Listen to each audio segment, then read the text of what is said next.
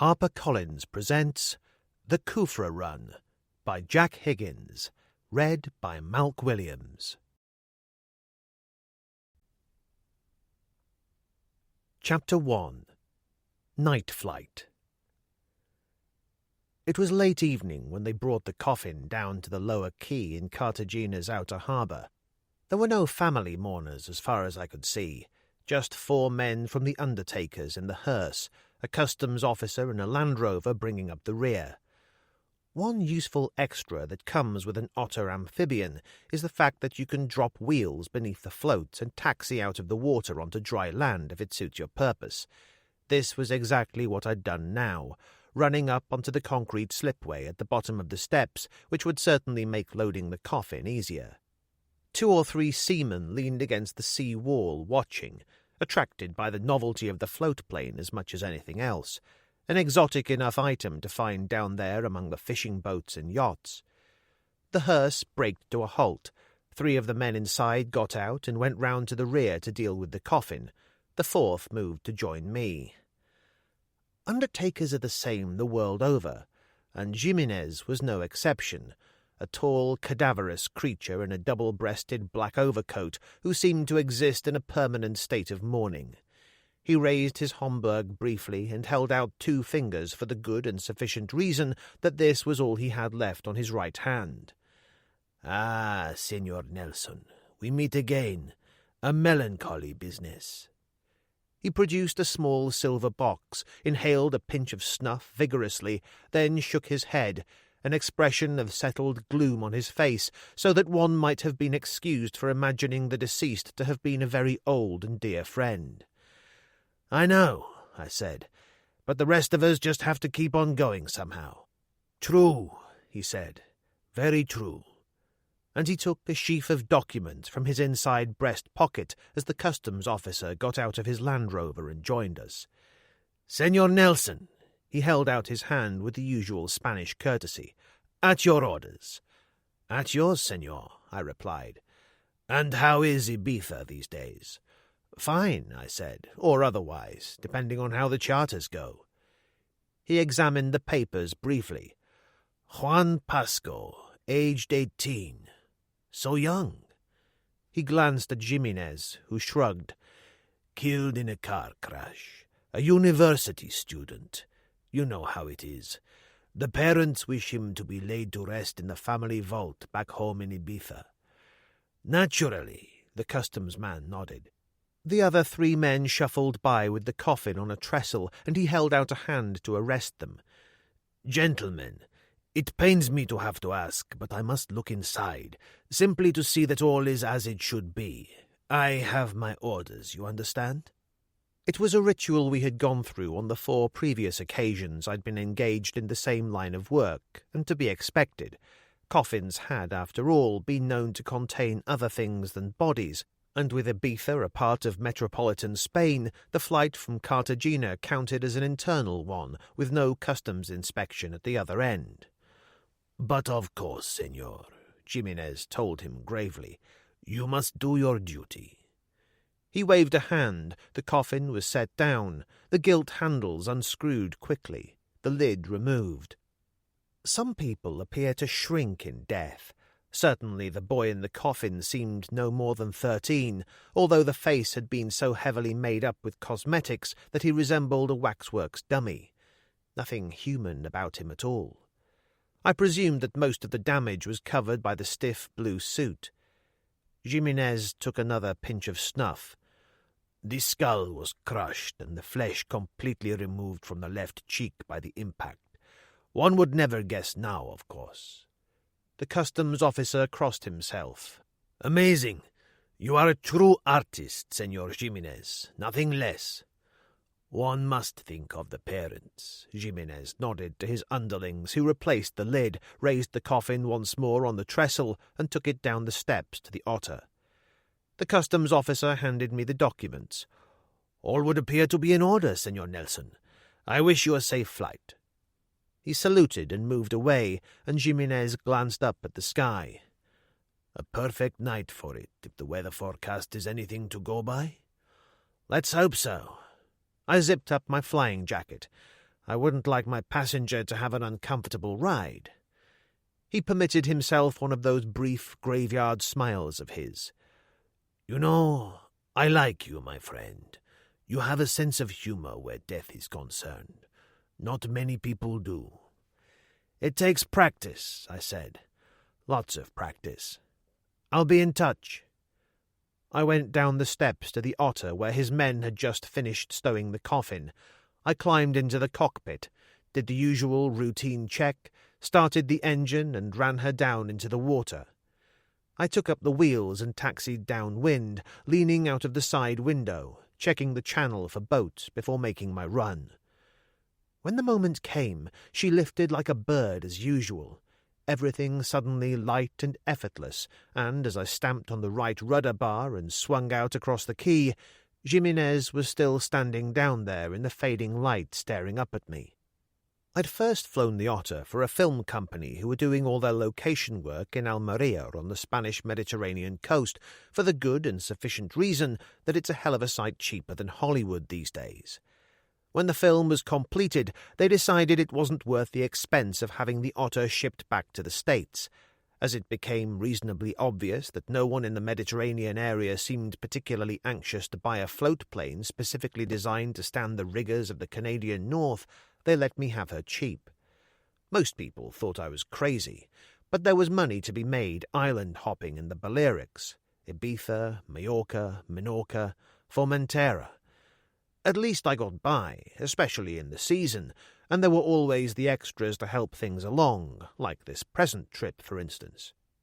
It was a fine night, as Jimenez had predicted, with very little cloud and a full moon, stars strung away to the horizon. All very pleasant, but I had more pressing matters on my mind, and switched over to automatic pilot and took another look at the chart. There was no wind to speak of, certainly not more than 5 knots, and I'd allowed for that in my original calculation. There was really very little to be done except to check my figures, which I did, then poured a cup of coffee from a flask and smoked a cigarette. 38 minutes out of Cartagena, I took over manual control and went down to 2,000 feet. Exactly 3 minutes later, I got my signal right on the button. A blue light, followed by a red, flashed 6 times, some private joke of Turks, who swore it was taken from the old China Coast signal book and meant, "I have women on board." I went down fast and banked across the boat, a 40-foot diesel yacht from Oran, to the best of my knowledge, although the background details were not really my affair. The red light flashed again, and I turned away into the wind, eased back on the throttle, and started down. The sea was calm enough, and visibility excellent thanks to that full moon. A final burst of power to level out in the descent, and I splashed down. I kept the engine ticking over and opened the side door. The motor yacht was already moving towards me. When it was 20 or 30 yards away, it slowed appreciably. I counted 4 men on deck, as usual, with another in the wheelhouse. I could see them quite clearly in the moonlight. A rubber dinghy was already in the water by the starboard rail. 2 of them dropped into it and paddled across. They drifted in under the port wing, and a tall, bearded man in yellow oilskins stepped onto the float, clutching a bulky package against his chest with both hands. He steadied himself for a moment, then passed it up to me. As I took it from him, he dropped back into the dinghy without a word, and they paddled back to the boat. I took off again immediately, and as I drifted into the air, the boat was already moving away in the general direction of the North African coast. 5 minutes later, and I was back at 3,000 feet and dead on course for Ibiza. As Turk had said, easy as falling off a log, and each time I repeated the performance, we shared 2,000 good tax-free American dollars. When I first met Harry Turk, he was tied hand and foot to a tree on the edge of a small clearing in the jungle, which was being used as a base camp by North Vietnamese regular troops operating behind the American lines. It was raining at the time, which was hardly surprising as it was the middle of the monsoon season, but in spite of his incredibly filthy condition, I was able to make out that he was a Marine Corps sergeant as they trussed me up beside him. Before walking away, one of the guards booted me in the side with enough force to crack 2 ribs, as I later discovered, and I writhed around in the mud for a while. I had thought Turk asleep, but now he opened one eye and stared at me unwinkingly.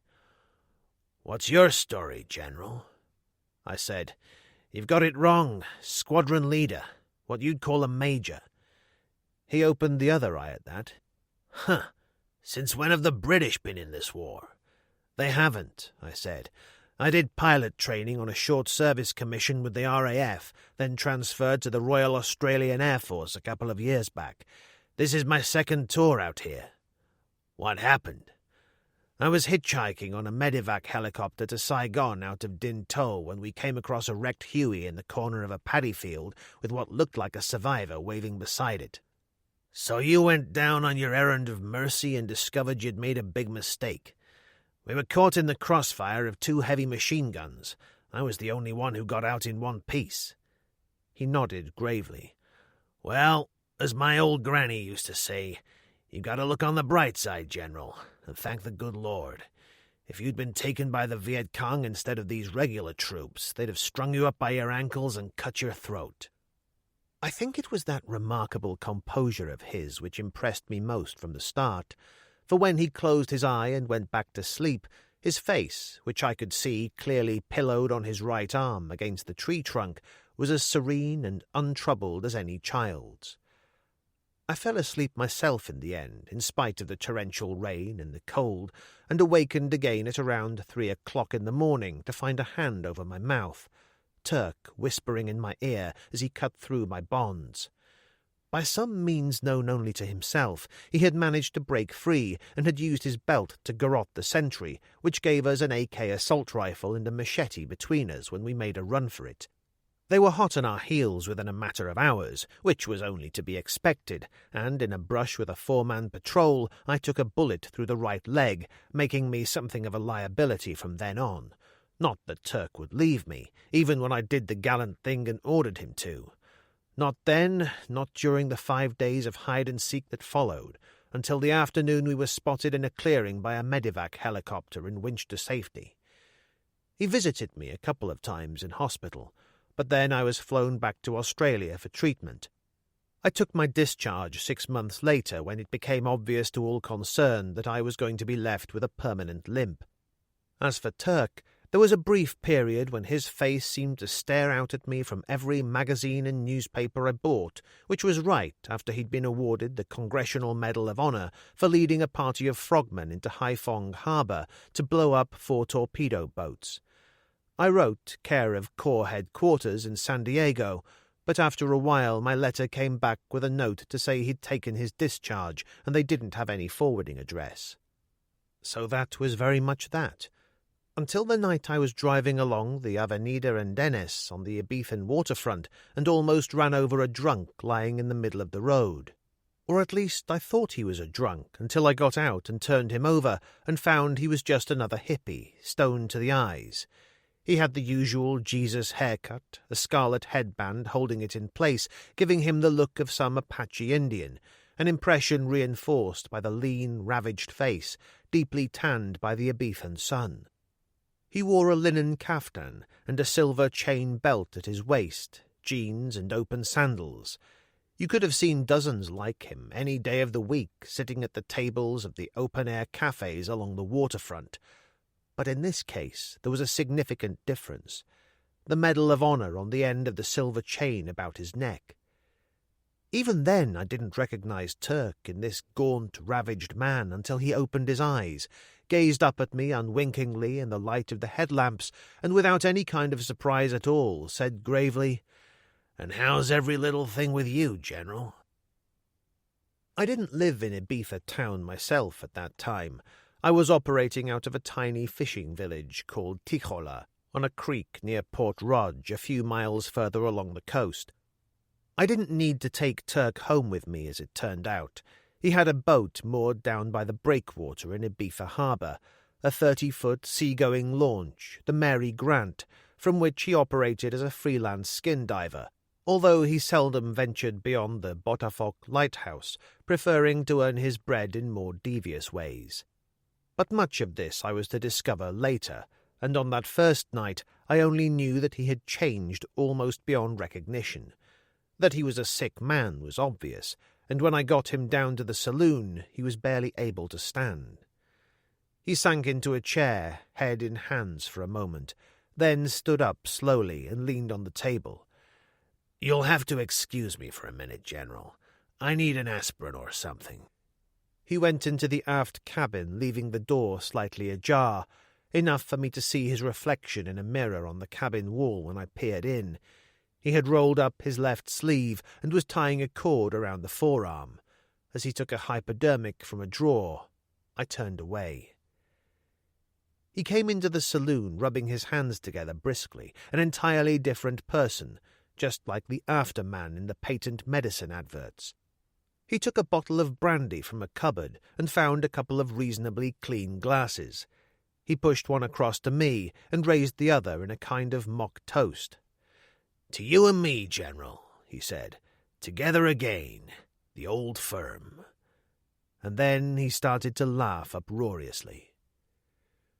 For a year now he had been going downhill a little bit more each day, slowly being eaten alive by some worm within him. Whatever it was, he never discussed it. He lived entirely in the present moment, blotting out past and future with either a second bottle of whatever came to hand or another fix, involving himself in one vaguely crooked scheme after another. Like this present affair, for example. When he'd first come to me with the offer, I'd turned it down flat, thinking it must be drugs, had to be, and that was something I wouldn't have touched if I'd been starving. But I was wrong, for he had got permission from his principals, whoever they were, to open the first package to prove to me that it consisted of dozens of neatly wrapped packages of good American dollar bills. So that was all right. I was just a middleman, helping to move large sums of money illegally between countries, part of some complicated exchange process by which someone somewhere finally made a fortune. I was still thinking about it all when I made my landfall. I called up the control tower at the airport, which was something the authorities insisted I do, in spite of the fact that I didn't use their facilities. There was the usual interminable delay before I was given the all-clear to land and turned in to make my final run. The island looked fantastic in the light of the full moon. The rugged, hilly landscape of the interior like a black paper cutout against the night sky, and a white band of surf showed clearly at the base of the massive south coast cliffs. I came in off the sea at 300 feet, Port Rog to the left of me, and beyond, between the two great natural granite breakwaters which enclosed the mouth of the creek, I saw the lights of Tijola. A green flare soared into the night, giving me the all-clear, and as I passed between the two headlands, I put the otter down into calm water and taxied towards the shore. It wasn't much of a place, a couple of dozen small houses, a jetty, a few fishing boats, but it had everything I needed. Calm water to land in because of the enclosed nature of the creek, and lots of peace and quiet, which suited me just fine. There was a small bar on the beach. I could hear a guitar playing in spite of the otter's engine, and someone was singing. I dropped the wheels as I moved in towards the beach and taxied up onto a broad concrete camp which I'd constructed myself earlier that year with the aid of a couple of locals.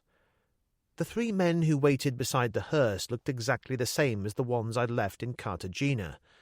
I switched off the engine, climbed down, and they moved past me without a word and started to get the coffin out. "Hey, General, how did it go?"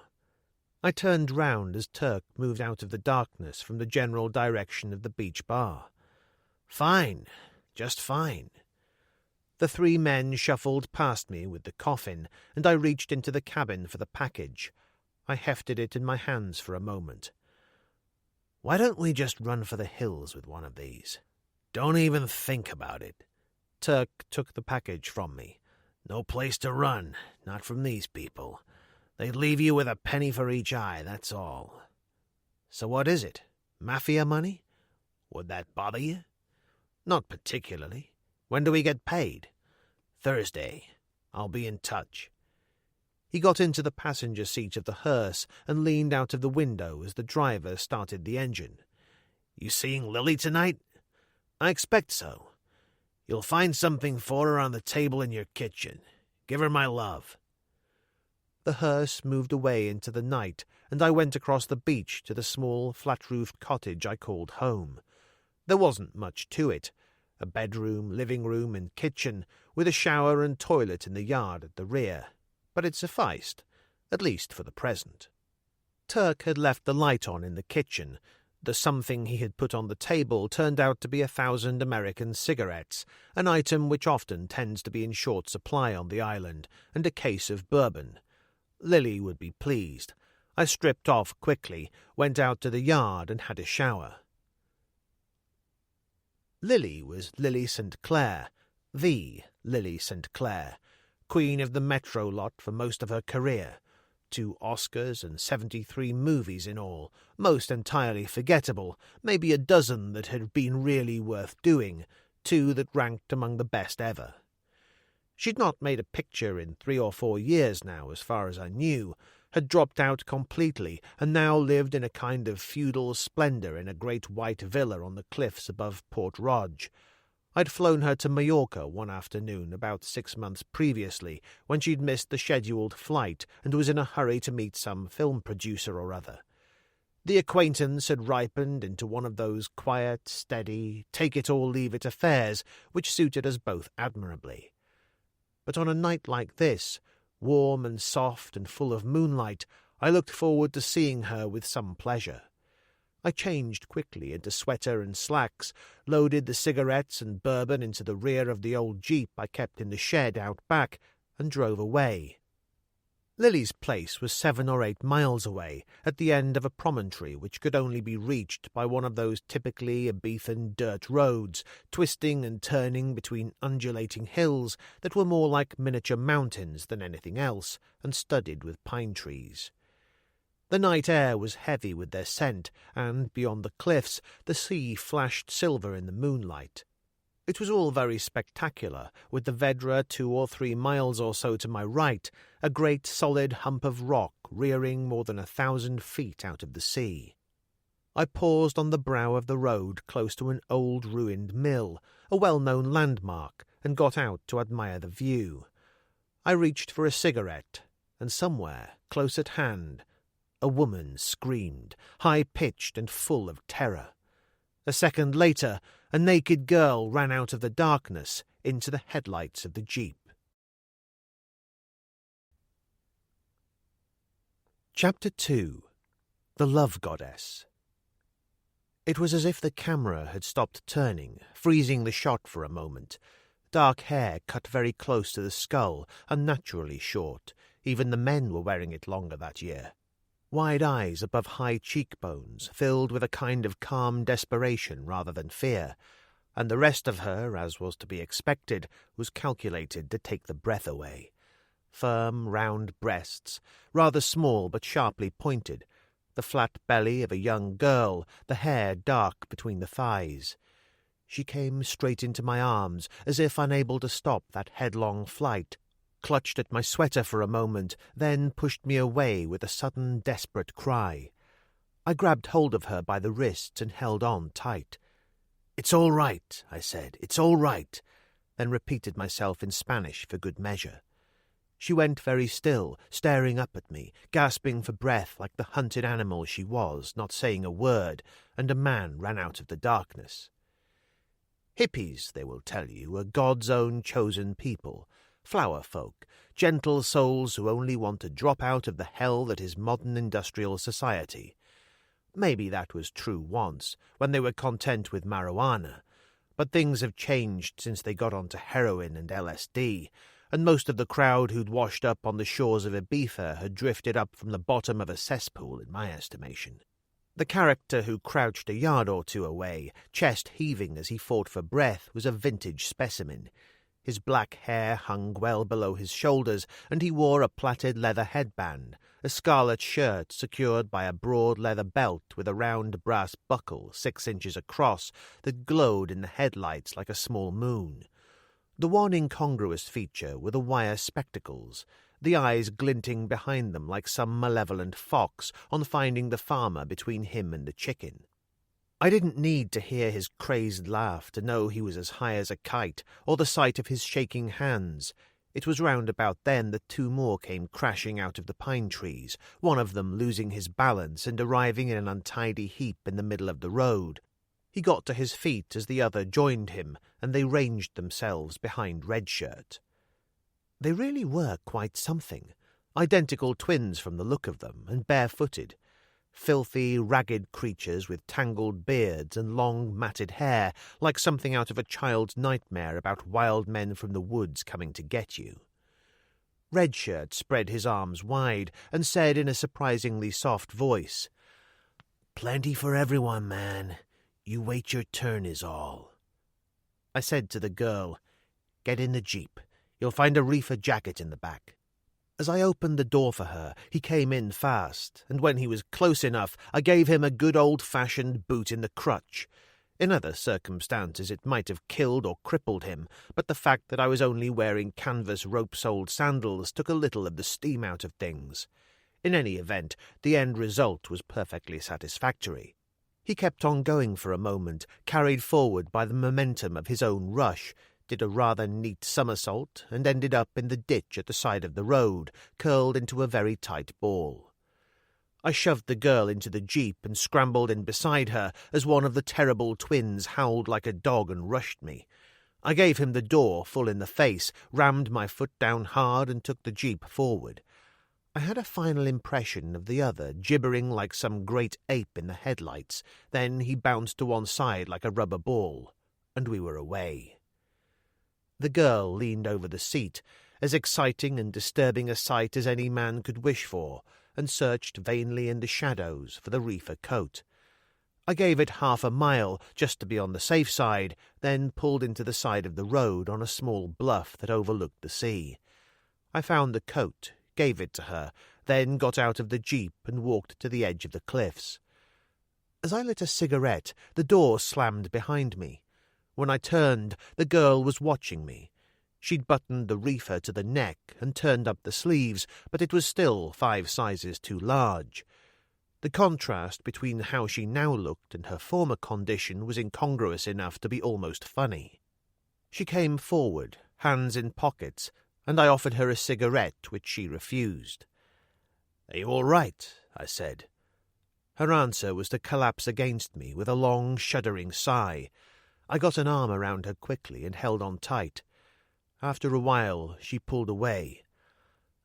"Thank you. I'm all right now." Her English was excellent, but with a pronounced French accent. I said, "I'd choose my company a little more carefully another time if I were you." She ignored that one and turned to look out to sea again. "It really is very beautiful, this world of ours. Don't you agree?" Which, considering what had gone before, was calculated to take the wind out of anyone's sails. But she was right, of course. It was a night to thank God for. "I know," I said, "where every prospect pleases and only man is vile." She looked up at me, frowning slightly. "You're a strange man.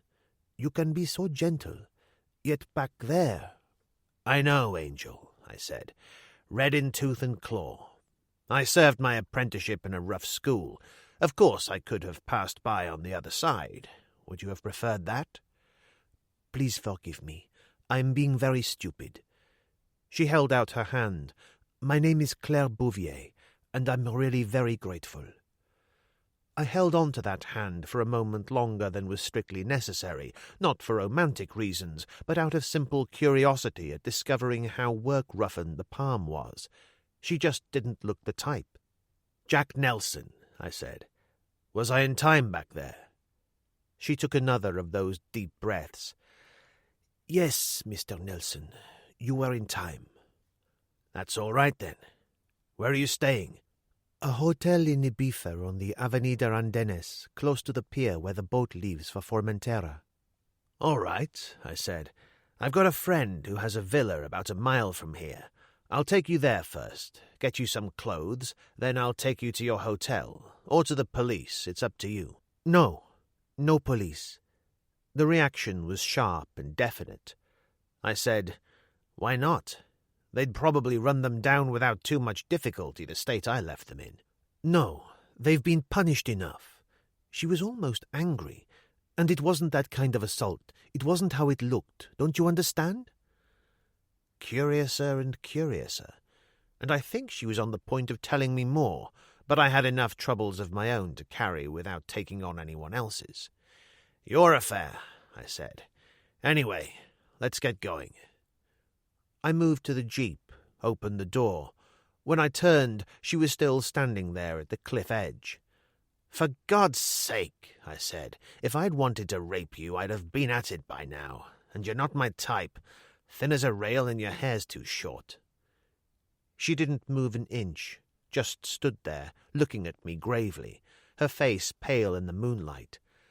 I suddenly had that vaguely helpless feeling one gets on occasions when faced with a stubborn child, intent only on going its own way.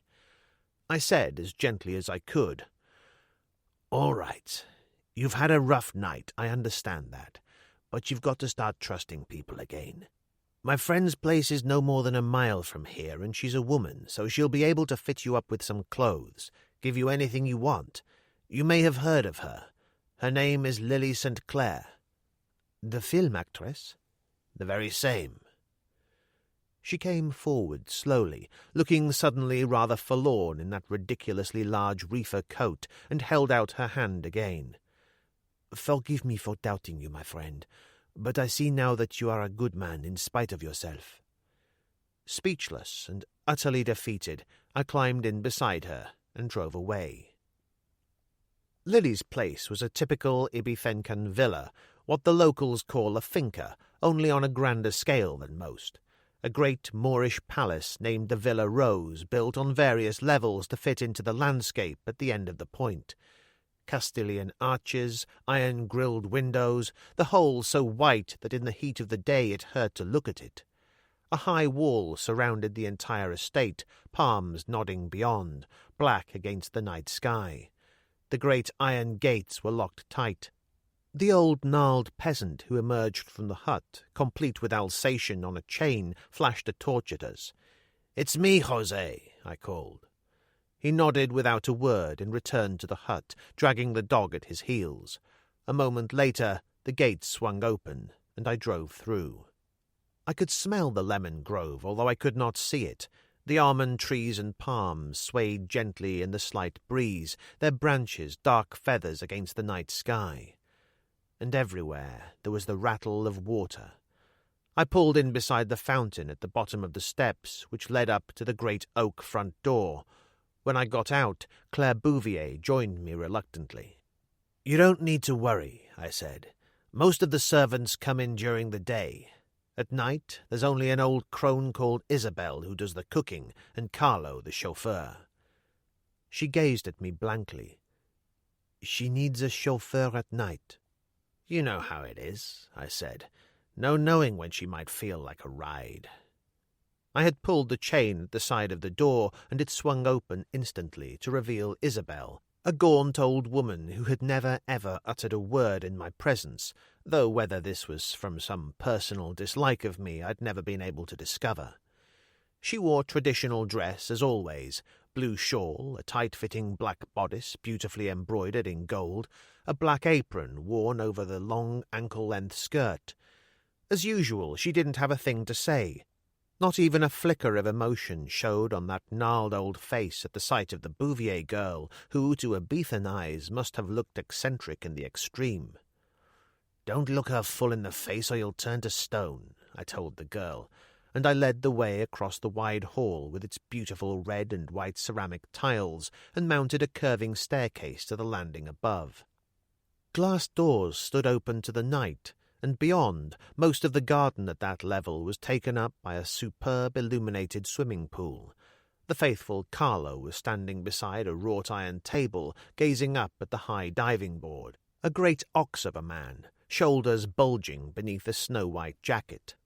"The love goddess," Claire Bouvier whispered as she looked up at the slim figure in the black costume poised on the edge of the board. "That's what they call her," I said, and as Carlo turned sharply, I raised my voice and cried, "Hey, Lily, come down out of there. You've got visitors."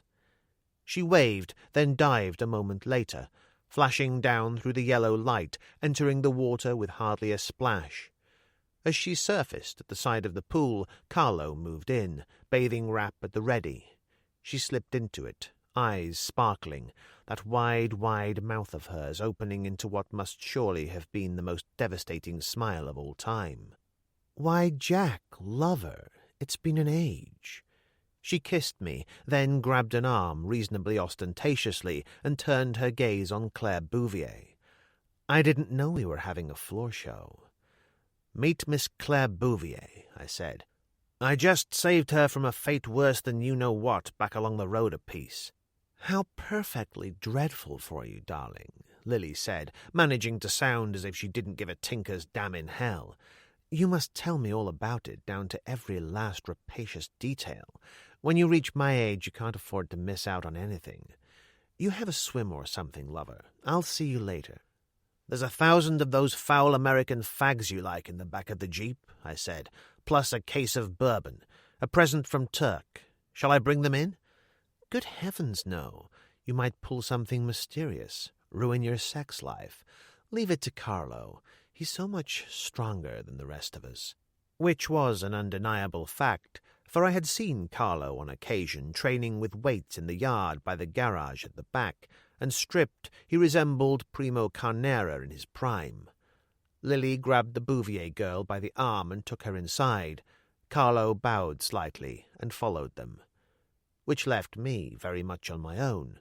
So I went to the changing room, found myself a pair of trunks, and had a swim. The salon was an exquisite room which had been based on an ancient Moorish design. The floor was of black and white ceramic tiles, and the ceiling was blue, vivid against the stark white walls. A log fire burned on the open hearth. I was sprawled at my ease in front of it, one of Carlo's generously large gin and tonics in my hand, when Lily came back in. She really was the most amazing creature I'd ever known. Must have been anywhere up to 50, had to be to have done the things she had. Yet even in the harsh, white heat of the day, never seemed to look a day over 35. Like now, for instance, dressed in a long, black, transparent creation. As far as I could see, she didn't have a stitch on underneath, and her legs must have been giving Marlene Dietrich a hard time for years. She draped herself elegantly across me and kissed me, that mouth of hers opening wide enough to swallow me whole. When the tongue was finally tired of moving around, she lay back with a long sigh. "I've missed you, lover. Where have you been?" "Working." Carlo appeared, a drinks tray in his gloved hands, and gave her a martini. She took it, just as she accepted the light he held out for her cigarette, as casually as if he didn't really exist. He withdrew silently to a position by the terrace. She said, "Where was it these hippies had a go at the kid?" "Near the mill at La Grande." She emptied her glass and paced restlessly across to the fire. "The dirty bastards. They should drive them off the island, every last one of them." "Don't tell me you're frightened," I said. She was almost angry when she turned on me. "What if I am? They've done some funny things, broken into people's homes. This is a lovely place." "With Carlo here?" I demanded. "You've got to be joking. He's the original 6-at-1 man. I thought that was why you keep him around." She changed completely, her face illuminated by that dazzling smile, the famous Lily St. Clair smile, as she moved across to Carlo. "That's right, of course it is. You wouldn't let them hurt me, would you, Carlo?" Carlo took the hand she held out to him and kissed it gently. From the look on his face, I'd say he'd have torn the arms and legs off anyone who tried. She patted his cheek. "Bless you, Carlo. Let's have a movie, shall we? What about The Door to Hell?" He moved away as silently as usual. She poured another drink and flung herself into the chair next to me. This was a ritual I'd been through many times before. There was a small projection room at the rear of the salon, and Carlo handled things at that end, using the smooth white wall next to the fireplace as a screen. As the lights dimmed, I said, "What about the girl?" "I left her in the bath. She shouldn't be long. Did she tell you how she came to be mixed up with those creeps?" "I didn't ask." "I did. She said she'd arranged to meet a friend at the windmill at La Grande at 9 o'clock. She went out there by taxi, only he never showed. Then those pigs jumped her." She shook her head. "The whole thing stinks to high heaven, if you ask me." "Her affair, not ours." She carried on as if I hadn't spoken. "And her hair." "What about her hair?" "I don't know. It's not natural. Reminds me of something, and I can't think what. A picture I was in once." "Why don't you shut up," I said, "and let's enjoy this one, which, for a change, I don't think I've actually seen before." I think she'd have given me the hard word at that, except for the fact that at that moment her face filled the screen, and, as usual, she was swept up in the greatest love affair since Antony and Cleopatra, that of Lily St. Clair for Lily St. Clair. 1938, she said. I'd been in Hollywood 2 years, my first Oscar nomination. She was standing at the top of a great flight of marble stairs in some sort of negligee or other, being menaced by the swords of 6 Roundheads, who all looked villainous enough to play Capone-style gangsters, and probably did the following week. At the appropriate moment, an athletic-looking character in breeches and a white shirt dropped into the picture, a sword between his teeth, and proceeded to knock all sorts of hell out of the Roundheads. "Jack Desforges," she breathed. "The best there ever was." "Better than Lily St. Clair?" I demanded. "Damn you, lover, you know what I mean." Dietrich, Joan Crawford. Oh, they were great, wonderful, wonderful people. They don't breed them like that anymore. "Only you were the greatest. Look at my last film. I didn't know anybody had done."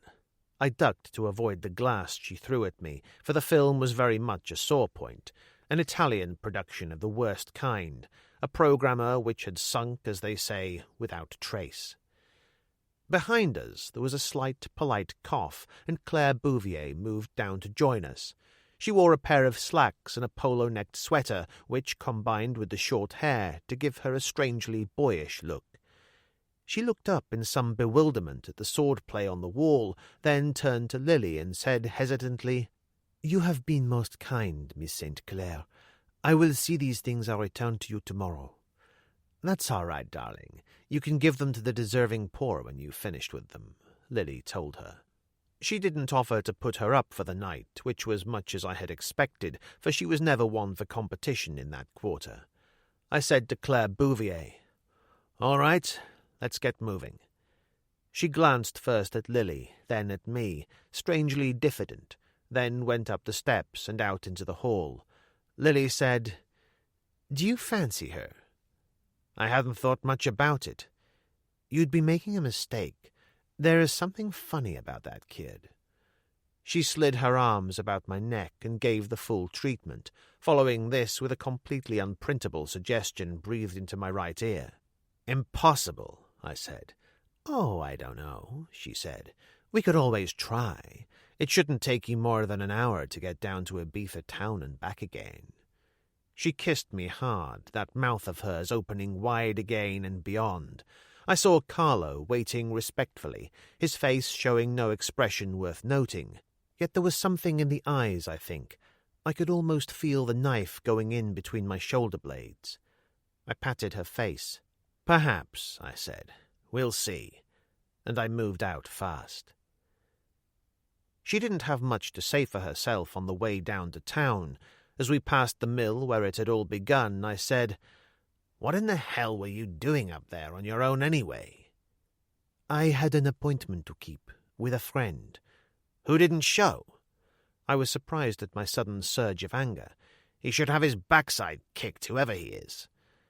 She turned and looked at me sharply, but made no comment. I kept my eyes on the road.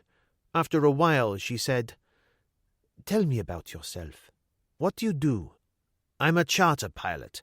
I keep a float plane down at Ticola." "And Miss St. Clair? You have known her long?" "Long enough." We were coming into the outskirts of Ibiza now, and I took the direct route in along the Avenida de España. There were still plenty of bars open, for the night, for Spain at least, was still young. But when I switched off the motor outside the small waterfront hotel on the Avenida Andenes, it suddenly seemed very quiet. She got out and moved to the entrance, and I followed her. "I don't suppose you'd feel like a drink?" "Not really," she said. "I'm very tired. You understand?" "Of course." She held out her hand, and I took it, suddenly reluctant to let her go. "What can I say?" she said. "I owe you so much." "You could satisfy my curiosity." She thought about it for a long moment, then nodded. "Yes, I owe you that at least. You know the Iglesia de Jesus? One of the most beautiful churches in the island. Can you meet me there in the morning?" "I think so." "Would 10 o'clock be too early?" "I'll be there on the dot." She took my hand again briefly. "Thank you, dear friend," she said, reached up and brushed my cheek with the lightest of kisses, then slipped inside. Which very definitely drove every other thought from my mind, including Lily. There was something elusive about her, something indefinable that couldn't be pinned down. Frankly, it was as irritating as an itch one couldn't get at to scratch, and irritating in another way also. I had a feeling that I was becoming involved in something in spite of myself, and any kind of an entanglement where a woman was concerned was something I preferred to keep well clear of. I paused on the edge of the curb to light a cigarette before crossing to the jeep, and an old Ford truck came round the corner on 2 wheels, mounting the pavement, and rushed me like a fighting bull in full charge. I made it to the nearest doorway with very little to spare, was aware of Redshirt leaning out the cab window, laughing like a crazy man, and then the truck swerved round the corner into the next street and was away. I didn't attempt to follow. There'd be another time, and I'd had enough action for one night. What I needed now was a long, tall glass of something or other and a cool hand on my fevered brow, which brought me straight back to Lily. When I got back to the villa, I didn't bother with the front gate, preferring a less public route out of deference to Lily's good name, although I sometimes think she simply liked the idea of someone having to climb over the wall to get to her. As usual, she'd turned the electronic warning system off to facilitate matters. As I came up out of the garden to the terrace outside her bedroom, Lily called out sharply, and it wasn't exactly a cry for help. The French windows stood open to the night, curtains billowing like white sails, and there was a light on inside. Carlo, as far as I could judge, seemed to be performing manfully enough. Certainly a slight, polite cough from the terrace would hardly have helped, so I did the obvious thing and got the hell out of there.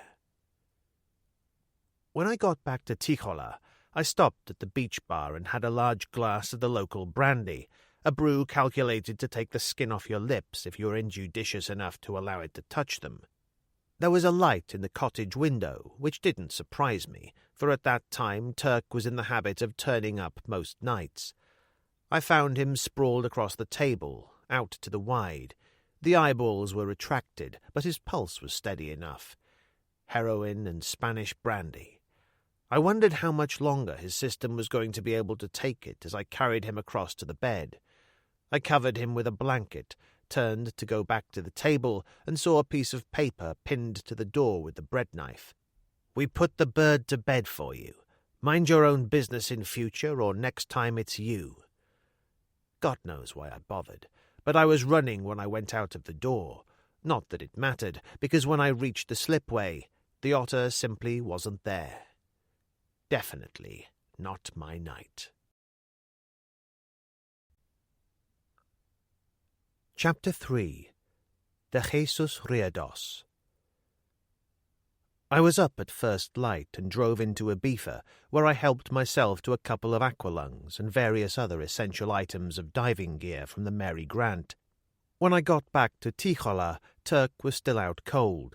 I tried slapping him awake, which did no good at all, and when I attempted to get him on his feet, he collapsed instantly, boneless as a jellyfish. It was like handling a corpse, and I got him back on the bed and left him to it. So I was on my own again. The story of my life, or so it seemed. One thing was certain, whatever had to be done, I would have to do alone.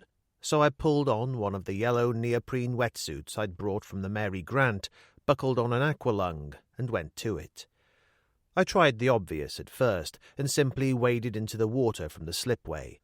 The sea bed shelved very rapidly at that point, so that it was 4 or 5 fathoms deep close inshore. The water was like black glass, giving the illusion of being quite clear, and yet visibility was poor, mainly because the sun wasn't yet out. I went out, as I have said, in a direct line from the slipway for perhaps 50 yards, keeping close to the bottom, and didn't see a thing. So I tried another approach, and moved back towards the shore, tacking 20 yards to either side of my central line in a slow, painful zigzag. Which all took time. Too much time. I hadn't eaten, hadn't even swallowed a cup of coffee, which was a mistake, for in spite of the wetsuit, it was cold. I was getting old, that was the trouble. Too old for this kind of nonsense. The cold ate into me like acid, and I was gripped by a mood of savage despair.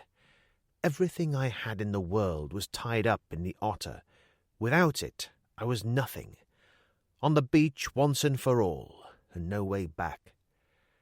I surfaced close to the slipway and found Turk sitting cross-legged on the beach, a blanket around his shoulders.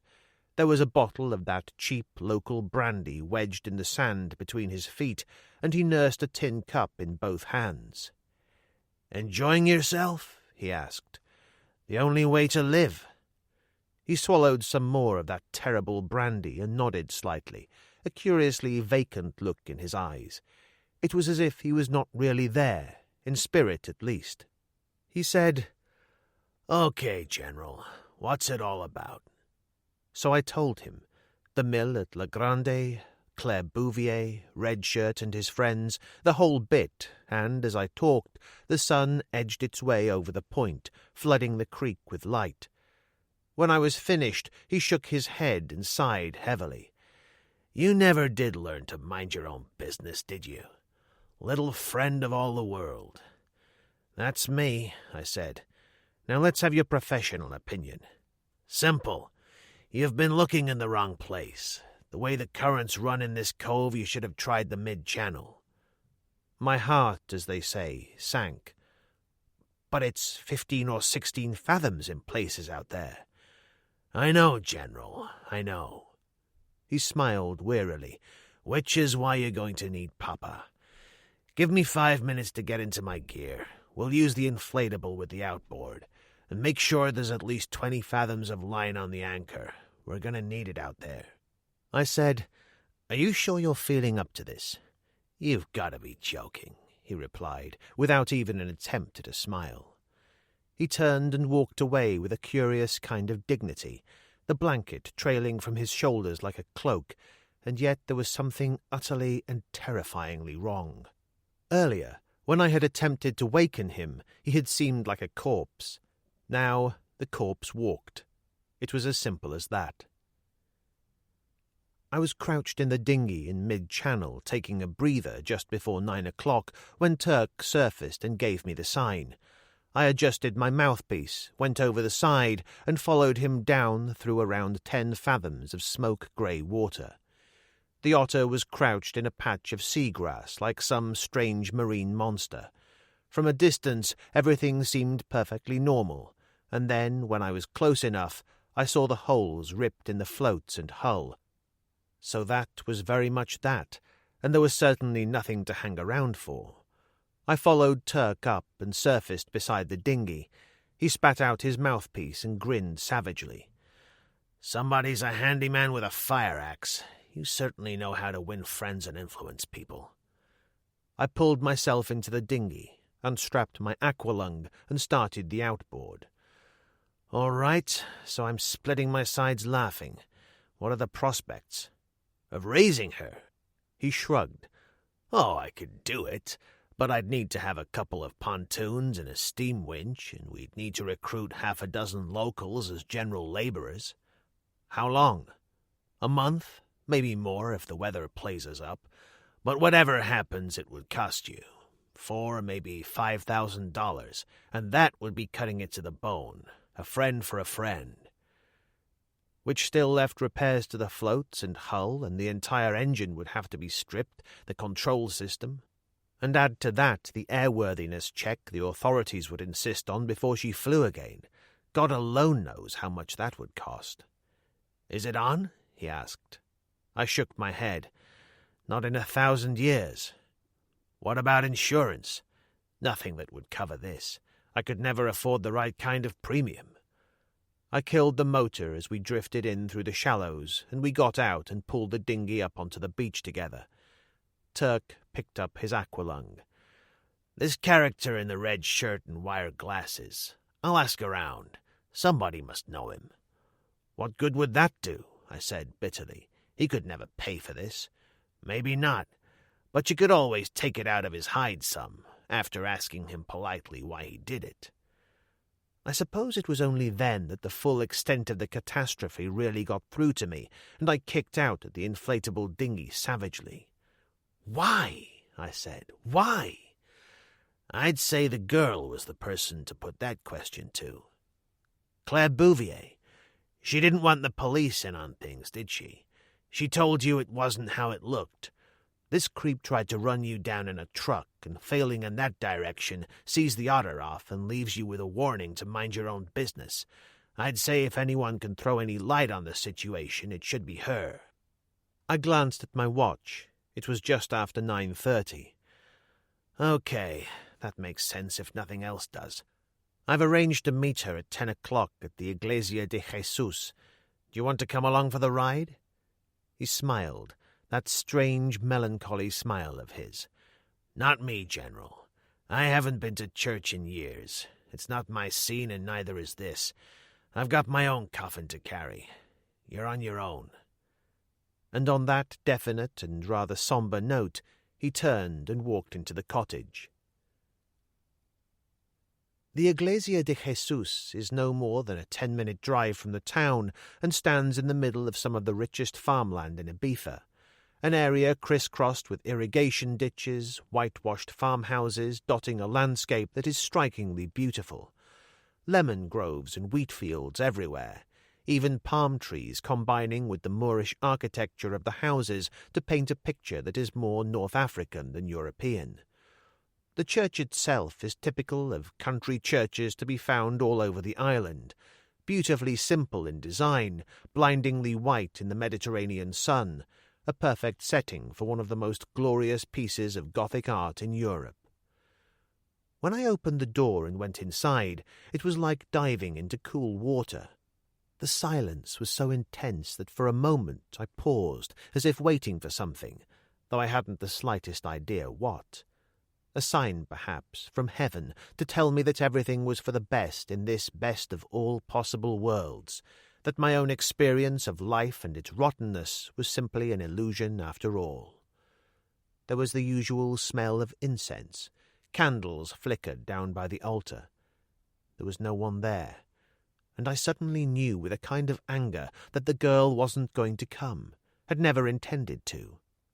And then I saw that I had been mistaken in thinking I had the place to myself, for a nun in black habit knelt in front of the reredos, head bowed, hands clasped in prayer.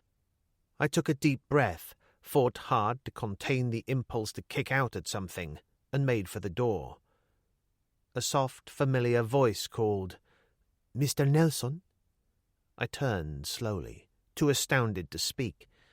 The central panel of the Jesus Reredos portraying the Virgin and Child is a masterpiece by any standard, and beautiful in the extreme, but it is an austere beauty, something quite untouchable by anything human, with the quiet serenity of one who knows that God is love beyond any possibility of doubt and lives life accordingly. Standing in front of it in that simple black habit, Claire Bouvier might well have been mistaken for the artist's model had it not been for the fact that the reredos had been painted in the early years of the 16th century. It could only be for real. Had to be. I didn't doubt that for a minute, for in some strange way it fitted. At least it explained the cropped hair, and I sat down rather heavily in the nearest pew. "I am sorry, Mr. Nelson," she said. "This must be something of a shock for you." "You can say that again. Why didn't you tell me last night?" "The circumstances were unusual, to say the least, as I think you will agree." She sat down rather primly in the chair next to me, hands folded in her lap, those work-roughened hands which had so puzzled me, and then she looked up at the reredos. "I didn't realize it was so beautiful. Everything is so moving, so perfectly part of a whole, particularly the scenes from the life of the Virgin on the predella." "To hell with the—" She turned sharply, and I took a deep breath and continued. "Look, what do I call you for a start?" "I am still Claire Bouvier, Mr. Nelson. Sister Claire, if you prefer it, of the Little Sisters of Pity. I'm on leave from our convent near Grenoble." "On leave?" I said. "Isn't that a little irregular?" "There are special circumstances. I've been in East Pakistan for the past couple of years, or Bangladesh as they now call it." The whole thing seemed to move further into the realms of fantasy by the minute. I said, "All right, just tell me one thing. You were dressed like a nun last night when our friends grabbed you." "That's right." "And you said it wasn't just an ordinary assault. You wouldn't let me take you to the police, for instance, which I would have thought reasonably strange behavior for someone of your persuasion." She got up abruptly, moved towards the altar, and stood there gripping the rail. I said quietly, "Our friend in the red shirt tried to run me down in a truck last night after I left you. When I got back to my cottage at Tijola, I found a note telling me to mind my own business." She turned quickly, a frown on her face. "From whom?" "Red Shirt and Friends, it has to be. You'll be interested to know they also towed my seaplane out into the middle of the channel and sank it in 60 feet of water, just to encourage me." There was genuine horror on her face at that, but she turned away again, head bowed, gripping the rail so tightly that her knuckles whitened. I grabbed her by the shoulders and turned her round roughly. "Look! That plane was all I had in the world, and it's not salvageable, so I'm finished, sister. A ruined man because I played the Good Samaritan last night. At least I'm entitled to know why." She looked up at me calmly, without struggling, and nodded. "You are right, dear friend. I owe you that at least. Perhaps there is a quiet place you know of, somewhere we could talk?" I took the road to Talamanca, then followed a cart track that brought us, after a couple of miles, to an old ruined farmhouse in an olive grove above the sea. There wasn't a soul around. She sat on a low stone wall which had once marked the boundary of the grove, and I sprawled on the ground at her feet and smoked a cigarette. It was a marvellous day, and quite suddenly nothing seemed to matter very much. I narrowed my eyes, watching a hawk spiralling down out of the blue, and she said, "Did you really mean what you said there in the church, that you are ruined?" "As near as makes no difference." She sighed. "I, too, know what it is like to lose everything." "Is that supposed to make me feel better?" She looked down at me sharply, something very close to anger in her face for the first time, but she controlled it admirably. "Perhaps if I told you about it, Mr. Nelson." "Has it anything to do with this present affair?" "Everything." She plucked a green leaf from a caper shrub. Shredding it between her fingers, she stared back into the past. "I was born in Algeria, in the back country. My father was French, my mother Bedou." "An interesting mixture," I said. "Where do you keep your knife?" She ignored me completely and carried straight on. "We had a large estate, 2 vineyards. My father was a wealthy man. When de Gaulle declared Algeria independent in 1962, we decided to stay. But by 1965, things were very bad. All agricultural land owned by foreigners had been expropriated, and most of the French population had gone. When my mother died, my father decided it was time we left also." "How old were you then?" "Just 14. He decided to fly us out secretly, mainly because he considered it unlikely that the authorities would allow us to leave with anything worth having." "There was another reason?" "I think you could say that." She smiled faintly. "There was a convent of the Little Sisters of Pity not far from our place at Tizi Benou, an old Moorish palace built like a fortress. I received my education there.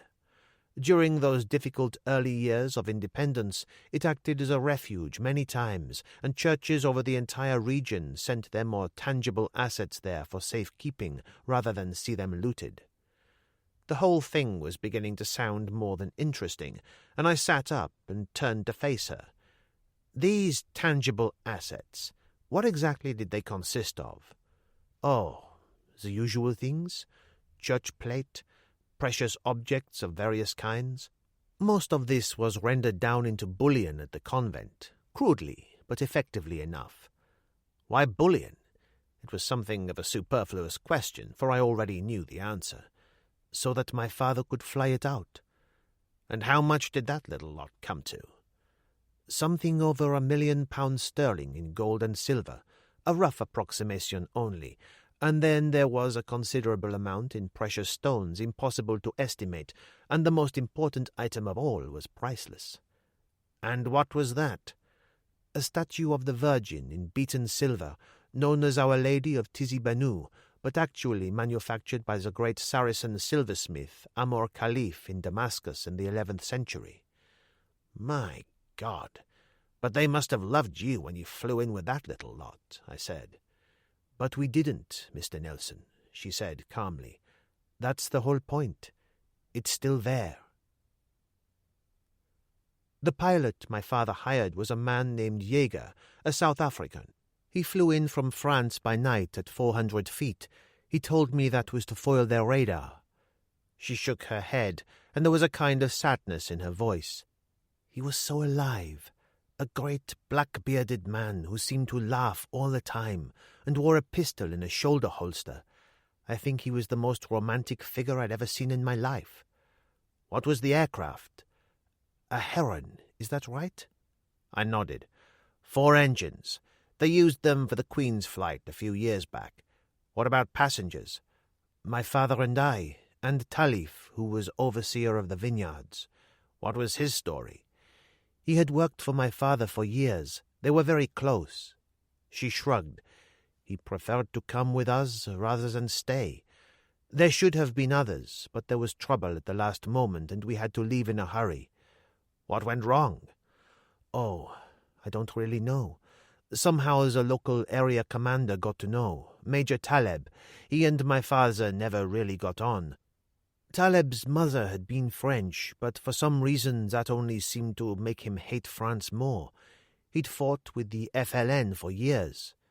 "What happened?" "We took off as Taleb arrived to arrest us. Not that it did us any good. I suppose he must have got onto their Air Force straight away." "And you were intercepted?" She nodded. "Over the Algerian coast near Cape Guinea. Are you familiar with that coast at all? Do you know the Khufra marshes?" "I've heard of them." "Jaeger managed to crash land, and in one of the lagoons in there. He and my father were killed, and the Heron went to the bottom, but Talif managed to get me out in time. He took me to a fishing village not far away, a place called Zarza, and nursed me back to health. Later he got me to France and placed me in the care of the Little Sisters at Grenoble." "And did you tell anyone about all this?" "Only the sisters, but there was nothing to be done about the situation, obviously. To the Algerians, of course, we were all dead." "So what happened then?" "The order used its influence to get Talif work in Marseille. I continued my education with them and eventually realized I had a vocation. After my training as a nurse, they sent me to our center in Dakar." "And now you're back?" "For a time only. I had yellow fever very badly.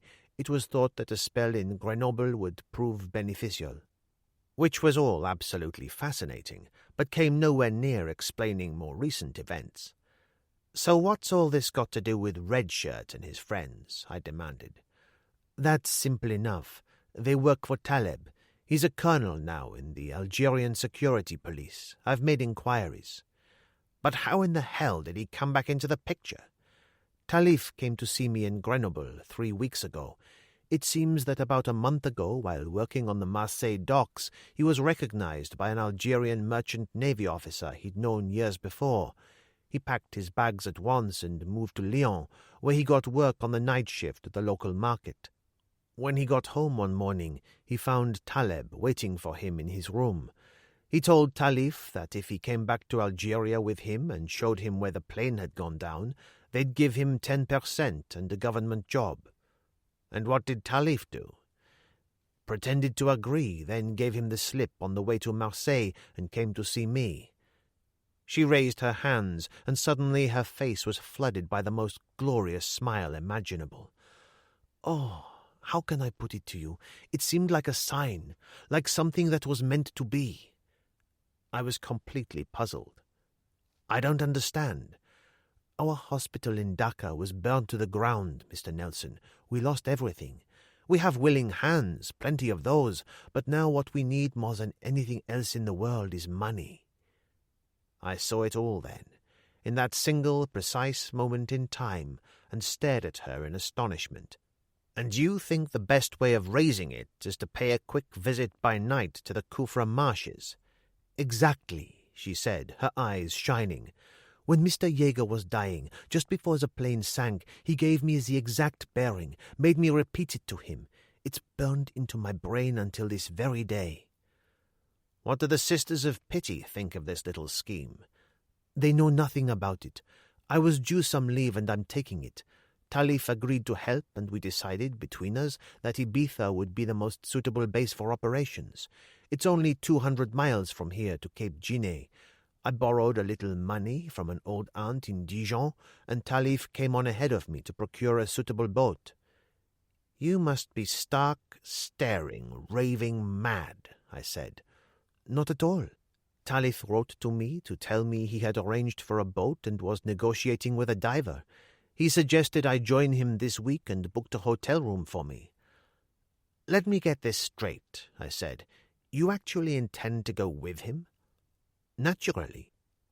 The whole thing by then, of course, had assumed all the aspects of a privileged nightmare, and I was aware of that curiously helpless feeling again where she was concerned. I said, All right, what about Redshirt and his pals last night? There was a note from Talif at the hotel when I got in yesterday. It asked me to meet him at the mill at La Grande at 9 o'clock.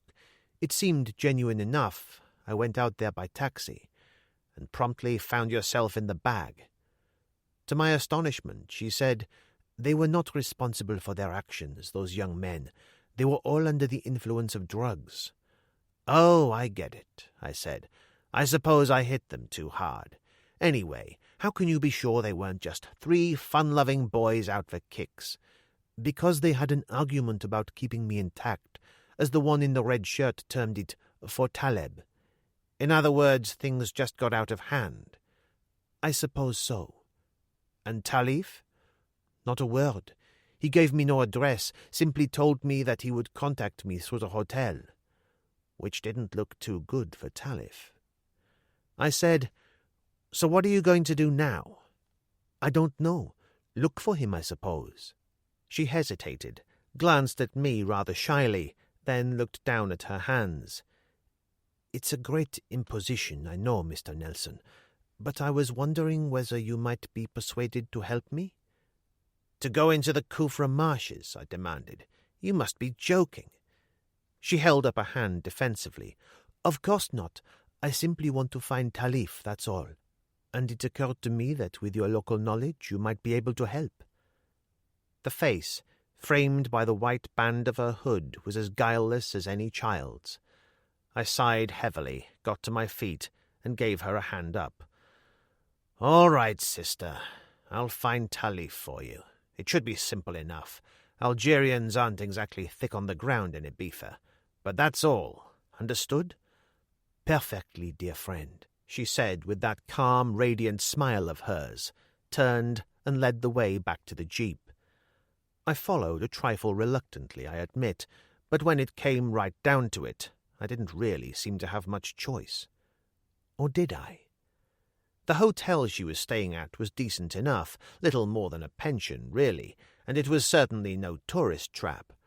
quiet and unpretentious. I could see why Talyf had chosen it. There was no one behind the desk in the tiny entrance hall, and when I rattled the brass handbell, it sounded unnaturally loud in the quiet. "I tried to make some inquiries about Talyf this morning," Sister Claire whispered, "but I didn't get very far. The proprietor only seems to speak Spanish and half a dozen words of English." A door at the back opened, and a fat, amiable man appeared in a straw hat and a green baize apron. From the trowel in his hand, it seemed a fair assumption he had been gardening. He removed his hat instantly, not for me, but for Sister Claire, a slightly anxious smile on his face.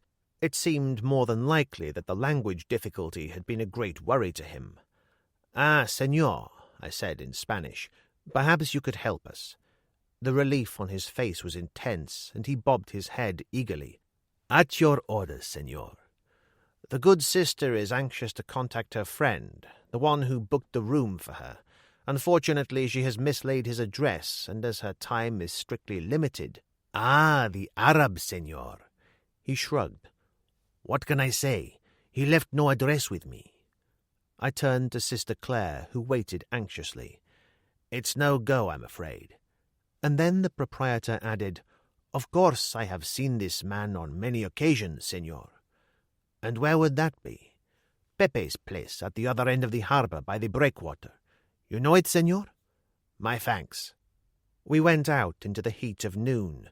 There was a small cafe next to the hotel, tables and chairs spilling across the sidewalk. "Did he tell you anything?" "Only that Talyf's been in the habit of using a certain bar at the other end of the waterfront. I'll go and see what I can dig up there." "Can't I come with you?" I shook my head. "Not your style at all, sister. The sort of place stevedores and sailors use. They'd run for the hills if a nun walked in. You have a coffee and admire the view." I steered her firmly towards a table under a large and colourful umbrella, snapped my fingers for a waiter, and was away before she could argue. She was on her second cup when I got back, the waiter hovering anxiously a table to two away, for Ibethans, like all Spaniards, have enormous respect for anything to do with the church. She looked up eagerly. "Did you get anywhere?" "I think you could say that." I told the waiter to bring me a gin and tonic and sat down. The man who owns the place, Pepe, had arranged to hire Talyf a 30-foot seagoing launch, and he was trying to find him a diver. "And Talyf?" "Pepe hasn't seen him for the last couple of days, but he was able to tell me where he's been staying. It seems Talyf wanted somewhere cheap and quiet, so Pepe arranged for a cousin of his to rent him an old cottage in the hills near Cova "Is it far?" "No more than half an hour." She didn't even ask if I would take her, simply pushed back her chair, stood up, and waited for me to make a move with obvious impatience. I swallowed the rest of my gin and tonic hurriedly. "Don't I even get to eat, sister?" She frowned in obvious puzzlement. "I don't understand, Mr. Nelson." I sighed as I took her elbow. "Take no notice, sister, just my warped sense of humour.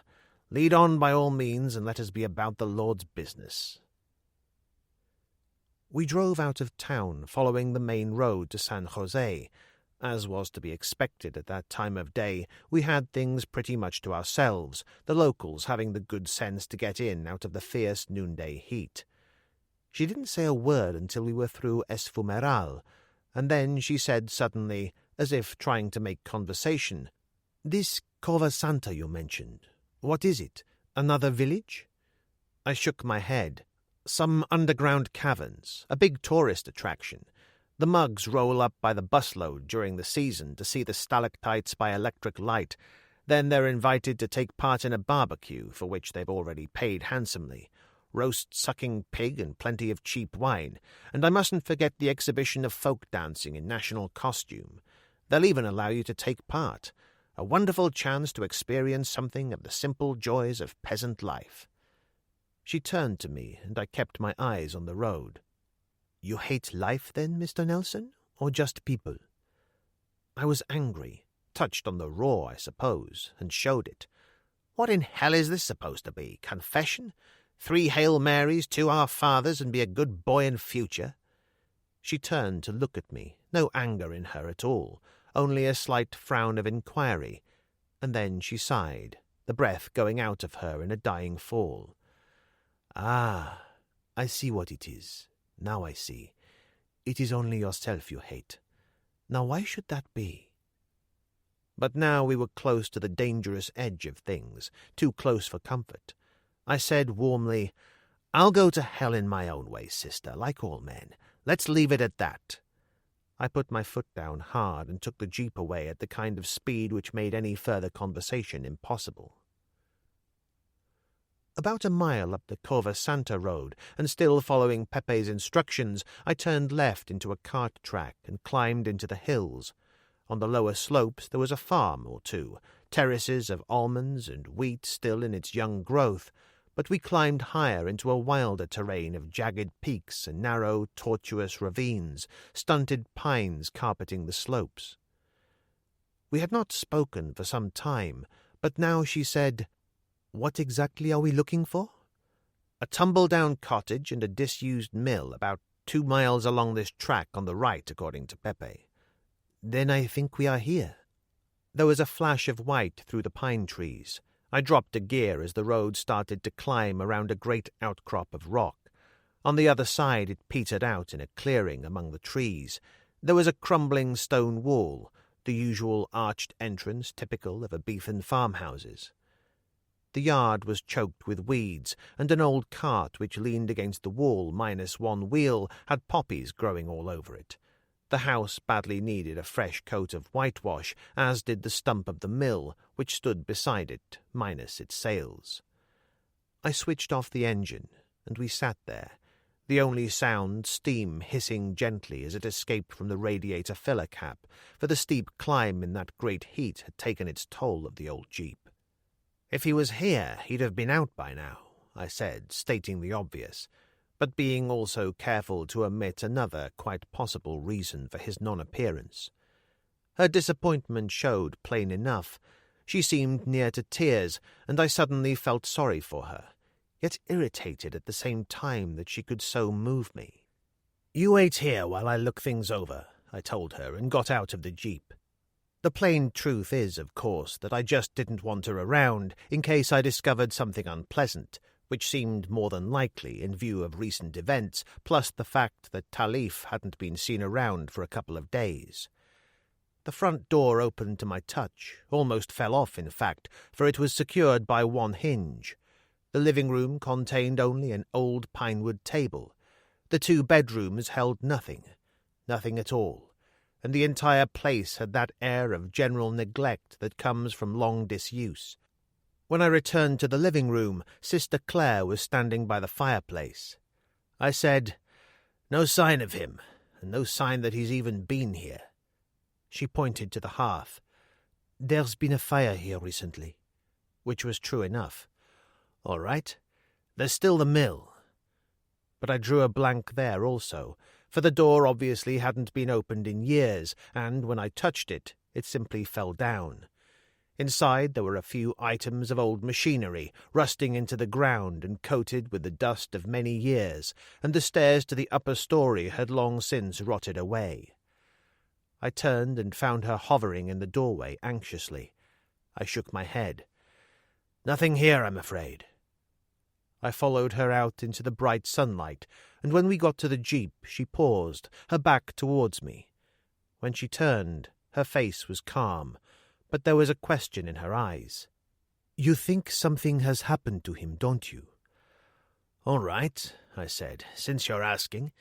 It seems to me there are 2 possibilities. The first is that he's gone to ground after realizing that Taleb was snapping at his heels." "And is quite simply afraid to show his face?" "Exactly." "But you don't think that?" "I'd say it's more than likely he's at the bottom of the harbour with about 50 pounds of chain about his ankles." What happened then was interesting, and certainly had nothing to do with Talif. An expression of extreme desperation appeared on her face, and she turned and hammered the edge of the canvas tilt in a kind of frustration. When she spoke, it was in a kind of hoarse whisper.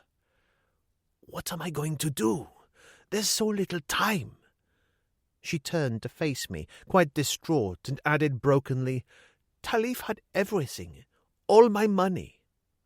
"I'm sorry," I said. "Are you?" Her expression changed, hardened, and there was a sudden glint in her eye. "All I need is a boat, Mr. Nelson, and a diver." "And how would you pay him?" "On our return." "Oh, I see. You'd give him a share." She frowned at that. "An agreed amount should be sufficient. I would offer a suitable contract." I could hardly believe my ears. "For services rendered, you mean?" I laughed harshly. "You've got to be joking. Wait for me here. I'll see if I can find some water for the jeep." She grabbed me by the sleeve and pulled me round. "You must know someone with a suitable boat, the kind of man who would be willing to take such a chance." Which I did, of course, and, remembering, laughed out loud. "All right," I said. "And what if I do? What if I tell you I've got a friend who not only has a very suitable boat, but also happens to be the best diver in this part of the Mediterranean? What's in it for me?" She stared up at me, the eyes very blue, the face calm again. "Mr. Nelson, the lives of a great many people may depend upon the speed with which we can rebuild our hospital in Dhaka." I put up a hand and cut her dead. "All right, you win. I've got a friend in Ibiza called Harry Turkovich, an American. You may find him a trifle eccentric, but he's everything else I said he was. I'll take you to see him this afternoon. What happens after that is between the two of you. Ask me for help again, and I'll run for the hills."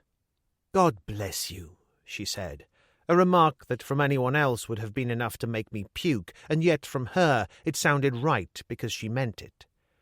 I was like a drowning man going down for a third time, and I hastily disengaged myself from the hand she put on my sleeve. "I'll see about that water," I muttered, and fled. There was an old draw well in the rear yard, enclosed in a beehive structure of solid grey stone, the kind you could walk inside. There was a trough ready filled with water from an old bucket. There was also a rather unpleasant smell from the well. I peered outside quickly to make sure Sister Claire hadn't followed me. Then I grabbed the handle and started to wind up the rusting chain which hung down into the darkness. It took all my strength, which told its own story. The smell, when he finally appeared, was overpowering. He was hanging by his ankles, head down. From the looks of things, I'd say they'd been trying to make him talk. I lowered him back down, my arms aching from the strain. Then I filled the bucket from the trough and went out into the clean air. I paused to light a cigarette, leaning against the wall of the well for a moment.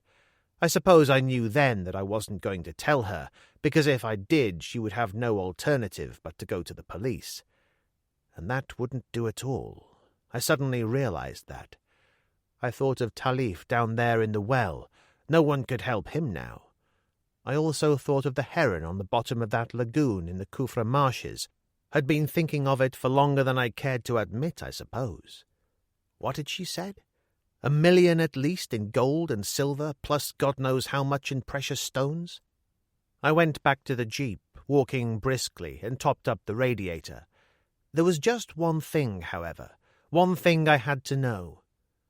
As I climbed behind the driving wheel, I said casually, "Just how much information would your friend Talif have to give away?"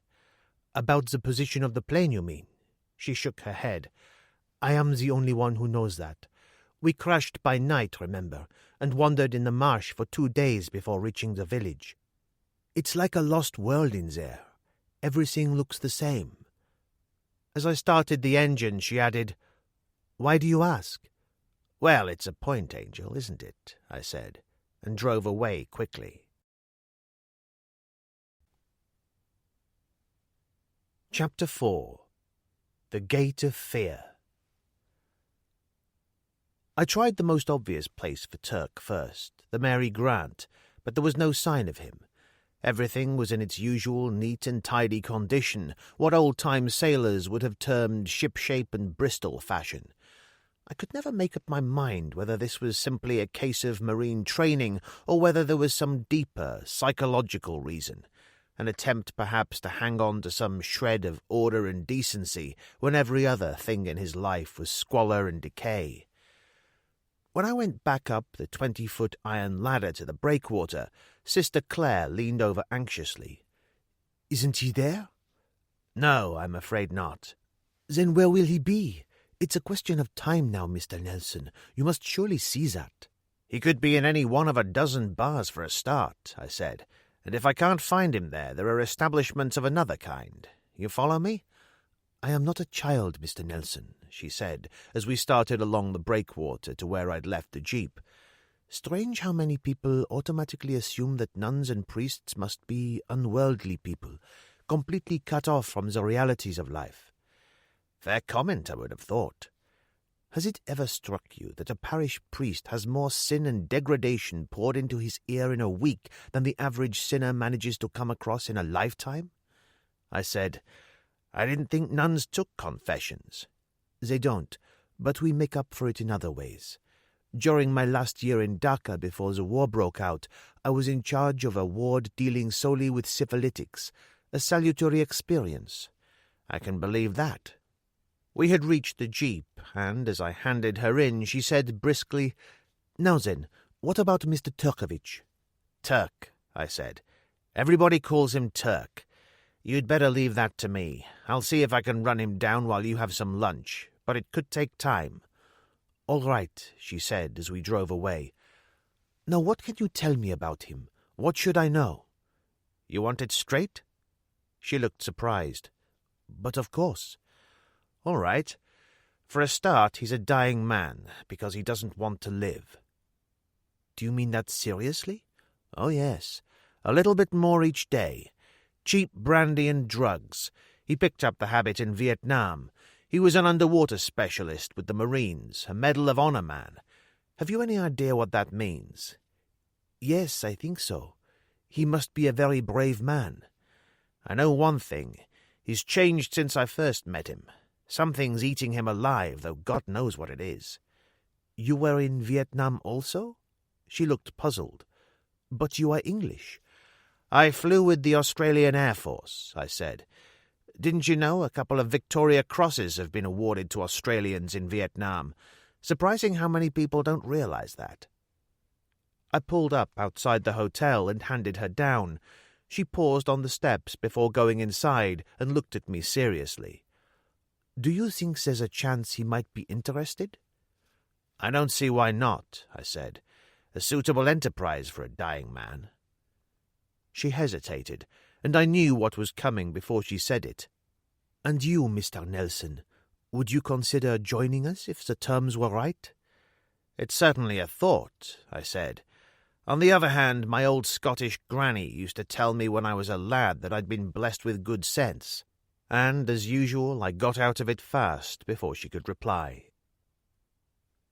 Trying to run Turk to earth was a frustrating occupation, but as good a way of passing the time as any, especially if you had a couple of days to spare.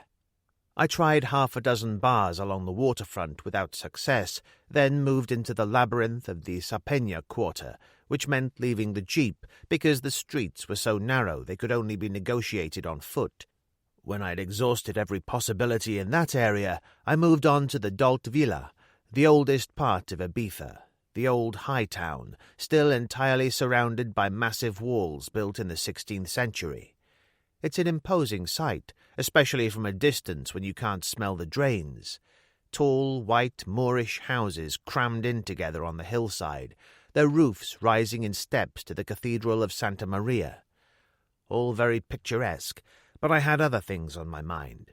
I climbed high into the old Moorish quarter, sweat soaking my shirt, trying to ignore the stench of urine and human excrement that seemed so all-pervading, and looked for him at a small, discreet establishment that was a whorehouse in all but name. They hadn't seen him in a week, which seemed unlikely, and as I went back down through the narrow streets, my bad leg was beginning to hurt like hell. I dropped into a chair at the first pavement cafe I came to and called for a beer. The waiter who brought it knew me well. "A fine day, Senor Nelson. Your friend was here earlier." As simple as that. I said, "How long ago?" A couple of hours, maybe more. Any idea where he went? He asked me to phone for a taxi. When it came, I heard him ask the driver to take him to Esponja, which could only mean one thing. I got up quickly, and he put a hand on my sleeve. Senor, let me warn you, he is in one of his black moods with much drink taken. How much? Nearly a full bottle of brandy while he was here. Which put something of a damper on things, for Turk, in one of those moods and with that kind of drink taken, was capable of almost anything. I thanked the waiter and moved out fast. Esponja was a hamlet on the coast not far from my own place at Tijola, and where Turk was concerned, it could only mean one thing: Big Bertha. She was a Dutch girl who'd arrived on the island a few months earlier with a new influx of hippies. Most of them lived in communes, changing partners with the frequency of dancers doing the Paul Jones, but Bertha was her own woman. When she wanted a man, she had one in, and she never needed to ask twice. The rest of the time she lived in a decaying farmhouse on the cliffs at the end of the worst road in the world, and painted. As far as Turk was concerned, she was the greatest thing in bed since the goddess Kali. The great Earth Mother and the wisest woman in the world rolled into one, and he usually ran to sit at her feet whenever the world moved in on him.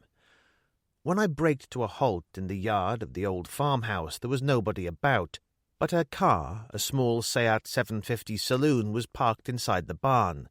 I hammered on the door, but there was no reply, so I followed a path round to the cliff edge and looked down to the beach. There was a towel spread on the sand by some rocks, and an easel stood beside it, a half-painted canvas in position. Of Bertha there was no sign. I went down the path quickly, and as I dropped into the soft white sand, she came round the point at the gallop, mounted on a piebald horse. She rode bareback, which was in keeping, for as far as I could see the only thing she was wearing was a long scarlet headband to hold back her hair. She hammered the horse through the shallows, water cascading in great silver fountains, and reined in beside me. Her name was a joke, of course, for she was a small hippie girl of 25 or so, with long ash-white hair, good breasts, and a wide, generous mouth, and the calmest of faces. She sat looking down at me, water trickling between her breasts, quite unconcerned. "Hello there," she said. "What's the score?" Her English was excellent, but it always tended to have a faintly old-fashioned ring to it, the kind of language used by private detectives in old movies. I said, "I'm looking for the Turk." "He was here." She slid from the horse's back and stood there, rubbing her buttocks with both hands. The faint blonde shadow between her thighs suddenly had me going on all 6 cylinders in a way I had forgotten was possible. I took out my cigarettes quickly and offered her one. When I held out a match in my cupped hands, they trembled more than somewhat. She held my wrists and looked up at me gravely. "You're shaking like a tree in a storm, man. What's wrong with you? Do you fancy me, is that it?" "You're damn right I do." "Then let's get to it." She threw herself down on the towel, one knee raised, still smoking the cigarette. I fought the devil like a man, took a deep breath and squatted beside her. "Not today, Angel, if your ego can take it." Still that same complete lack of concern. "All right," she said. "What do you want?" "The Turk. Like I told you, he was here, but he's gone now. He couldn't have stayed long. Didn't need to. He had the black mood on him. When he gets that way, all he needs is a little comfort, and he comes running to Mama." She put her hands between her legs. "I've got just what the doctor ordered right here. The one sure thing that pulls the Turk back from the edge of the cliffs every time." For a moment I forgot why I was there. I leaned forward, utterly fascinated, and said urgently, "What is it, Bertha? What is it that's killing him a little bit more each day?" "That's easy, man," she said calmly. "He's a murderer, isn't he?" It rocked me back on my heels like a stiff slap across the face. I said slowly, "What in the hell are you talking about?" She sat up and stubbed her cigarette out in the sand. "But you're his best friend, aren't you? Didn't he ever tell you what happened back there in Nam?" "All right," I said. "You tell me." "In a pig's eye I will. Let him do his own thing in his own way." She reached for a palette and 6 brushes and stood up. "If you want him, he's at the bullfights. Or that's what the man said. Now get to hell out of here. I've got work to do." She started to paint instantly, in a kind of controlled frenzy, and I turned away and climbed the path quickly to the farm. "He's a murderer, isn't he?" That one phrase rattled around in my head ceaselessly and refused to go away as I drove back to Ibiza. The corrida started at 4:00, and we were there in good time, for Sister Claire, impatient at the delay, had insisted on coming. The Plaza de Toros at Ibiza is like bullrings in most small towns in Spain, a large concrete circle, not particularly elegant to look at, but then the aficionados are only interested in what takes place inside the ring anyway. I got 2 tickets for the shady side, which were naturally more expensive, but it was still hot enough to be uncomfortable in the sun. I also hired a couple of cushions at 25 pesetas apiece, and we went up the steps and out into the open. There wasn't too large a crowd, which was what I'd been counting on. For one thing, the tourist season hadn't really started, and for another, the bill was nothing much. Average bulls and run-of-the-mill toreros. I settled Sister Claire in a good place, then started to work my way round the plaza, just above the barrera. I was wasting my time and arrived back at my starting point as the small band struck up a gay march. "Any sign of him?" she asked. I shook my head. "Don't worry, there's still time. It's a 3-hour program." Just then, the president of the plaza arrived with his entourage and took his place to a scattering of applause from the crowd. The little band broke into La Virgen de la Macarena, that most loved of all pasodobles played at the bull festivals, music that seemed to put a knife in the heart of everyone who heard it. Death waits, it seemed to say, down there in the arena at 4:00 in the afternoon. And then the gate opened and the procession started in. 3 matadors first in line, brave in their embroidered capes and suits, peons and cuadrillas behind them, followed by the picadors on horseback. There was a positive blaze of colour down there in the ring. The crowd applauded, the procession scattered, and the toreros handed their embroidered capes to those favoured in the crowd. Then they took up their plain fighting capes, and there was something of a hiatus. "What is everyone waiting for?" Sister Claire demanded. "The signal from the president to begin," I said. "Do you see that door across the ring?" "The red door?" I nodded. "Toreros call it the Gate of Fear. You'll see why in a moment." A bugle sounded high and clear. There was a sudden silence, and then that red door creaked open. The bull came out of the darkness like a runaway train, gaily coloured ribbons fluttering behind him. As he skidded to a halt, the crowd roared, and the peons moved out to meet him, capes ready to try him out for the torero. At the same moment there was a sudden high-pitched cry, and I looked over to my right in time to see Turk poised on top of the concrete wall surrounding the ring. He yelled, "Hey, bull baby! To hell with those bastards! What about me?" Then he jumped out over the barrera into the ring, the tails of his headband fluttering out behind him, landing in the sand on his hands and knees. It was just the kind of thing the crowd loved. They started to applaud, and then, with a cry of alarm that might have come from a single mighty throat, every man in the plaza was on his feet as the Turk ran forward, flung himself on his knees a few yards in front of the bull and bared his chest. "Come on, bull baby," he cried. "The pass of death just for me. One is all it takes." The bull charged him, head down, and one of the toreros, probably moving faster than he'd ever done in his life before, got the cape out just in time and pulled the bull to one side. And that was very much that, because a moment later 4 large policemen arrived on the run and, grabbing a limb apiece, dragged him out of the limelight, kicking and struggling. The crowd booed or cheered as the mood took it. The air was full of catcalls. The bugle blew 3 times to restore order, and Sister Claire tugged at my sleeve. I nodded. "That's right, sister. That was Harry Turkovich."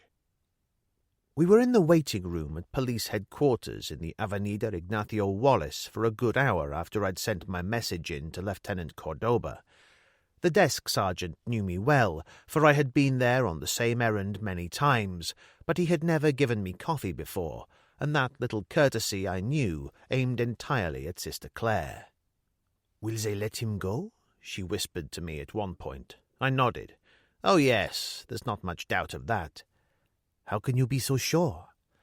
"Last October there was a force 10 gale in this area, near hurricane proportions, and it caused a lot of damage in the harbour. A fishing boat turned turtle by the breakwater with 5 men and a boy trapped inside the hull, all locals. Turk brought them out one by one, in spite of those terrible seas. Made over 20 dives. The cuts in various parts of his body needed better than 40 stitches. "I see," she said. "In Ibiza he's something of a hero?" "No, I think it's deeper than that," I said. "They respect courage, but Turk had something more to offer than mere physical bravery. He kept on trying in spite of the number of times he was beaten back. He showed them he was willing to die rather than give up. An honourable concept, and one Spaniards particularly would appreciate." "A strange man," she said. "You and he must be great friends, I think." I nodded. "But different." "In what way?" I thought about it for a moment or so, and then came up with the perfect answer. "The real difference between the Turk and me is that at close quarters, with his finger on the trigger, he thinks about it. And you? Not for one split second."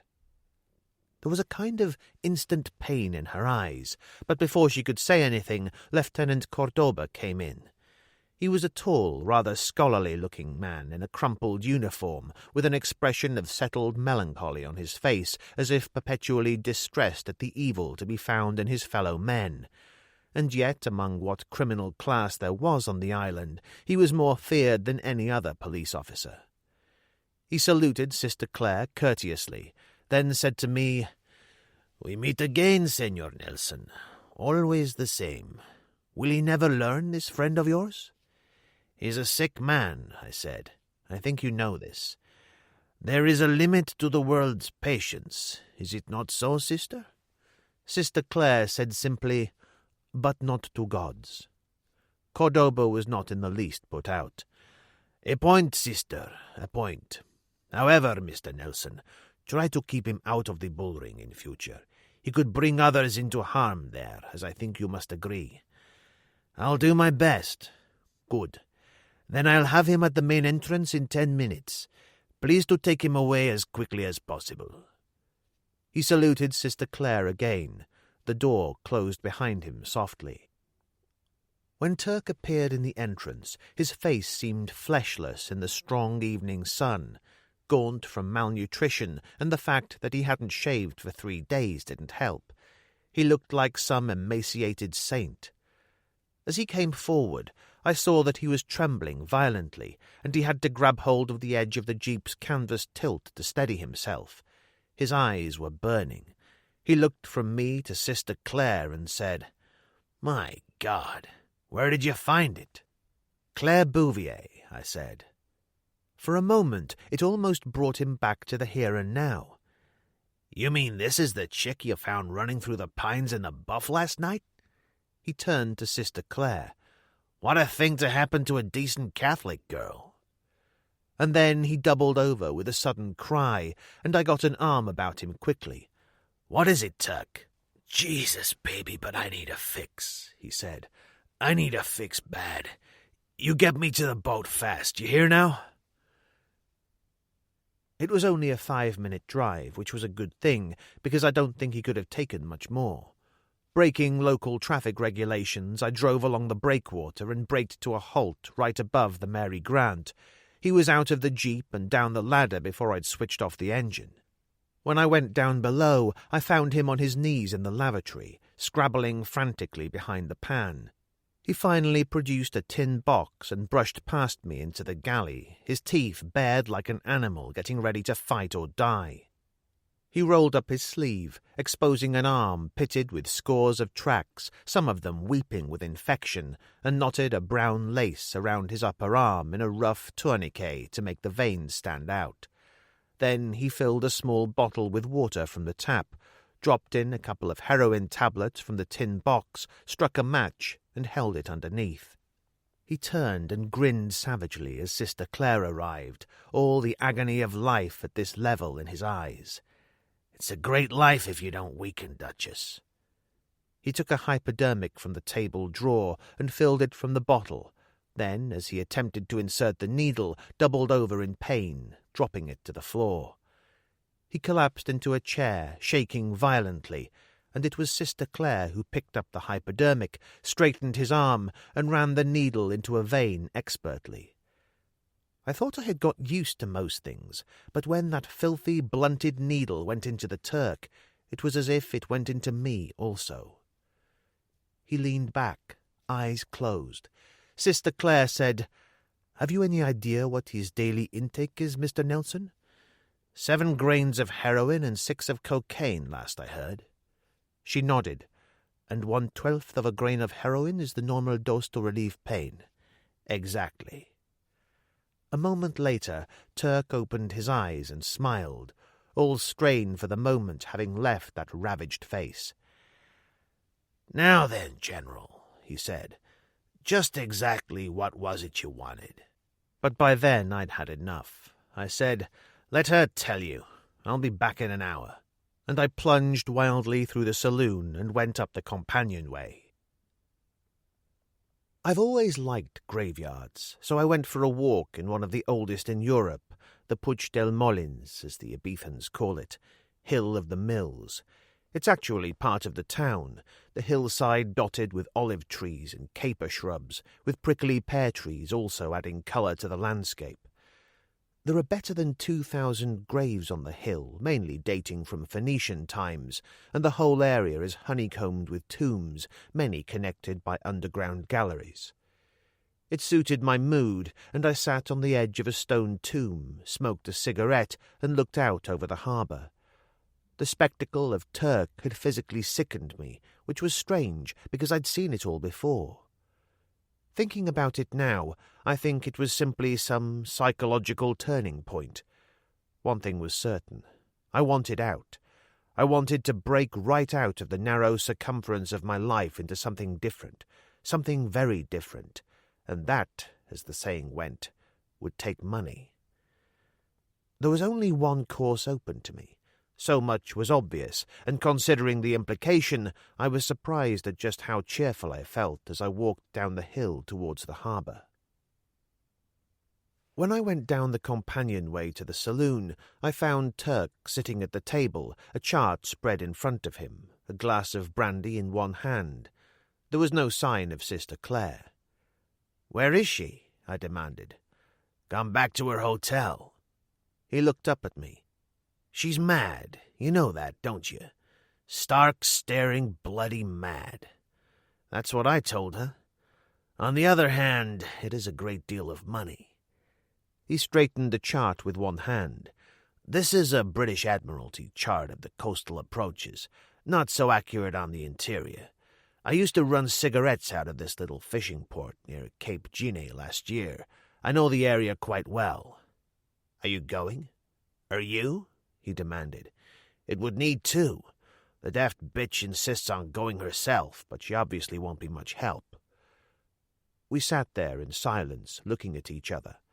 A fly droned. I helped myself to a glass of brandy. "What did she offer you?" "My expenses and $10,000 when we get back." I said, "And she really expects you to do this kind of work for wages?" "That's right." "My God, I wonder what she'd offer me." "We've already discussed that. 10,000. "And the otter? What did she say about that?" "Not a thing. It's water under the bridge. She's probably the most single-minded woman I ever did see. All she's interested in is that hospital of hers." It was so ludicrous as to be laughable. I said, "You can't be serious. And you still want to go?" "As I said, it's a great deal of money." $10,000 and expenses. That isn't the amount I had in mind. Which, putting it mildly, was a reasonably interesting remark. "All right," I said, "but there's something you ought to know." I told him about Talif and the well. It had no visible effect. He simply shrugged his shoulders and said, "So they play for keeps. That's only to be expected. I'll say it again.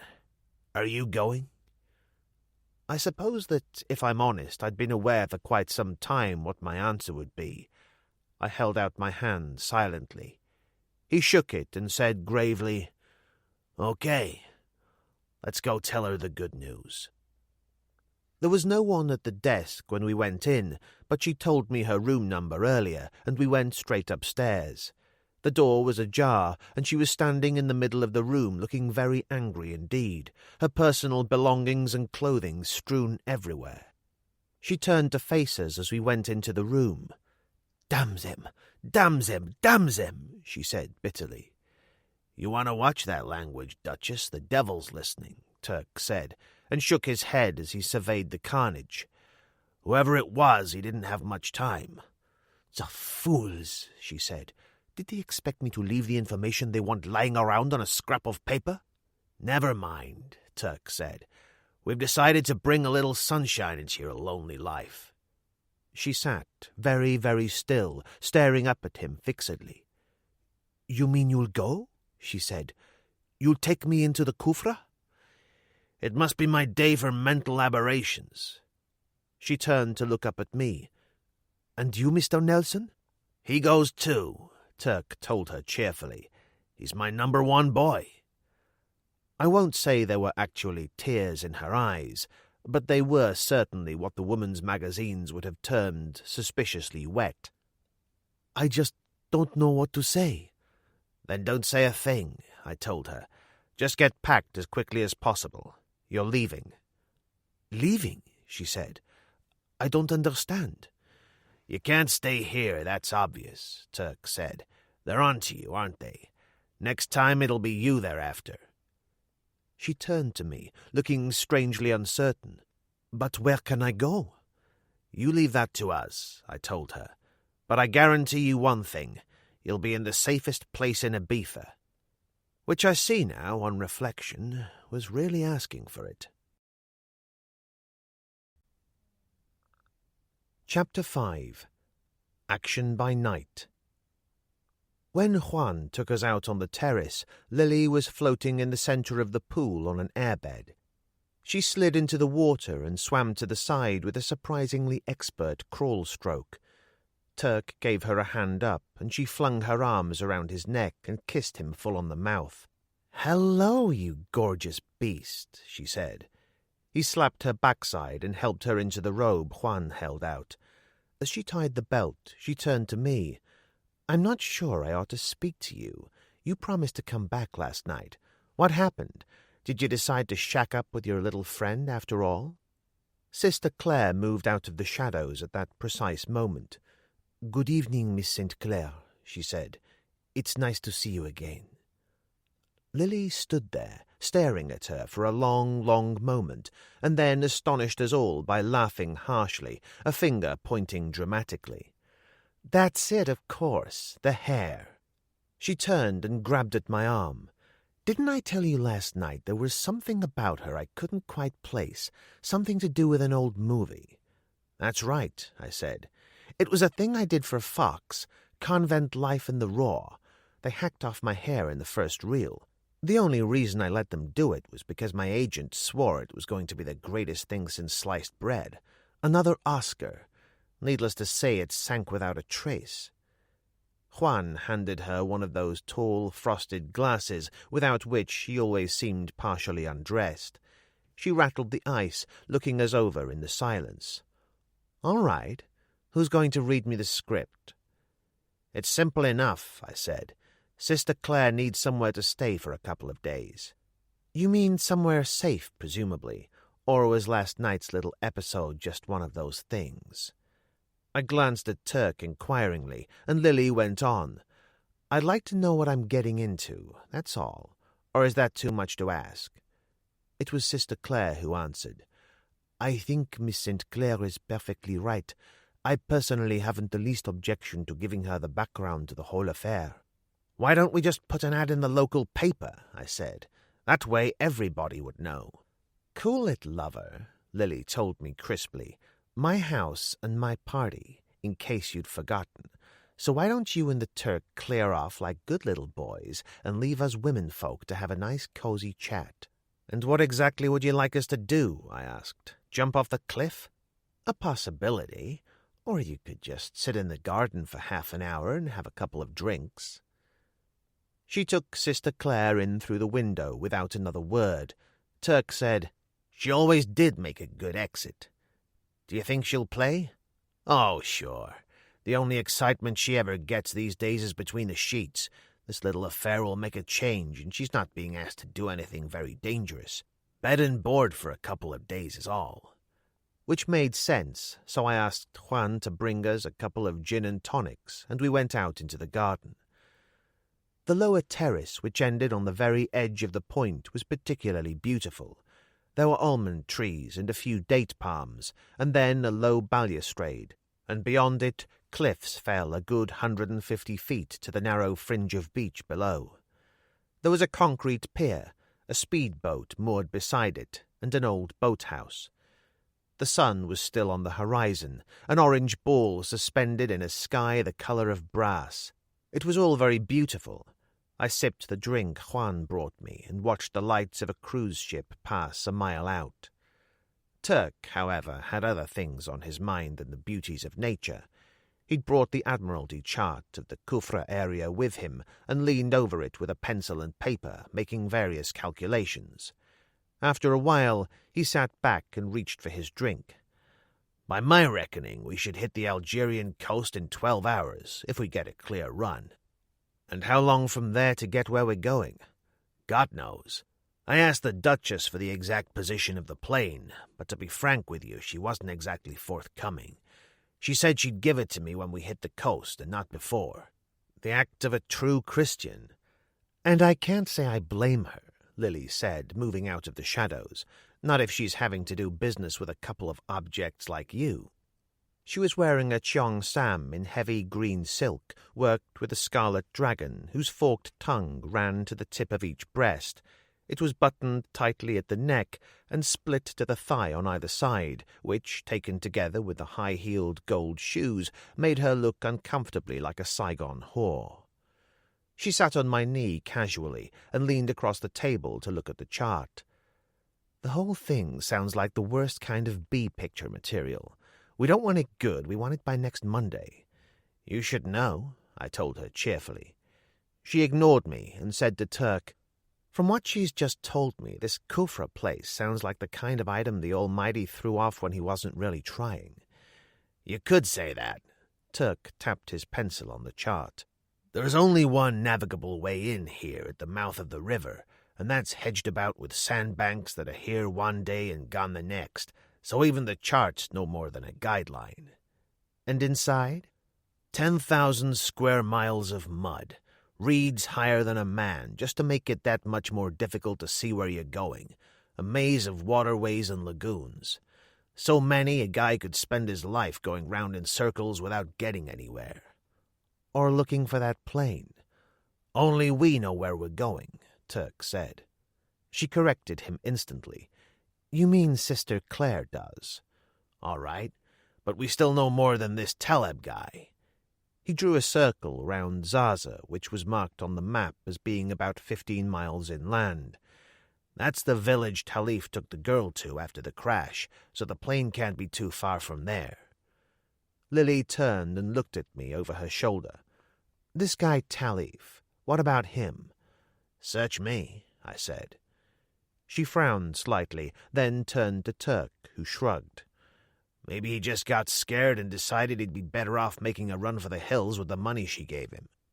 She looked at me again, searchingly, obviously unhappy about the whole thing, but before she could make any comment, Sister Claire appeared, escorted by Juan. Lily said, "There you are, honey. We've just been looking things over. Not that it makes any difference, but I think these boys are crazy. I've just been telling them so." "You must excuse me if I fail to agree with that opinion," Sister Claire said, and she smiled at both of us. "I think they are magnificent." "So do we," Turk said, standing up. "Aren't you two staying for dinner?" Lily demanded. Turk didn't give me a chance to reply. "No, we've got work to do." Sister Claire put a hand on his arm, and he turned to her. "And when do we leave, Mr. Turkovich?" "Turk, Duchess, Turk. How many times do I have to tell you?" He folded the chart. "When we leave depends entirely on how much Jack and I can get done tonight. I'd say sometime tomorrow afternoon. The main thing is to hit the Algerian coast after dark." Her smile deepened, became positively radiant. She said, "Oh, bless you, dear friend, and you, Mr. Nelson," which was all suddenly rather embarrassing, especially with Lily in the background, leering over the top of her glass. I said to Turk, "All right, we'd better get moving. We'll see you tomorrow morning, sister." As we walked away through the garden, Lily called, "I'll see you to the door, boys.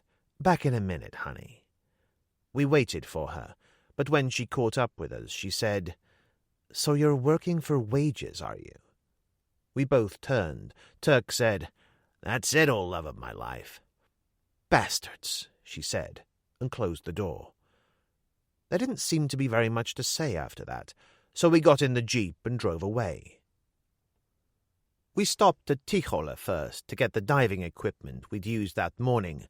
Turk suggested a drink at the beach bar before going up to the cottage, and I agreed because I wanted a word with him anyway. A couple of local fishermen sat on high stools talking to the owner. I ordered brandies and coffee, and we went and sat at a table as far away from them as possible. It was very quiet, the only sound the cicadas and the surf creaming in. Turk said, "Okay, General, get it off your chest." "All right," I said. "How much? The whole pot?" "What in the hell do you take me for? A thief?" He managed to sound genuinely injured. "No. The way I see it, if everything works out okay and we exit in one piece, I reckon that earns us 50% of the take. I can't see anything unreasonable about that. How about you?" "What I think doesn't count. I can't imagine Sister Claire sitting still for it." "It's a hell of a sight better than 100% of nothing." The barman brought our brandy and coffee. I sat for a while in silence, staring into the night, thinking about it. "For God's sake, General, if you think you owe her something, think again. You lost your plane as a direct result of helping her, right? Does she suggest a little compensation, maybe? Does she, hell?" He tossed back his brandy and reached for mine. I said, "All she can think of is that hospital she wants to build back in Dhaka, which they'll probably blow up again the next year's war." I was surprised at the savagery in his voice, the anger. "Okay, so she wants to do good. She can do it on half rations. Anything we get, we earn. It isn't going to be any picnic in there. Don't kid yourself." "I'm not." I pushed back my chair. "Not about a single damn thing. Come up to the cottage when you're ready." I got into the jeep and drove along the edge of the beach slowly. What he had said was perfectly true, and Sister Claire was certainly being infuriatingly unreasonable about the whole affair. Why then should I feel so disturbed about it? I couldn't get it out of my mind. Was still thinking about it when I opened the door and went into the living room. It was quite dark, of course, so I reached for a match to light the oil lamp, and when it flared into life, I found a man sitting on the edge of the bed, waiting for me. I lit the lamp, then turned to face him. He wore a Panama hat, white linen suit, and his hands were folded across the head of a silver-mounted ebony walking stick. The eyes, which contrasted strangely with the brown skin, were very bright blue, but that, of course, would be a legacy from his French mother. I said, "Don't tell me. Let me guess. Pierre Taleb at your service, Mr. Nelson. I thought it was time we had a little chat." "Colonel Pierre Taleb of the Algerian Security Police. Let's get it right." "Exactly." "I wonder what the Spanish police would have to say about you, or do they know you're here?" "I have always found them most cooperative." "I see," I said. "And how do they feel about bodies in wells?" I went across to the cupboard, took out a bottle of brandy, and poured myself a small one, mainly for something to do more than anything else. He said, "Mr. Nelson, let's come directly to the point. The Bouvier woman has certain information I want. You understand me?" I've always been a bad liar, but I tried. "I don't know what in the hell you're talking about." "Excellent," he said. "I see I have not been mistaken in you. Claire Bouvier believes that the contents of the plane in which she crashed into the Khufra marshes 7 years ago are hers to dispose of as she wills. That seems reasonable enough to me. You are wrong, Mr. Nelson. Whatever is in that plane is the property of the government and people of Algeria. You understand me? It can't be any other way." "Then why in the hell don't you go and salvage it?" "Where would one begin, Mr. Nelson? 10,000 square miles of swamp." He shook his head and sighed. "A strange business. We had thought them all dead until this wretched man Talif was spotted in Marseille."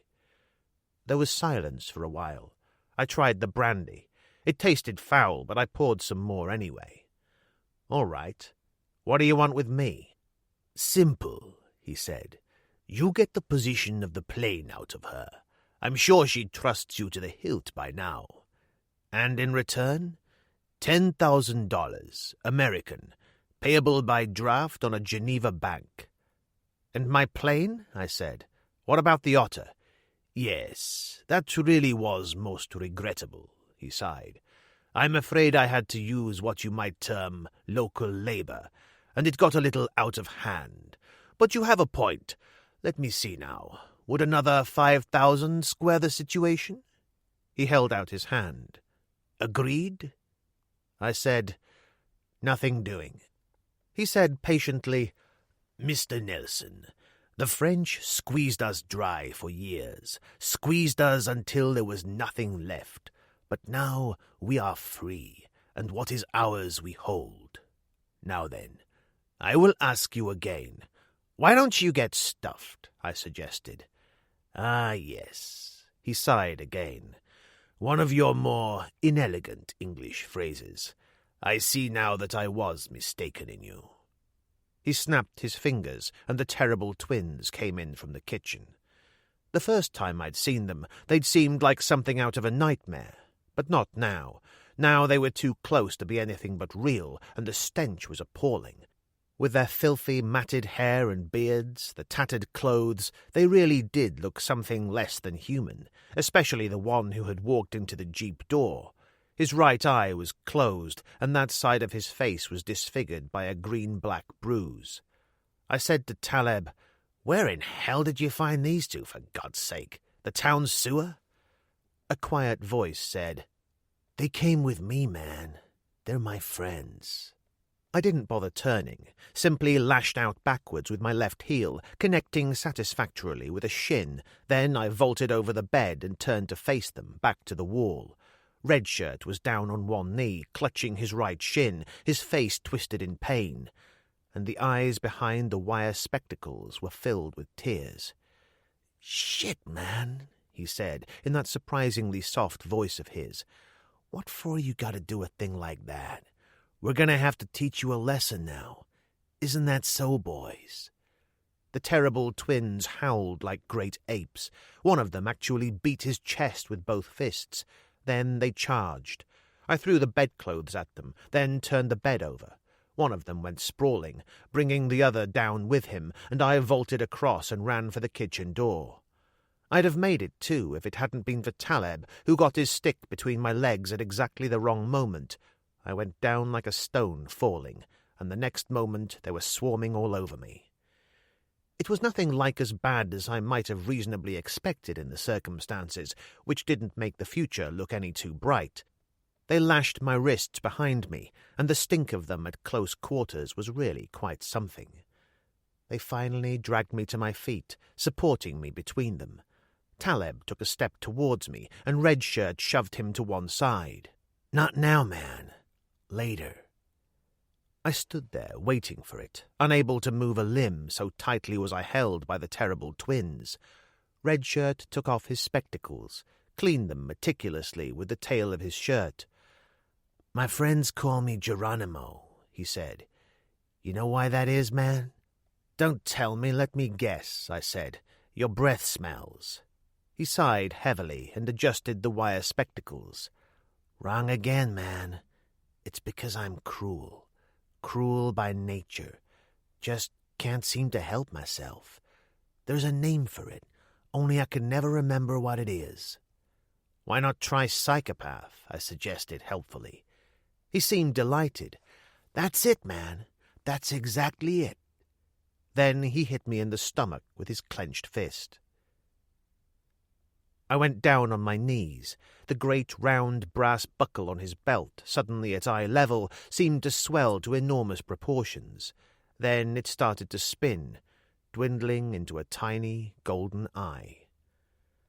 I was aware of being carted from the house, the sound of surf, of being thrown into the bottom of an inflatable dinghy, but most of this was confused.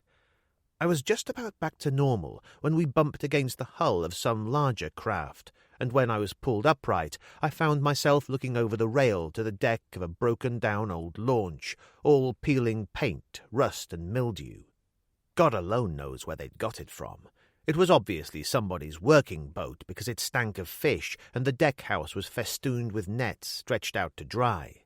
Geronimo and Taleb were already on the deck, and the twins followed, dragging me between them. In the sickly yellow glow of the deck light, Geronimo resembled one of those waxwork figures in the Chamber of Horrors that look ready to spring into life at any moment. Taleb looked distinctly worried. He cleared his throat to speak, and Geronimo said, "Not now, man. You can have what's left." He nodded briefly, and to my amazement, one of the twins untied my hands. Then they grabbed a wrist each and pulled me flat on my back. "Tie his wrists to the rails," Geronimo ordered. At the same time, he produced a spring-blade gutting knife from his pocket. When he pressed the bottom, the blade jumped out with a sharp click, like a snake striking. He smiled gently and squatted beside me. "You've got a lot of the right stuff in you, man, I'll give you that. But this is where you get cut down to size." Two things happened then in quick succession. First, Taleb produced a revolver from his inside pocket, cocking it in the same motion. "I think we are forgetting who's in charge here," he said softly. Geronimo turned to look up at him. Then, with a quick, violent motion, he drove the point of the knife into the deck. "Are you going to give me trouble, man?" At the same moment, a dark shadow came up out of the water behind them and slipped under the rail. "Is this a private fight?" Turk said. "Or can anyone join in?" A long-handled gaff stood against the deck-house, and it was already in his hands as Taleb wheeled round. The gaff moved upwards in a quick arc. The revolver clattered to the deck. The twins' grip had already slackened, and I pulled my right hand free, punched the nearest jaw, and kicked out at Geronimo. For a moment, all was confusion. One of the twins flung himself at Turk, who gave him the butt of the gaff in the belly. "Over you go, General," he shouted. I cleared the rail, head down, in what was hardly an Olympic-style dive, but good enough in the circumstances. The water was ice-cold, or perhaps it only felt that way. In any event, it revived me wonderfully. I surfaced several yards from the boat and found Turk close beside me, laughing like a crazy man. We swam for the shore side by side. Behind us all was confusion on deck. As my feet touched bottom, an engine broke into life, and when I turned, knee-deep in water, the old fishing boat was moving out to sea. Turk stood up beside me, still laughing. "We live, General. We certainly live," he said. "You've got to admit that." We drove into Ibiza to the Mary Grant with the rest of the diving gear. When we went into the saloon, Turk dumped the aqualung he was carrying, got down on his hands and knees, and opened a cupboard under a bench. I expected to see him produce another of his eternal bottles. Instead, he felt inside and took out what proved to be a false floor. He turned and handed me a Browning automatic pistol. "Loaded for bear, General," he said. "From now on I'd say it would be better to be safe than sorry." He took another out for himself and squatted there on the floor, checking the clip. I said, "Where in the hell did you get these?" "A friend of a friend," he grinned. "This is nothing." He turned to his hidey-hole again and took out a couple of Sterling submachine guns and a large tin box marked WD, which could only mean it was British Army ordnance. He put the box on the table, opened it, and produced various items. "Plastic gelignite, R14. Works well underwater. 24 chemical fuses. All the comforts of home." I pushed the Browning into my belt and examined one of the fuses gingerly. "They really work, these things. Like a charm. If there's any blasting to be done when we find that plane, this is the gear to do it. You think it's likely? God knows. You never know with impact damage. She must have gone down hard, that's for certain." He put the tin box and the submachine guns back in the hole, replaced the false floor, and closed the cupboard. "Okay, General," he said as he stood up. "As you limeys are fond of saying, let's get cracking. We've got work to do." The Mary Grant was powered by Penta petrol engines, so we crossed to the inner harbour and refueled. Then we moved to a mooring close to the place where you get the Formentera boat, and Turk got the man he bought his compressed air from to open up. There were the aqualungs to check, extra air bottles to stow away, and the fresh water tank was almost empty. By the time we had seen to all these things and moved back to the usual berth on the breakwater, a couple of hours had gone by. As we eased in, I stood by the rail with a line ready to tie up. Someone was standing at the top of the ladder. Turk saw him too, and immediately swiveled the spotlight mounted on the outside of the wheelhouse to pull him out of the night. "Senor Turk, is that you?" It was one of the waiters from the bar we habitually used at the end of the breakwater. I suppose I knew it was trouble straight away. I tied up quickly and went up the ladder, Turk at my heels. "Ah, Senor Nelson," the man said. "You also. The senorita said either of you would do, but it was most urgent." "Which senorita?" Turk demanded. "The lady from the Villa Rose, Senorita St. Clair. She said you were to phone her at once, but that was an hour ago. I came several times. You were not here." He said something else also, but we didn't hear him, for we were already running along the breakwater. The bar was as crowded as it usually was at that time of night, and thick with cigarette smoke.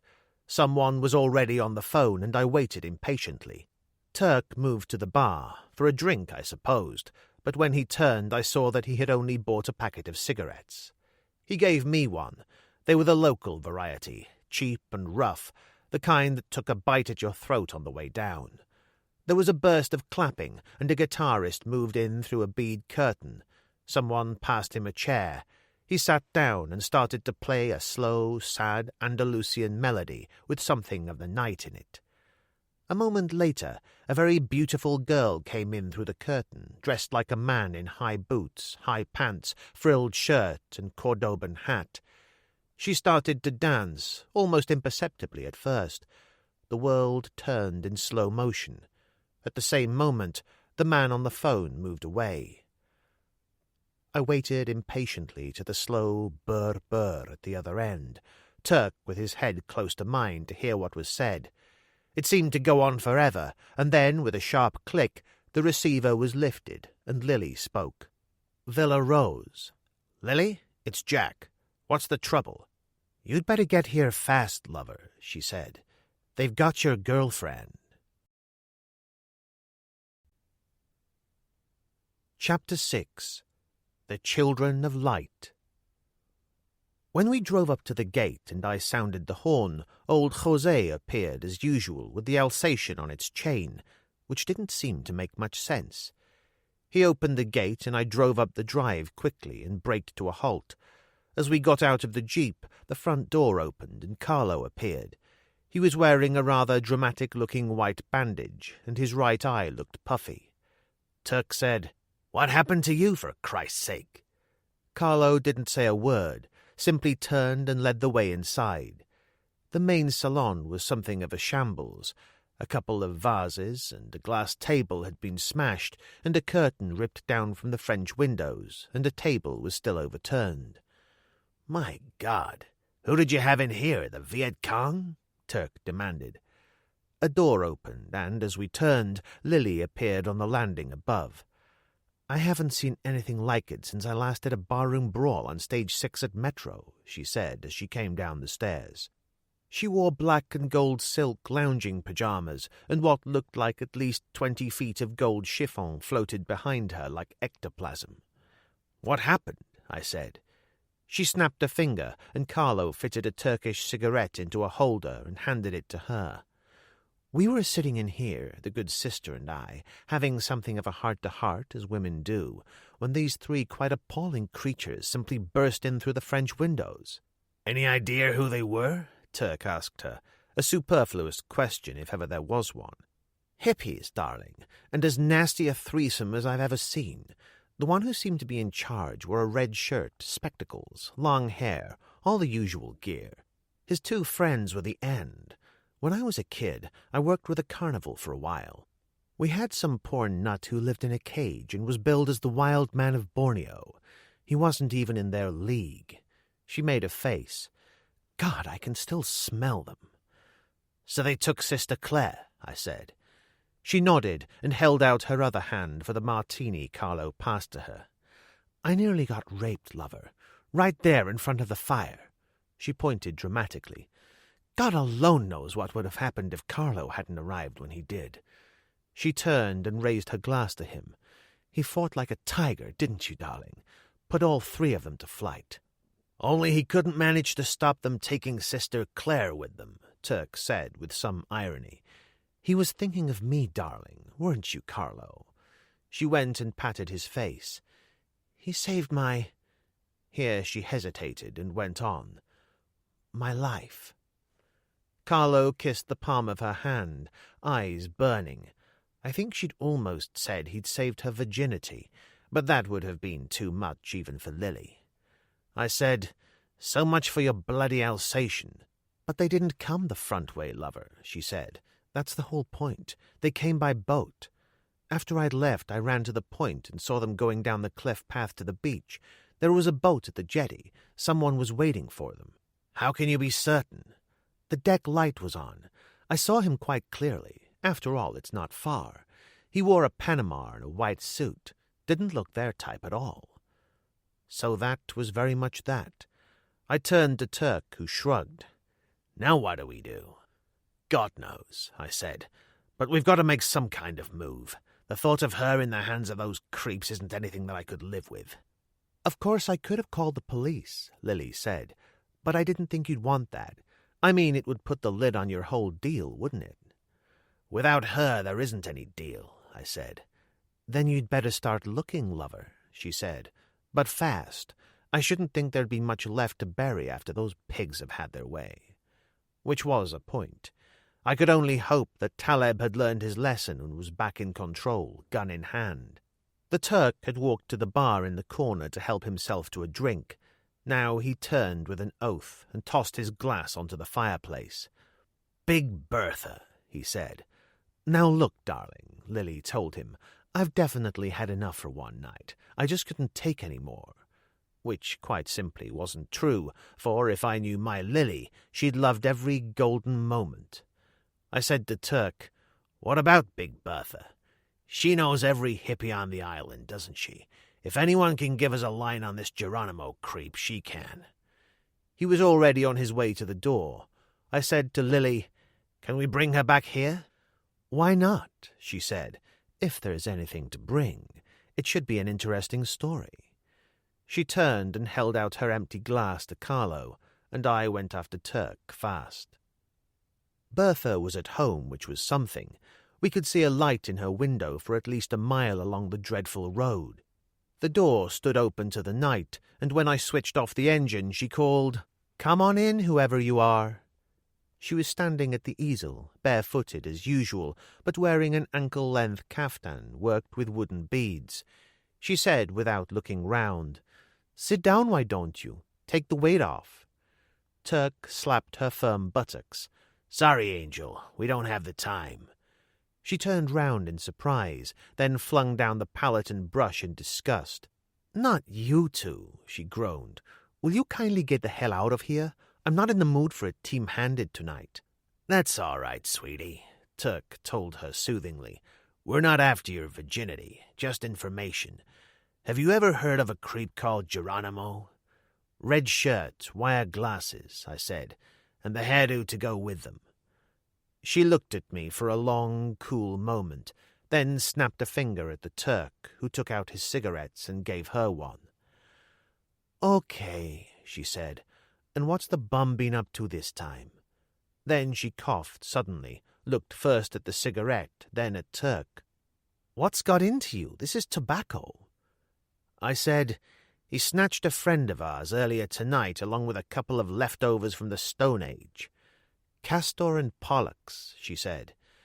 At any other time it could have seemed funny, but I didn't feel much like laughing. Turk said, "You know where we might be able to find them?" "This friend of yours who was snatched," she said. "Was it a chick?" "You could say that, but not for himself. They were on wages." "Still bad." She shook her head. "Those guys are straight out of page 10 in the horror comics. I mean, they're so bent it's not true." "Can you help us?" I demanded. "Why should I?" I didn't know what to say, and it was Turk who answered for me. "Okay, Angel. So you're the original hard apple who doesn't give a monkey's end for anyone. Try this for size. The girl they've got their paws on is a nun." She didn't exactly cross herself, but she didn't like it. I could see that straight away. She flipped her cigarette out through the window and said crisply, "I can tell you where Geronimo will be at 10 o'clock tonight for certain, if that's any good. Or Harvey Grauber, a rose by any other name, stinking just as badly. He's a leading man with a little stock company that call themselves the Children of Light." "What are they, a hippie commune?" She nodded. "Something like that. They've been squatting in and around an old farmhouse near Halva for 4 or 5 months now." "And how can you be so certain where this Harvey cat will be at 10? the Turk demanded. "Because it's his turn, man," Bertha said. "Cut off his legs and he'd make it on his stumps before he'd miss that. Ever heard of the Seed King?" Turk looked at me blankly. I said, "Ancient Greece, way, way back. They used to choose a young man every year to be the favored one. For a year, everything he wanted. Wine, women, you name it. There was an unfortunate payoff. They used to tear him to pieces and soak the newly plowed earth with his blood." "Don't tell me. Let me guess," Turk said. "They thought it was good for the crops." Bertha ignored him and stayed with me. "The Children of Light are on the same kick, minus the blood in the furrows bit. They vary the bill once a month, and the lucky man only gets to the chicks on his first night." "You'll have to come again on that one," Turk said. "I mean, if you take Harvey, for example. He's head man for a month, but he only gets one big night with the girls." "And that's tonight?" "At 10 sharp," she said. "Quite a gig.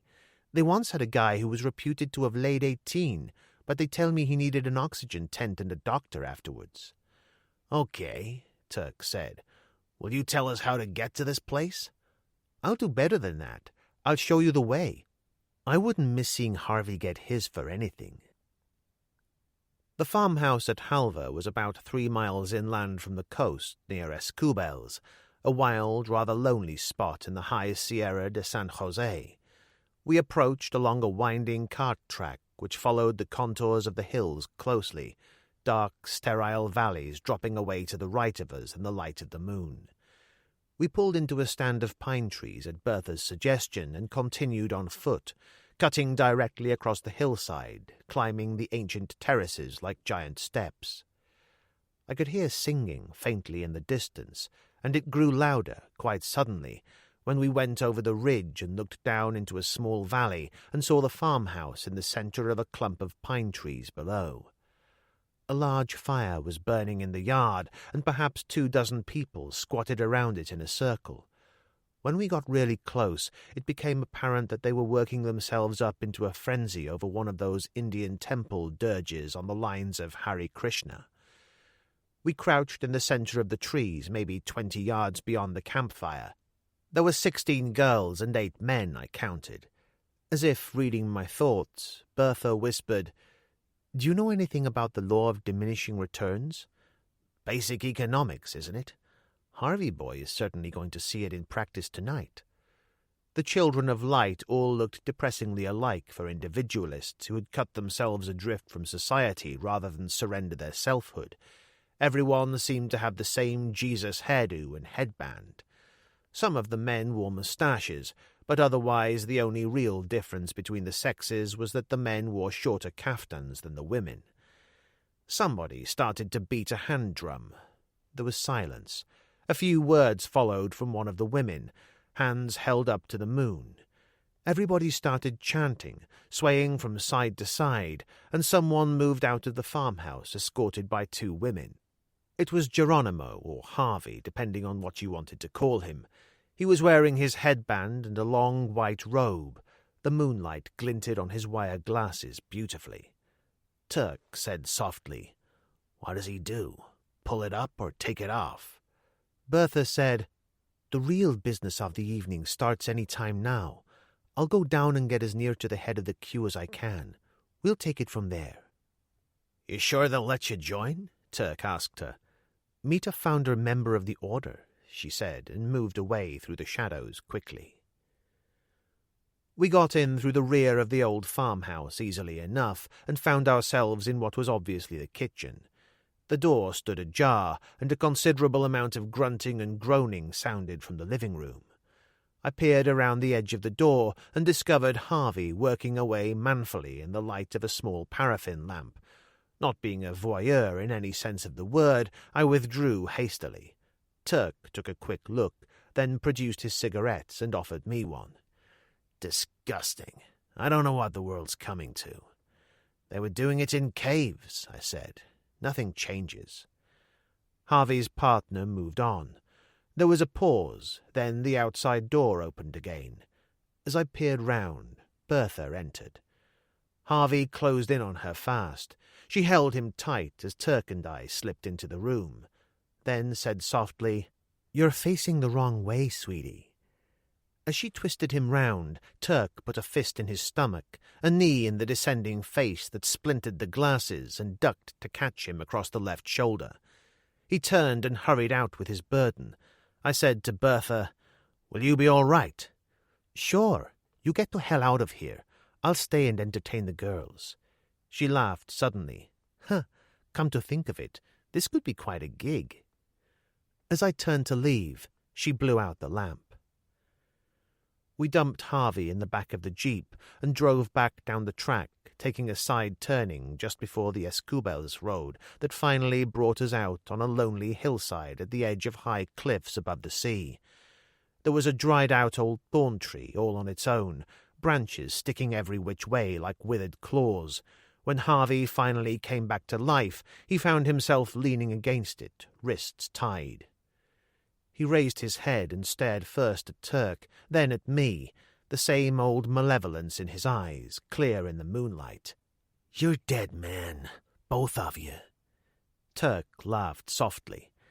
"You've been seeing too many movies, friend. Now I'm going to ask you once and once only. Then I get very nasty indeed. Where did you take Sister Claire?" "In a pig's eye, I'll tell you," Harvey said venomously. "And by now, I hope the boys have screwed her good." "Naughty, Harvey. Very naughty." Turk walked to the jeep and came back with a coil of rope. He quickly knotted one end about Harvey's ankles, then tossed the other over a branch of the thorn tree some 7 or 8 feet above the ground. "Give me a hand here, General," he called. We heaved on the line until Harvey was swinging, head down, a couple of feet above the ground. Turk quickly tied the free end around the trunk. Then he collected a few thorn branches and placed them under Harvey's head. "You comfortable, Harvey?" he demanded.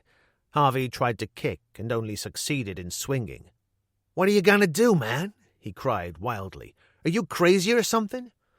"They call you Geronimo," Turk said. "Geronimo was an Apache. Do you know much about them? Probably the finest warriors who ever sat on a horse, and the cruelest. I was raised in Arizona, and my old grandpappy told me a lot about their little ways. This was one of their favorite turns." Here he struck a match and put it to the dried thorns, which flared instantly. "Roast a man nice and slow till his brains swell and burst and run out of his eyeballs." "Dear God, no!" It was a howl of agony, and Harvey kicked wildly as his hair started to singe.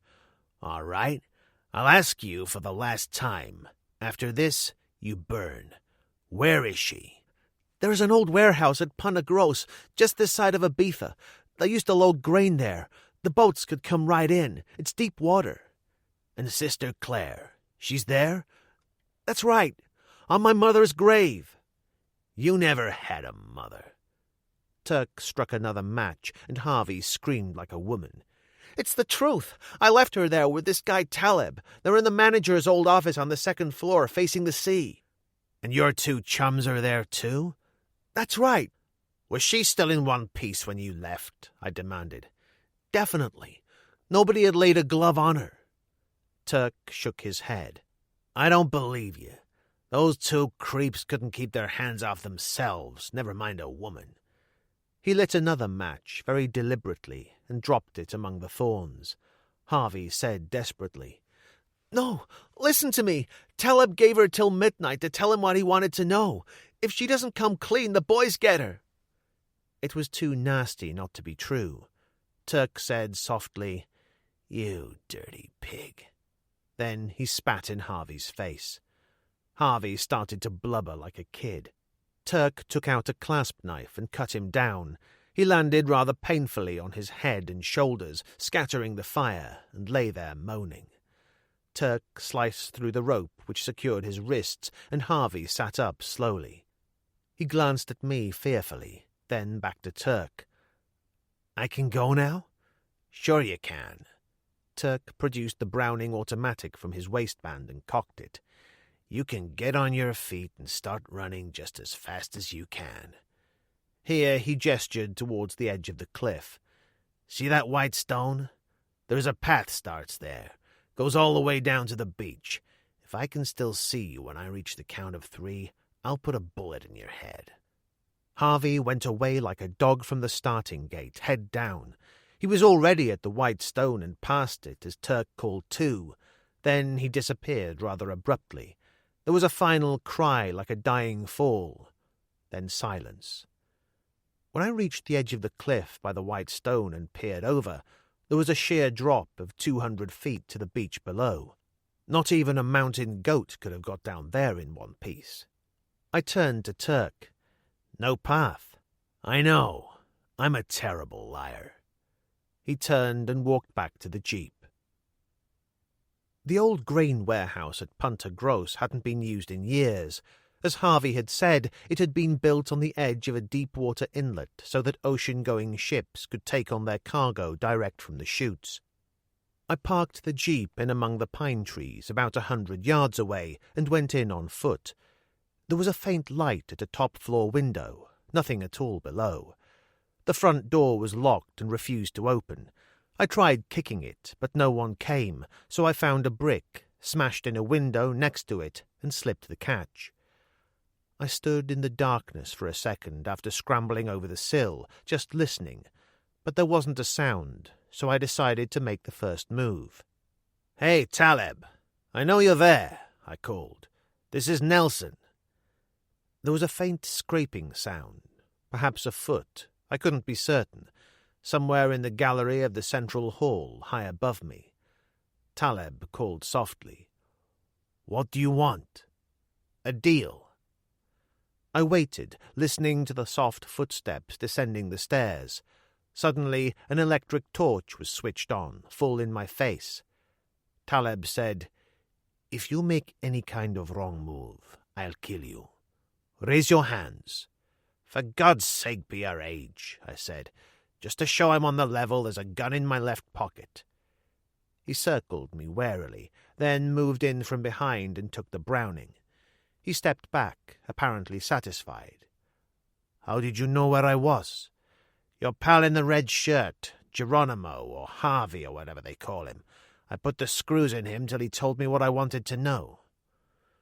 All right, you're here. So what? I want in. I want to join you. Okay, I thought I could do all right on my own, but I know better now. There was a short silence. Then he said, Who needs you, my friend? I have the girl. I know, I said. Harvey told me. If she doesn't cough by midnight, you let those two zombies have their way with her, and a fat lot of good that will do you. She won't talk on those terms, not in a million years. She's been trained for that sort of martyrdom. And I had touched him, knew it instantly.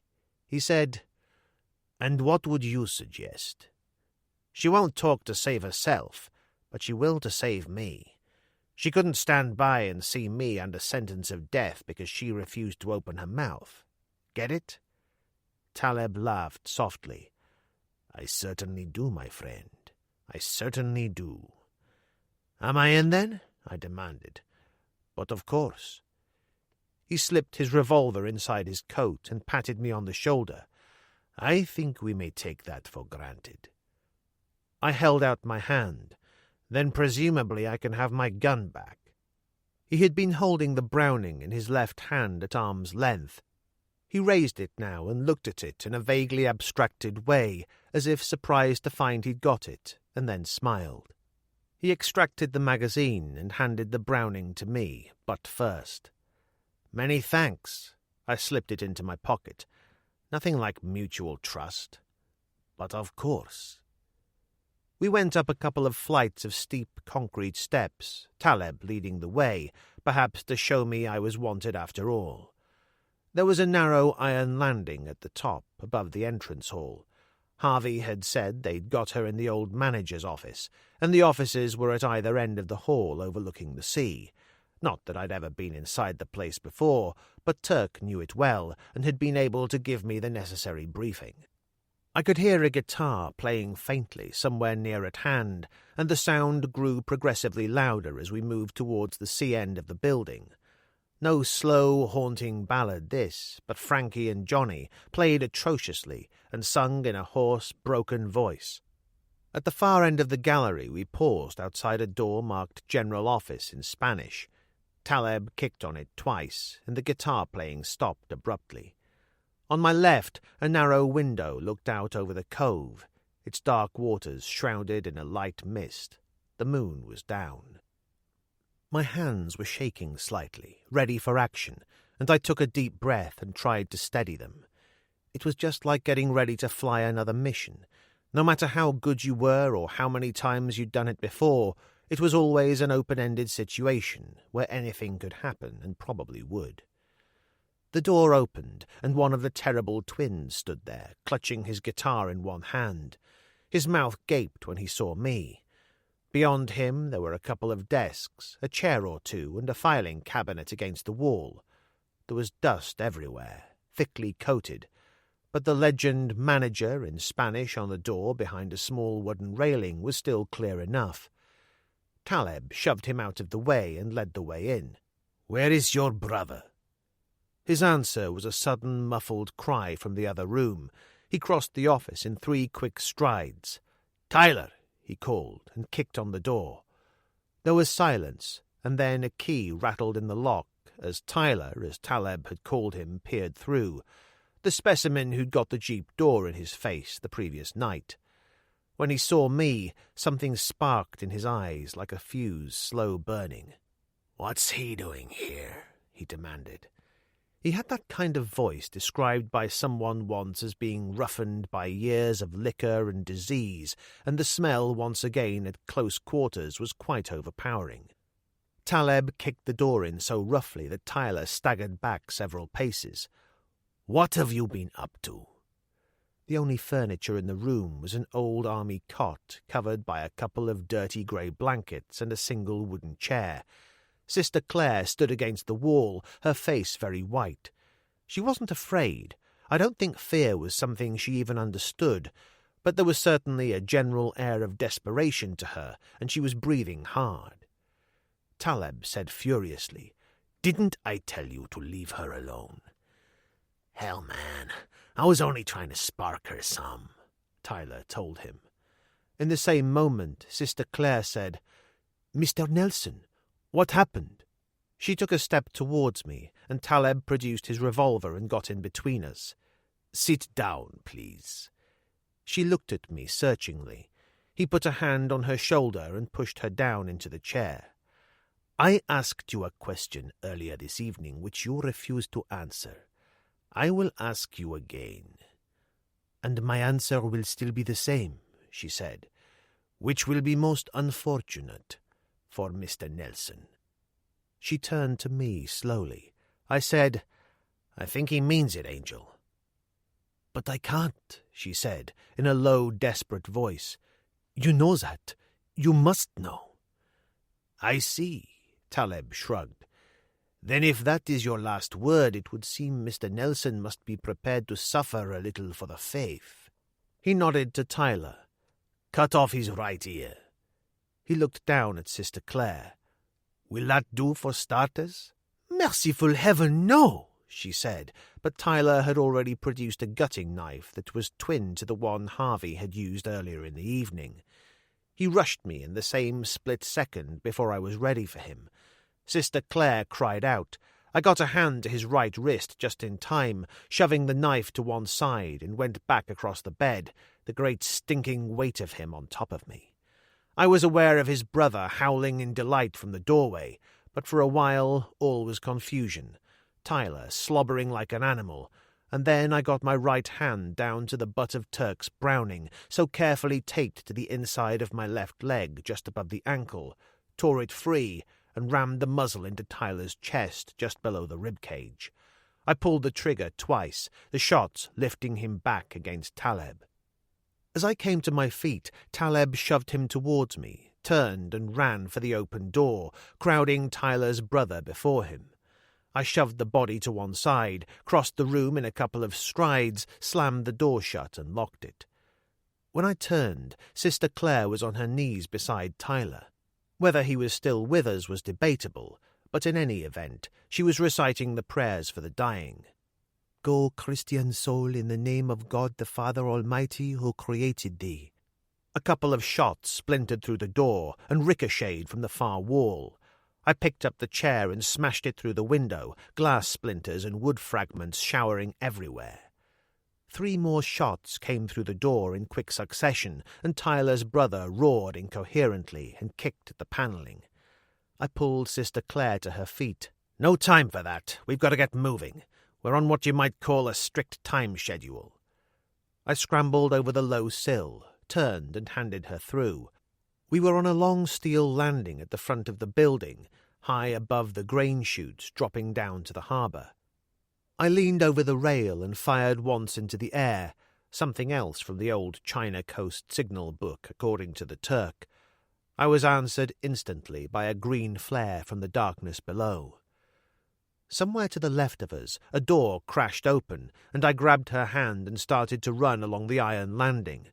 There was a hoarse cry, 2 rapid shots as we reached the doorway which took us down to the iron catwalk below, stretching out from the grain chutes above the sea. There was an instant reply from the harbour below as we started down the stairway, a single white flare which soared into the light, illuminating the entire harbour. In its light, I saw the Mary Grant lying 50 yards out from the pier. There was a howl of agony, like some beast in pain, as we reached the bottom of the stairway and started out on the catwalk, and I looked up and saw Tyler's twin leaning over the rail, staring down at us in the harsh white light. Taleb was beside him. He fired once, obviously emptying his revolver, and jumped back out of sight to reload as I replied. As for Tyler's brother, God knows what got into him. Rage, I suppose, or grief, for he clambered over the rail and jumped. He missed the catwalk and landed on the rounded head of one of the grain elevators. His feet went from under him. I had a last vivid impression of the great ugly face, mouth open in a snarl, hands clawing desperately for a grip on the smooth surface, and then he simply slid back over the edge. The light from the flare was beginning to fade as I grabbed her hand again and pulled her to the end of the catwalk. The gate on the end was secured by a chain, and I pulled out the retaining pin and kicked it open. It was perhaps 40 feet down to the dark waters through the fading light and the safety of the Mary Grant, which was already beginning to move in. And, brave to the bitter end of things, she never hesitated. As another bullet ricocheted from the rail beside us, she took my hand in hers, and we jumped. One of the bad things about making a parachute drop by night is the fact that you can't gauge your impact point properly. All in all, it's the quickest way of buying a broken leg, I know. It was the same now, and that drop into total darkness as the last light from the flare was extinguished was anything but pleasant. It seemed to go on for rather a long time, and then we hit the surface with a solid, forceful smack, and kept right on going. I lost Sister Claire's hand as we went under, but caught hold of a sleeve and kicked like hell, so that when we finally broke through to the surface we were still together. A spotlight picked us out of the water and was instantly switched off as a shot echoed through the night from up above. The Mary Grant loomed out of the darkness, and I grabbed for the bottom rung of the ladder Turk had thoughtfully placed in position. Sister Claire floated beside me, her robes drifting in a circle about her. I pulled her onto the ladder, and Turk leaned over the rail. "Okay, Duchess, let's have you." I gave her a push from behind, just to help things along, then followed wearily, suddenly rather tired. When I hauled myself over the rail, she was crouched on deck, sobbing for breath. The Turk was back in the wheelhouse, and as I flopped down beside her, the Mary Grant moved away with a surge of speed. High up above in the darkness there was another sudden spark. A bullet buried itself in the water somewhere to the right of us. But it was too late. All finished. The final bell, and a moment later we were through the passage and moving out to sea. I was on my second large whisky when Turk came down to the saloon. He leaned in the doorway and looked me over as he lit a cigarette. "Sounded like you had a hot time up there. What happened?" I gave it to him in detail. When I was finished, his only comment was, "A pity you couldn't have got Taleb." "What about the one who peeled off the top of the grain chute?" "Hit the edge of the dock before the water. Must have broken every bone in his body." He shook his head. "Man, that was one hell of a sight, I'm telling you. You and her standing on the edge up there just before the light went. How's your leg?" It was beginning to hurt like hell, but I never liked to admit that to anyone, not even Turk.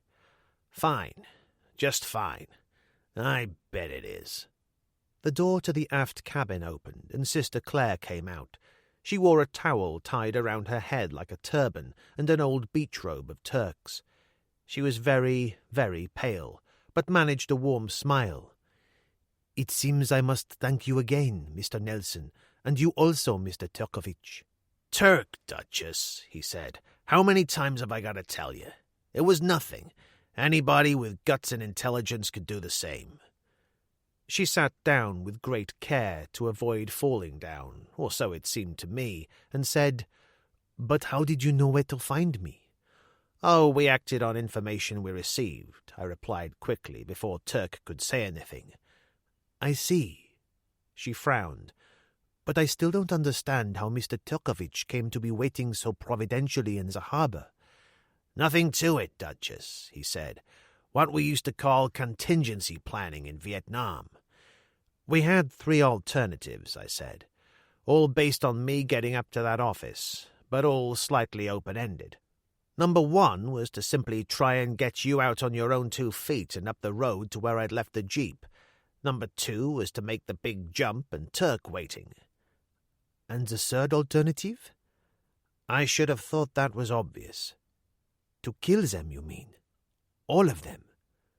She sighed. "You did kill Tyler, didn't you? And his brother fell to his death." "Something like that." She got to her feet, and there was a kind of anger in her voice. "Is there only violence in you, Mr. Nelson? Is that your only answer?"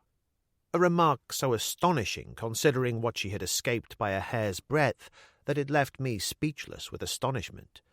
Before even Turk could reply, she said, "You must excuse me now," and left us. I poured myself another whiskey, the neck of the bottle rattling on the glass. Turk put a hand on my shoulder.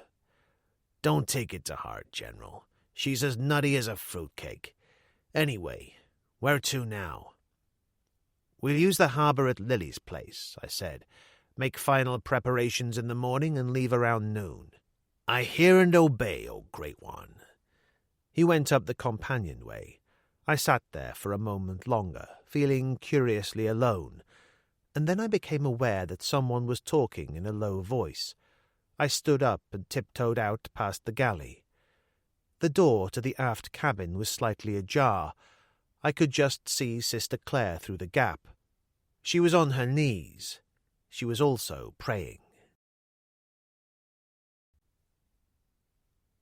Chapter 7.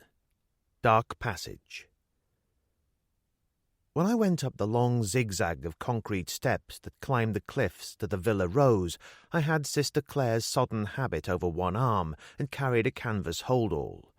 As for Sister Claire herself, she climbed ahead of me, but only with great difficulty, and when we reached the back gate and I pressed the bell, I noticed that she leaned against the wall as if for support.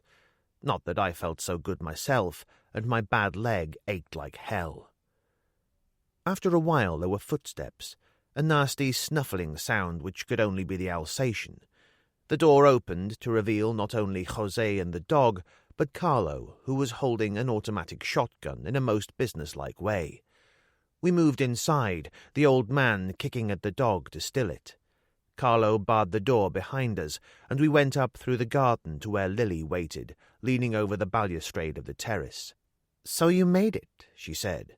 "What happened to Turk?" "He's fine. Staying on board the Mary Grant tonight, just in case." Sister Claire made it to the terrace and reached out quickly for support, and Lily got an arm around her. For once in her life, she actually managed to look concerned about another human being. "Hey, you don't look so good," she said. "What happened? Did you leave anyone still moving back there?" "Table for one," I said, "but sleep is all she needs." I passed the soaking habit to Carlo.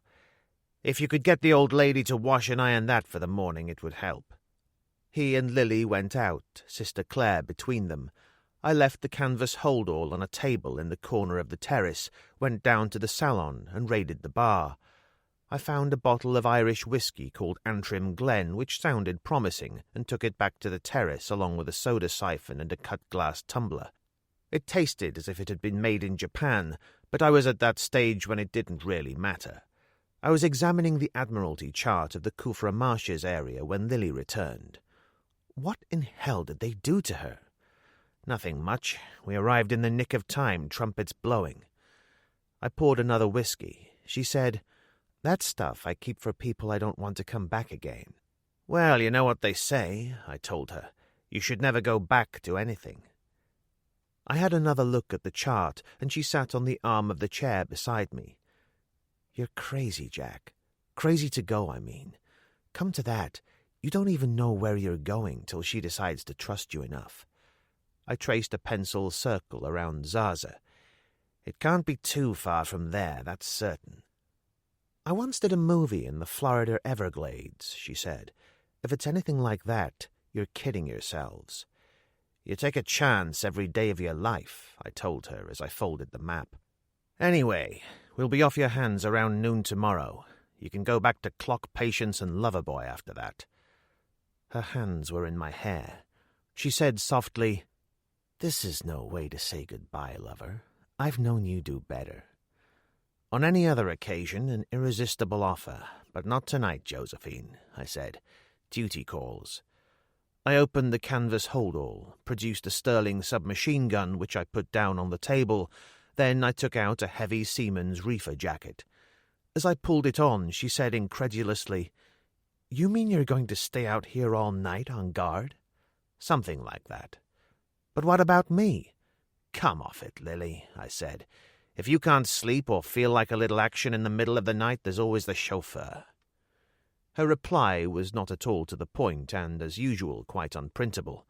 I kissed her on the cheek tenderly and went down the steps into the garden, the sterling under my arm. The night passed entirely without incident. As they say, I saw the dawn come in, and a little after 7 o'clock squeezed a rather splendid breakfast out of old Isabel when she appeared in the kitchen. Carlo was stirring by then, and I got him to let me out of the back gate. When I was halfway down the steps to the Mary Grant, I saw Turk appear on deck. He was drying himself off with a towel as I reached the beach. "You look like death, only very slightly warmed up," he said as I drew close. "What kind of night did you have?" "Quiet. And you?" "The same. How about the leg?" A question which always irritated me. "All right. So the piano needs oiling. It'll survive." All right. He held up a hand. "Suit yourself, General. Only a little sleep wouldn't come amiss from the look of you." "I'll try that this afternoon when we're at sea," I told him.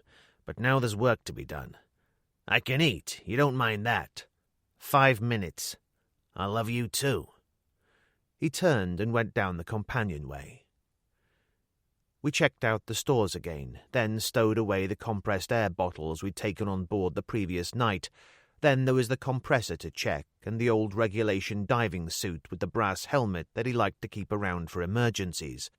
By 10:30 we'd cleared off most of the odd jobs and were down in the engine room.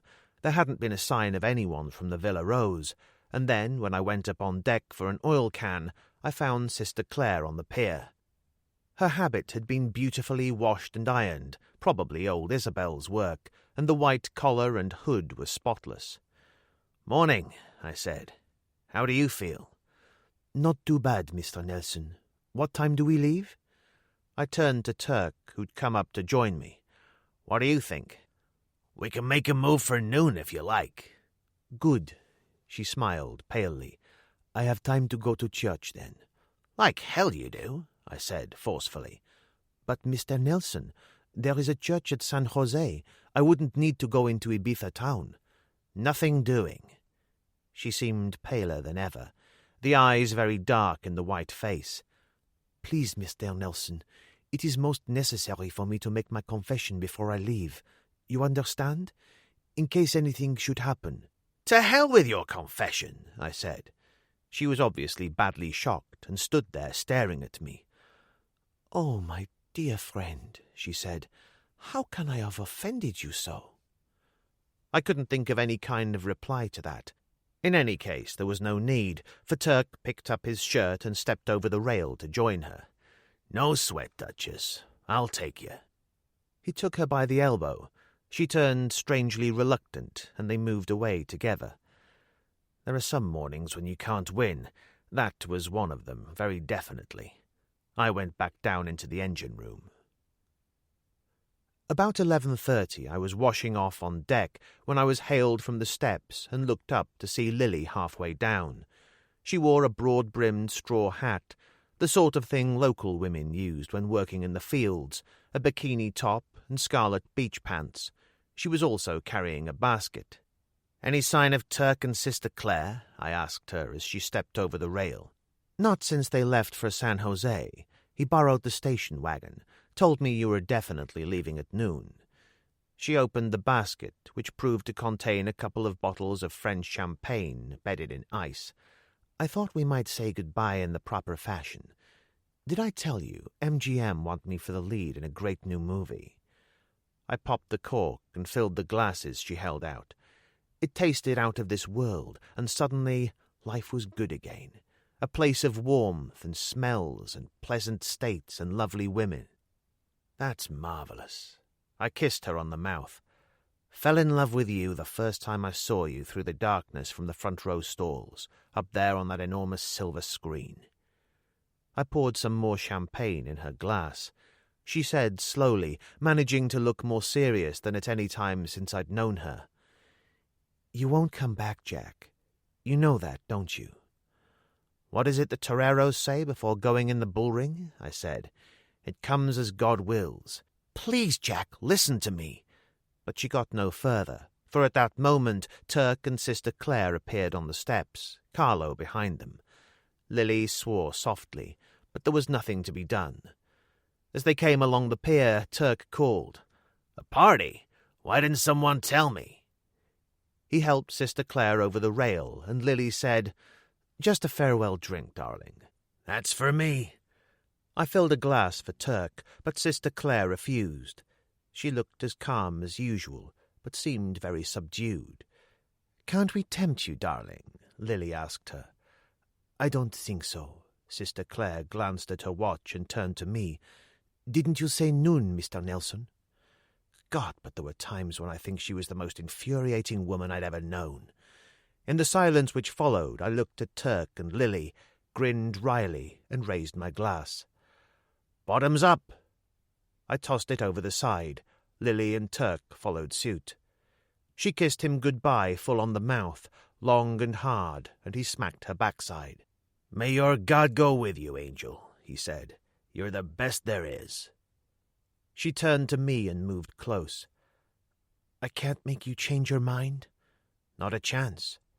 She nodded, then kissed me gently on the cheek with great sadness. Whether simulated or not, I could not be sure, although it had all the overtones of a bad movie. Carlo helped her over the rail. I cast off at once, and Turk started the engines. As we moved away, Lily and Carlo turned and started towards the steps. I coiled the lines neatly as we passed out through the narrow entrance, waves slapping against the hull as Turk increased speed. It was a really beautiful day. Azure seas, cloudless blue sky, everything you could wish for. But I was tired. Damn tired. I turned from the rail and found her watching patiently. "I think we should talk now, Mr. Nelson," she said. There was an edge to her voice I didn't like that reminded me unpleasantly of those times you got a new CO who wanted to be hail fellow well met, but who also wanted there to be no mistake about who was in charge. "Not now," I said, and I brushed past her. "Now I sleep, for at least 8 hours. You hear that, Turk?" "I hear you, General," he called. "But Mr. Nelson—" I turned and went down the companionway. Strange how dreams insist on taking us back into the past again at a distance of years and for no good reason. I was in the jungle again, back in Vietnam, running through the bush head down, filled with a feeling of the most incredible panic. Whoever they were closing in on me fast. Invisible hounds snapping at my heels, and I'd lost Turk, couldn't find him anywhere, and only the Turk could save me now. The undergrowth grew thicker, turned into an impenetrable thicket that hooked into me when I tried to break through so that I was held fast.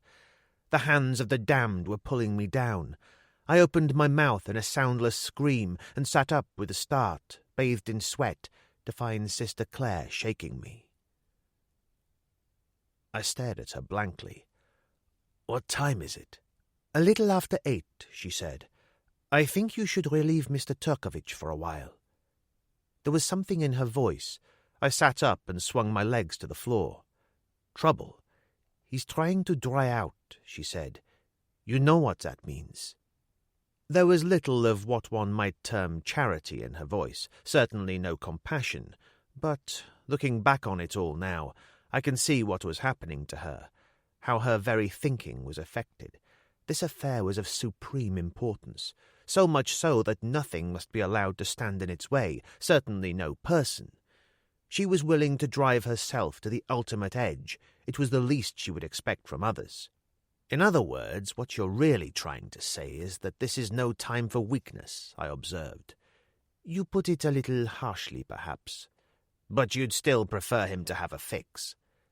She didn't attempt to dodge the issue, I'll say that for her. Simply looked me straight in the eye and said, "If the circumstances warrant. Could you handle him in the Khufra, Mr. Nelson, if he broke down?" I went up the companionway and out on deck. It was a fine night, still warm with only the lightest of seas running. Turk was in the wheelhouse, and in the compass light his face looked awful, older than time itself, ravaged beyond belief. He said, "Hi there, General. How's every little thing?" I said, "You don't look so good. Anything I can get you?" "Not me, General.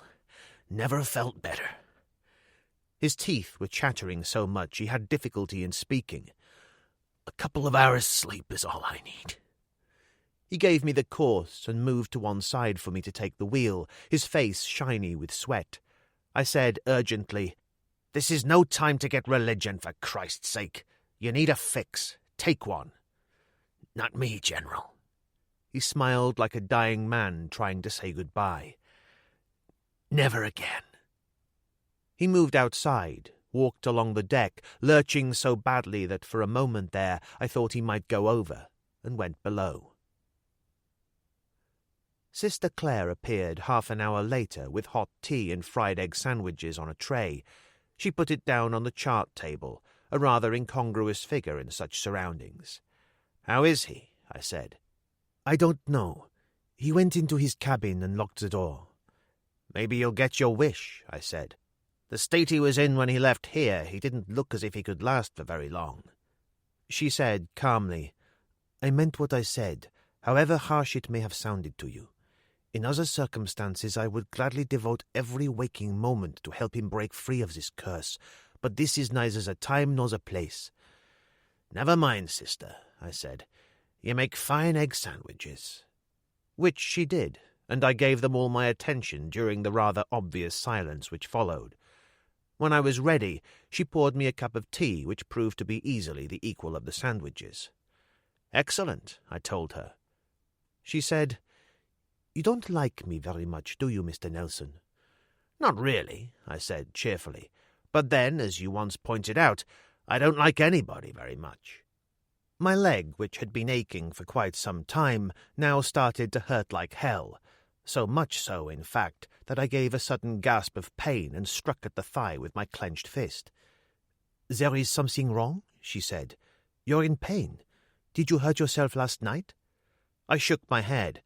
"No, this goes way back to dear old Vietnam. They threw me out on my air, or didn't I tell you? Medically unfit for further flying duties." "I'm sorry," she said.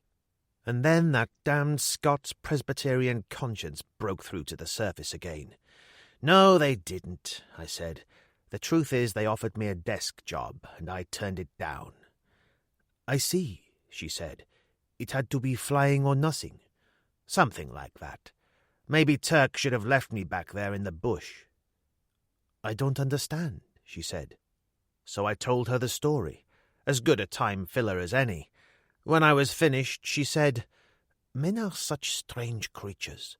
The mad, gallant things they will do for each other. I see now why you are such good friends. What did you do when you left the service? Haven't you ever been married?" And here it was, the past rearing its ugly head again, every festering sore I'd ever thought healed over ready to erupt. And yet, I said, "Oh yes, I was married, to a girl with ash-blonde hair called Sigrid, who I met in Germany when I was stationed over there with the RAF. What happened?" "When I was posted to Vietnam, she was living in Sydney. I arranged for everything to be put in her name to make it simpler for her if anything happened to me. The house, bank account, that sort of thing. I happened to think rather a lot of her, you see." "Go on." My mouth had gone dry, so I tried some more tea. "It's really very simple. She didn't come to see me in hospital. Finally wrote to say she'd met someone else, a German engineer who'd been over on a contract and was going back to Hamburg with him." She put a hand on my arm and said softly, "I'm very sorry, my friend." "But you haven't heard the best bit," I told her. "She cleaned me out.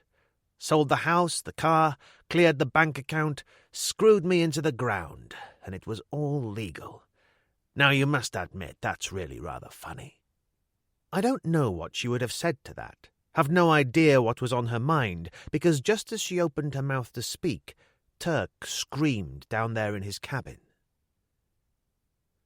I put the boat on automatic pilot, shoved Sister Claire out of the way, and went down the companionway on the run.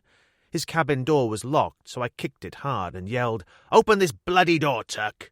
He screamed again and started to shout out in a kind of frenzy. "Dear God, no! Keep away from me! Don't look at me like that!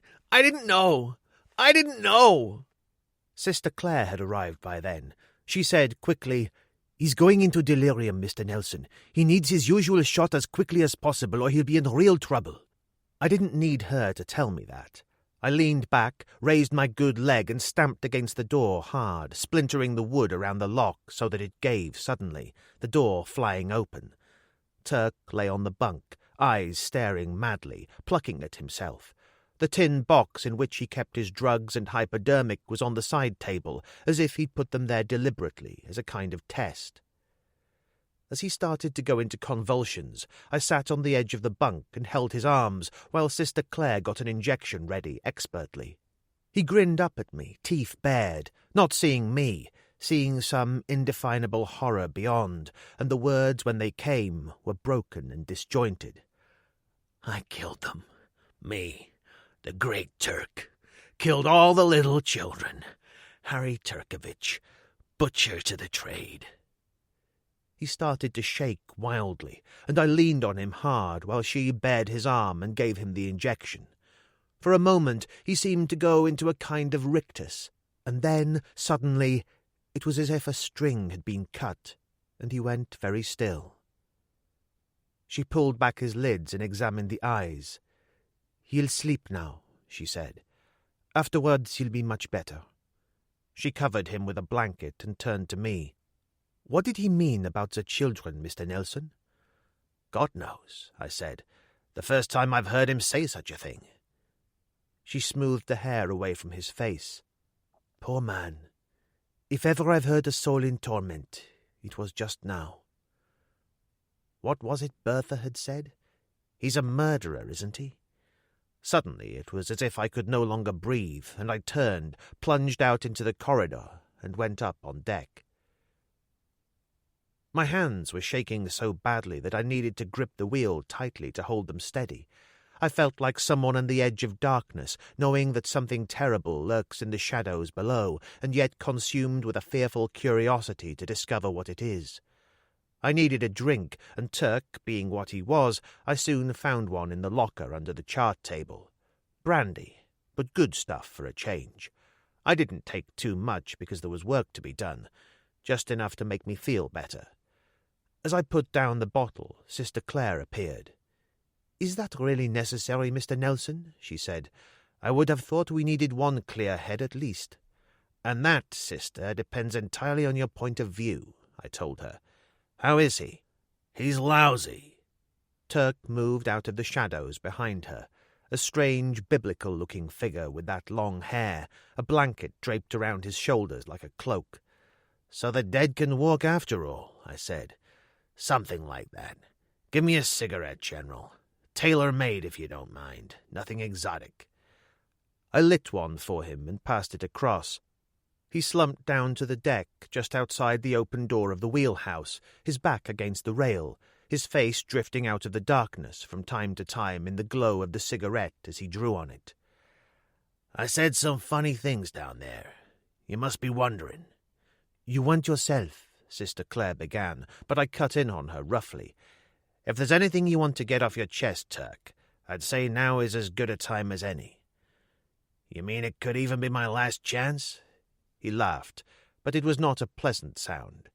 I said, "Whatever it is, it's been tearing your insides apart for long enough." There was a long silence. Beyond the rail, the sea seemed to glow with a kind of phosphorescence. Spray drifted across the windows of the wheelhouse. Invisible fingers tapped nervously on the glass as if someone out there in the darkness was trying to get in. Turk said in a calm, slow voice, "It's soon told. It was just after the Haiphong job. Remember, General, when I was such a big hero?" He seemed to want some kind of response, so I said, "You were in my book. There was an ammunition ship running the blockade from North Korea. The Navy lost her. Then intelligence got word she was sheltering in a bay on one of those offshore islands near the mouth of the Red River, waiting her chance to make a run for Haiphong. And she had to be stopped, man. I mean, that one boat could have had an incalculable effect on the conduct of the entire war, just like it says in the movies." He was punishing himself, and too much considering what he'd just been through. I said, Okay, Turk, get to it. I am, General, I am. The best is yet to come, believe me. I mean, this was a job for one man, a volunteer, real boy's own stuff. They dropped me by parachute with all the right gear. I swam out to the boat and slapped a couple of limpet mines to her keel. And when she blew, I'm telling you. Went down like a stone. Sounds like a good job well done to me. That's what I thought. So next morning, at first light, just before I was due to be picked up, I swam out into the bay and dived to see how things were. He paused for no more than a heartbeat and went on. The sun was just coming up, so there was plenty of light, but something was wrong, badly wrong. I knew that from the first moment. It was as if I wasn't alone. Hell, for a while, I had that feeling you get just by instinct sometimes that tells you other divers are about. He hesitated, as if considering what his next statement should be. Anyway, when I went below, I noticed the door to the main saloon was barred, which naturally aroused my curiosity. So I opened it. I held my breath for a moment, involuntarily, knowing that whatever it was coming now. He said, "When I swam into the saloon, a young girl tried to get me by the throat." Sister Claire, who had been utterly silent throughout the whole proceedings, gave a sudden shocked gasp. I didn't blame her. As for me, I was back at the top of the stairs, nerves tingling, waiting to see what waited down there in the darkness. "They were everywhere," Turk said. "Children, dozens of them, drifting around, arms reaching out, beseeching me, hating me, terrified. God, for a moment there, they were all around me. I thought I'd never get out, but I did, though how I made it back to the shore I'll never know." "But I don't understand," Sister Claire said. "Somebody made a mistake. Wrong boat. Not ammunition, just refugees. I managed to drown a couple of 100 kids in all." He shook his head. "And when I flew into base the following day, I heard I'd been cited for the Congressional for the Haiphong affair." He turned to me. "Ain't life a ball, General? You got another cigarette?" I gave him one and said calmly, "Did you check the holds, Turk?" "Now why would I want to do that?" "To see if she was carrying the hard stuff." "You mean that makes a difference?" He laughed shortly. "Not in my book. Not ever." He stood up wearily and flicked his cigarette over the rail, and when he drew the blanket around his shoulders, there was a strange kind of dignity to him. "You know what the President said when he pinned the Congressional on me, sister? He said he'd rather be me than him." He started to walk away along the deck and paused. "Don't you think that's the funniest thing you ever did hear?" As he went below, Sister Claire started to cry quietly. Chapter 8. Coast of Danger. The weather started to break soon after that, and I had other things on my mind. Not that it was anything to worry about. Winds 3 to 4 with rain squalls according to the radio, but the sky did become overcast very quickly, and the waves breaking into whitecaps made for a much more uncomfortable ride. We were closing in on the Algerian coast now, not much more than an hour by estimation. I was checking the chart again closely when the door flew open and Sister Claire staggered in clutching a coffee pot and a couple of tin cups. She got the door closed quickly and leaned against it, looking even more incongruous than she had previously, wearing a sou'wester with a yellow oilskin over her habit against the rain. "Rough weather," she said, and moved to the chart table where, not without difficulty, she poured coffee into one of the cups. "I've seen worse. Where's Turk?" "In his cabin again." She hesitated. "I don't know what to do, what to say to him." "Nothing," I said, "if you have any sense. Could be he's already regretting having opened his mouth." "I would have thought it might have helped him." "Confession being good for the soul." I shook my head. "Not for him, sister." "But that's not good enough," she said. He was as much a victim as those children, in every way. Surely you must see that. In my book, yes, but not in his. Turk sees himself as only one thing: mass murderer. The Medal of Honor only made it worse. He'll feel like that till the day he dies. So try to kill himself a little bit more each day. Is that what you mean? Progressive suicide?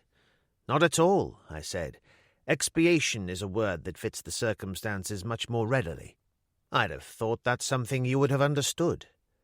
At that moment the door crashed open again and Turk appeared. He closed it quickly and said cheerfully, "We're in luck. The right kind of weather for the approach. Do I smell coffee?"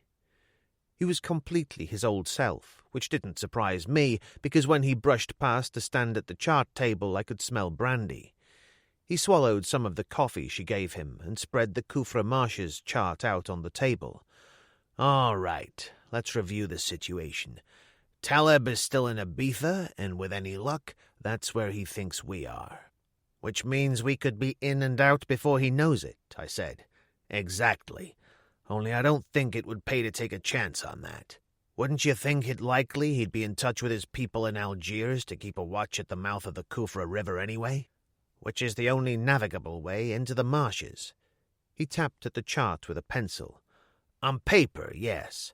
Remember I told you I ran cigarettes for an outfit near here a time or two?" "That's right. So what?"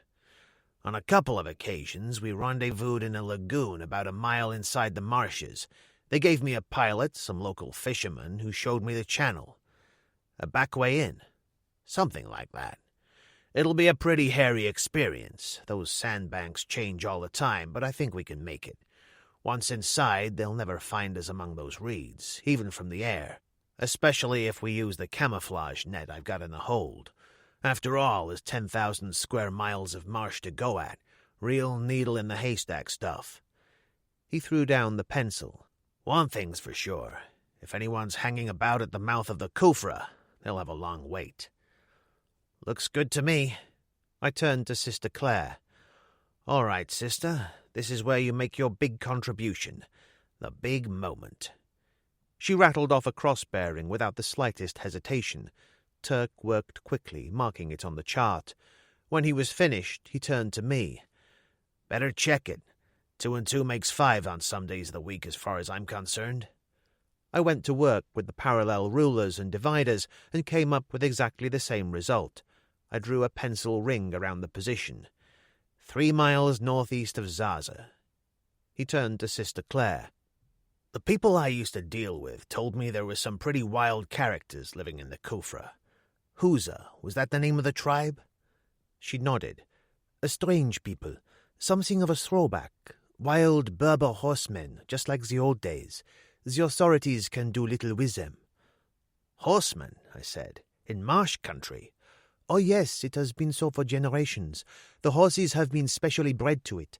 They swim as well as they gallop." "Do any of these characters hang out in Zarza?" Turk asked her. She shook her head. "Zarza is only a poor place, a village on an island in a lagoon. Proof fishermen mostly, wild fowlers, that sort of thing." "Do the Huza ever give them any trouble?" "Occasionally, but not often. The people of Zaza and places like it know the marshes too well. They can melt into the background whenever it suits them. And they are good, gentle people. No one could have been kinder than they were to Talif and me." "Which is all very cozy," I said. "But we still want to keep out of their way if it's at all possible. We go in, get what we came for, and come out again just as fast as we can." I looked at Turk. "What do you think? 2 days?" "I don't see why not. There can't be more than 5 fathoms of water in any of these inland lagoons, so there's no need to worry about decompression times and so on. But both of us will have to dive." "Fair enough," I said. He turned to Sister Claire. "Which brings us to you, Duchess. Plenty of hard work for you up top, operating the diesel winch to bring the stuff up. I'll show you. It's simple enough." "I came prepared to do my share, Mr. Turkovich," she said. "But not in that outfit, I hope." "I came prepared for that also." "Good. Then as you're the only one of us who hasn't had any rest, I suggest you go below while there's still time. I'll let you know when it's 0 hour." She was obviously reluctant and hesitated, so Turk opened the door and gave her a slight push. "Why don't you try doing as you're told for a change?" She actually laughed at that, but she went. When he closed the door and turned to me, I said, "What was that all about?" "I wanted her out of the way, that's all." "Why?" "Let's just say this back way into the Khufra that I mentioned is going to be anything but a joyride. In fact, if we're to stand any kind of chance, we're going to have to know that chart backwards, so let's get started." Within an hour we were moving into the coast. It was raining intermittently now, but there was a certain amount of fog about, drifting out to sea, pushed by a stiff offshore breeze. Turk leaned over the chart. "Strong currents constantly changing, not to be relied on," he said. "I know what that means. One day there's a sandbank or maybe just 6 fathoms of clear water. You can never be sure. These marsh estuary areas are the same all over the world." For the moment, the Mary Grant was on automatic pilot, and I leaned over the chart beside him. What made this whole section of the coast particularly hazardous was a great reef called the Hog's Back, which was so long it actually ran off the chart we were using. "I can't see any route through that lot. Like I told you, General, not on paper. But there is one." He tapped with a pencil. "See this island, Bukhari? All it is a damn great rock sticking up out of the reef like a sore finger. 2 or maybe 300 feet high. There's a passage on the east side, which isn't marked. 2 fathoms of water," he said. "It's enough. I've been through twice. It can be done. Coming out's easy, by the way." "I'm happy to hear that, but I think you'd better explain the trick of getting in." It was simple enough. There was an automatic light beyond the reef at the far end of the marsh. 10 miles beyond it there was a lighthouse near Cape Gine. By coincidence, a course inland keeping those 2 lights directly in line took you straight through Turk's Channel. In other words, all you needed was perfect visibility, good weather, seamanship amounting to genius, and lots of luck. By 1 a.m. we were close inshore, running without lights. The sky was clear again, on fire with stars, and the moon riding high in the mid-heaven made visibility excellent. We were running parallel with the reef, and I saw now how it had earned its name of Hog's Back, for it ran westward into the night in an unbroken chain of jagged rocks and white water. I could feel the turbulence as we moved in closer, waves slapping solidly against the Mary Grant's hull. Turk held the wheel lightly, his face, from what I could see of it in the compass light, calm and relaxed, and yet he seemed ready for anything, capable of anything. I suppose I knew quite suddenly in that moment that we were going to get through, that there was no doubt of it, that I was watching a master at work. "There she blows," he said suddenly.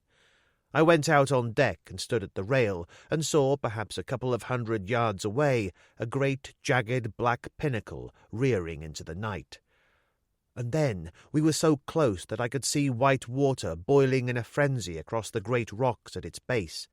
I turned to go back in the wheelhouse, lost my balance and fell back against the rail as Turk shouted a warning. He swung the wheel hard to port, giving the engines full power at the same moment. As I hung onto the rail for dear life, I saw that we were entering a narrow band of clear water, Bukhari towering on one side, the jagged white and black carpet of the reef on the other. All around us, broken rocks were appearing and disappearing in a welter of foam.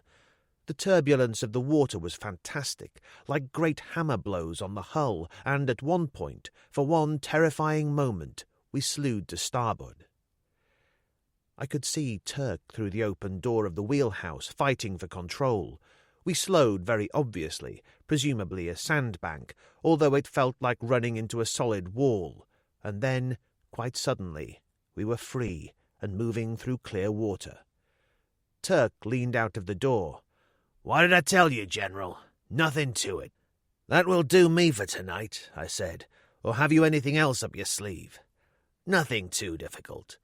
We've got to get under cover, that's the main thing. There's a lagoon about half a mile in. If we can make it to there, we should be safe enough. We can carry on at first light." He reduced speed to 5 or 6 knots, and we moved on into the night. I was aware of the harsh, pungent smell of the marsh now, and wildfowl and seabirds bedded down for the night stirred protestingly as we moved in through the sandbanks. The route seemed plain enough, and we followed it for 1/2 mile or so, and then most of the sandbanks disappeared, and we were faced by a vast expanse of dark water, the edge of the marsh on the other side. "This is where it usually gets tricky," Turk said. "You can never tell what's underneath here. It changes every other day." But on the whole we hadn't much trouble. Twice we grounded, but he was able to get us off with his engines. Only once did we really get stuck, and I had to strip and go over the side chest deep to help her on. God, but it was cold, and by the time we'd got her off and I pulled myself up the ladder and over the rail, my leg was hurting again. "Good work, General," Turk called softly. I went below, towelled myself dry, and got the whiskey out. There wasn't a sound from Sister Claire, so I went back on deck quietly. Everything had changed. We were moving along a narrow channel, barely wide enough to take the boat, great dark walls rustling in the night on either side. I reached out to trail my fingers along the reeds, and Turk called, "Quite something, aren't they?" A moment later, we entered a small lagoon. He cut the engines and let the Mary Grant drift into the reed bed at the far end. "Okay, General, this is it. I'll get the net."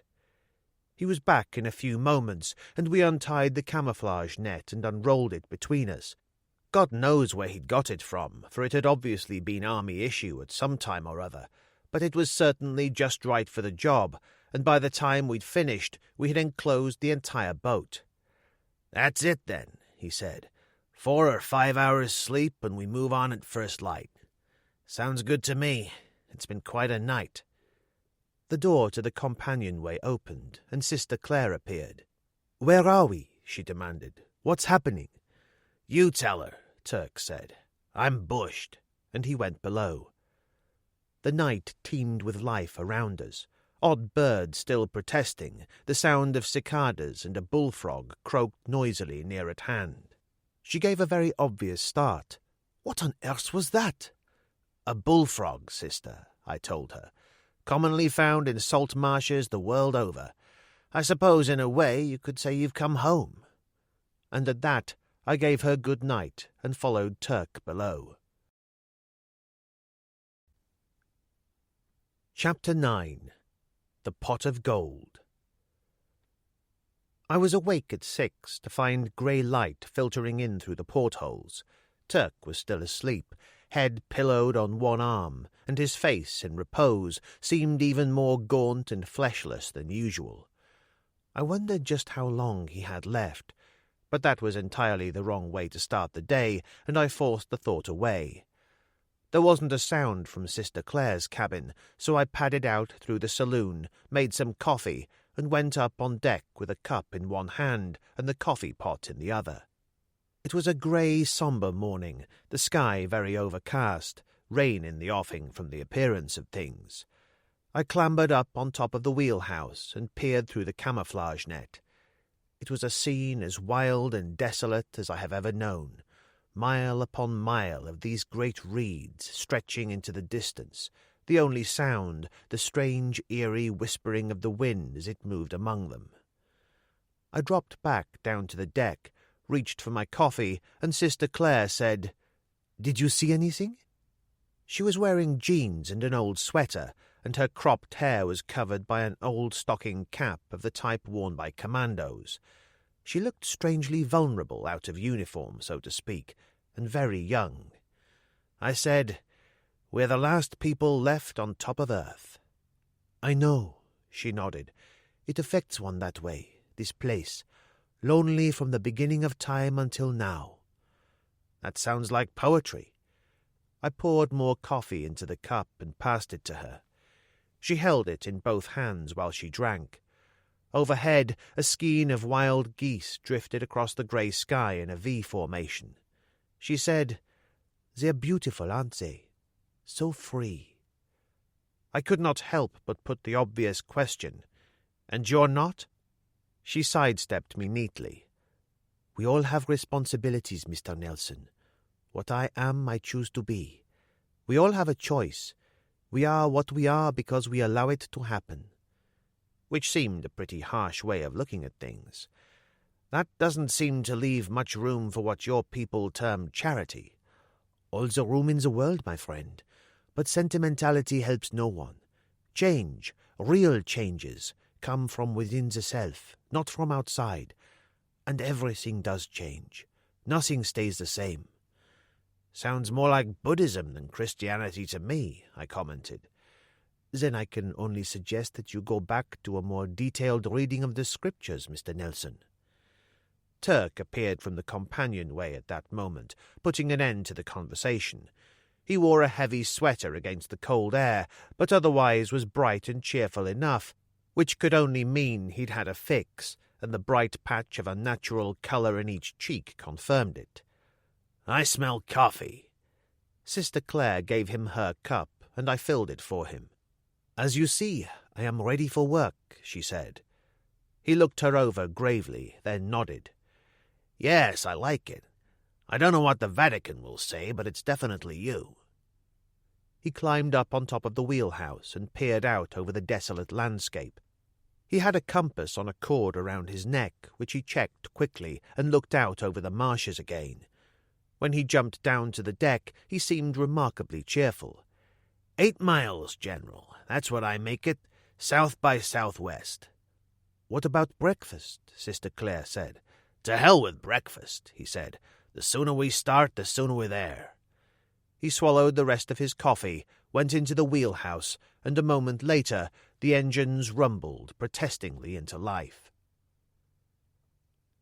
It was a strange journey, and curiously timeless in a way, things happening in slow motion as we moved through a maze of narrow waterways, threading our way delicately through the reeds. And when the sun started to climb, it carried with it a furnace heat that brought the marsh alive in a way it hadn't been before. There were birds everywhere. Wild duck, widgeon, geese, and mosquitoes hovered in great clouds. And the smell of the place at times was unbelievable, as if the whole world rotted. Turk stayed at the wheel, and I took up a position on top of the wheelhouse with a pair of field glasses, searching the country ahead for a route through. It was constantly necessary to go back the way we had come and try another way, sometimes going off in what seemed like entirely the wrong direction. On several occasions we stuck fast, and I had to go over the side into that stinking black gumbo to help things along while Turk reversed the engine. When that didn't work, he had to give the wheel to Sister Claire and join me. In short, 2 hours of hell was enjoyed by all before we finally slowed to a halt in a narrow creek between the reeds, and Turk cut the engine. I was standing in the prow at the time with Sister Claire, and as the Mary Grant drifted to a halt against a wall of reeds, Turk emerged from the wheelhouse. "This is it, folks." Sister Claire shook her head. "No, it can't be. It was a much larger expanse of water than this, a lagoon." It came to me, suddenly and with a sense of shock, that she could have been wrong from the beginning.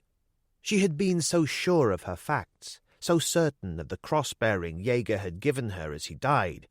Yet what had we had to go on, after all, but the memory of a young girl afraid in the dark? Turk said cheerfully, "No sweat, Duchess. You crashed at night, right?" She nodded, and he went on. "What happened then?" "I was in the water, deep water. I don't really remember getting out of the plane. And then Talif appeared beside me with one of those inflatable rubber dinghies. He got me into it, and we paddled across the lagoon into the reeds." "You didn't hang around?" "We didn't realize until later what a desolate place it was. Talif was afraid that someone might have seen the crash and come looking.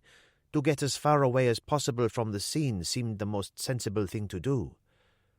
Turk looked at me and shrugged. "Okay, General, we better take a look." We climbed on top of the wheelhouse and stood back to back, taking a section each. The situation immediately looked more promising, for there was open water in 2 or 3 places on either side. We dropped back to the deck, and Turk unbuttoned his shirt. "I'll go left, you go right, and we'll see what we can find." "Is there anything I can do?" Sister Claire asked. "There certainly is. You can give us a call every couple of minutes, just so we know where home is." Going over the side at that point was nothing like as unpleasant as it had been earlier. The water was certainly earthy enough, but pleasantly cool after the heat. I selected a narrow waterway that snaked through the reeds and followed it for quite a while, finally coming out into a patch of water no more than 5 or 6 yards across. The only item of interest it contained was a large vermilion water snake, which slipped past me at considerable speed, giving me my worst moment since running the passage through the reef the previous night. There was nothing to do but retrace my course and try again. I followed 3 or 4 more channels through the reeds with no visible result except to disturb the wildlife of the place considerably. Sister Claire's voice pulled me back unfailingly to my starting point each time, but to say that I was beginning to get worried was something of an understatement. I kept thinking of a dying man in the dusk, senses failing, and wondered just how accurate he could possibly be. And then Turk's voice sounded, high and clear, from the other side of the waterway. To follow the sound of it, I had to swim directly into a wall of reeds, forcing my way through, for certainly at that point there was no clear route to follow. I broke through and found myself on the edge of a lagoon that was roughly circular in shape and must have been 200 or 300 feet in diameter.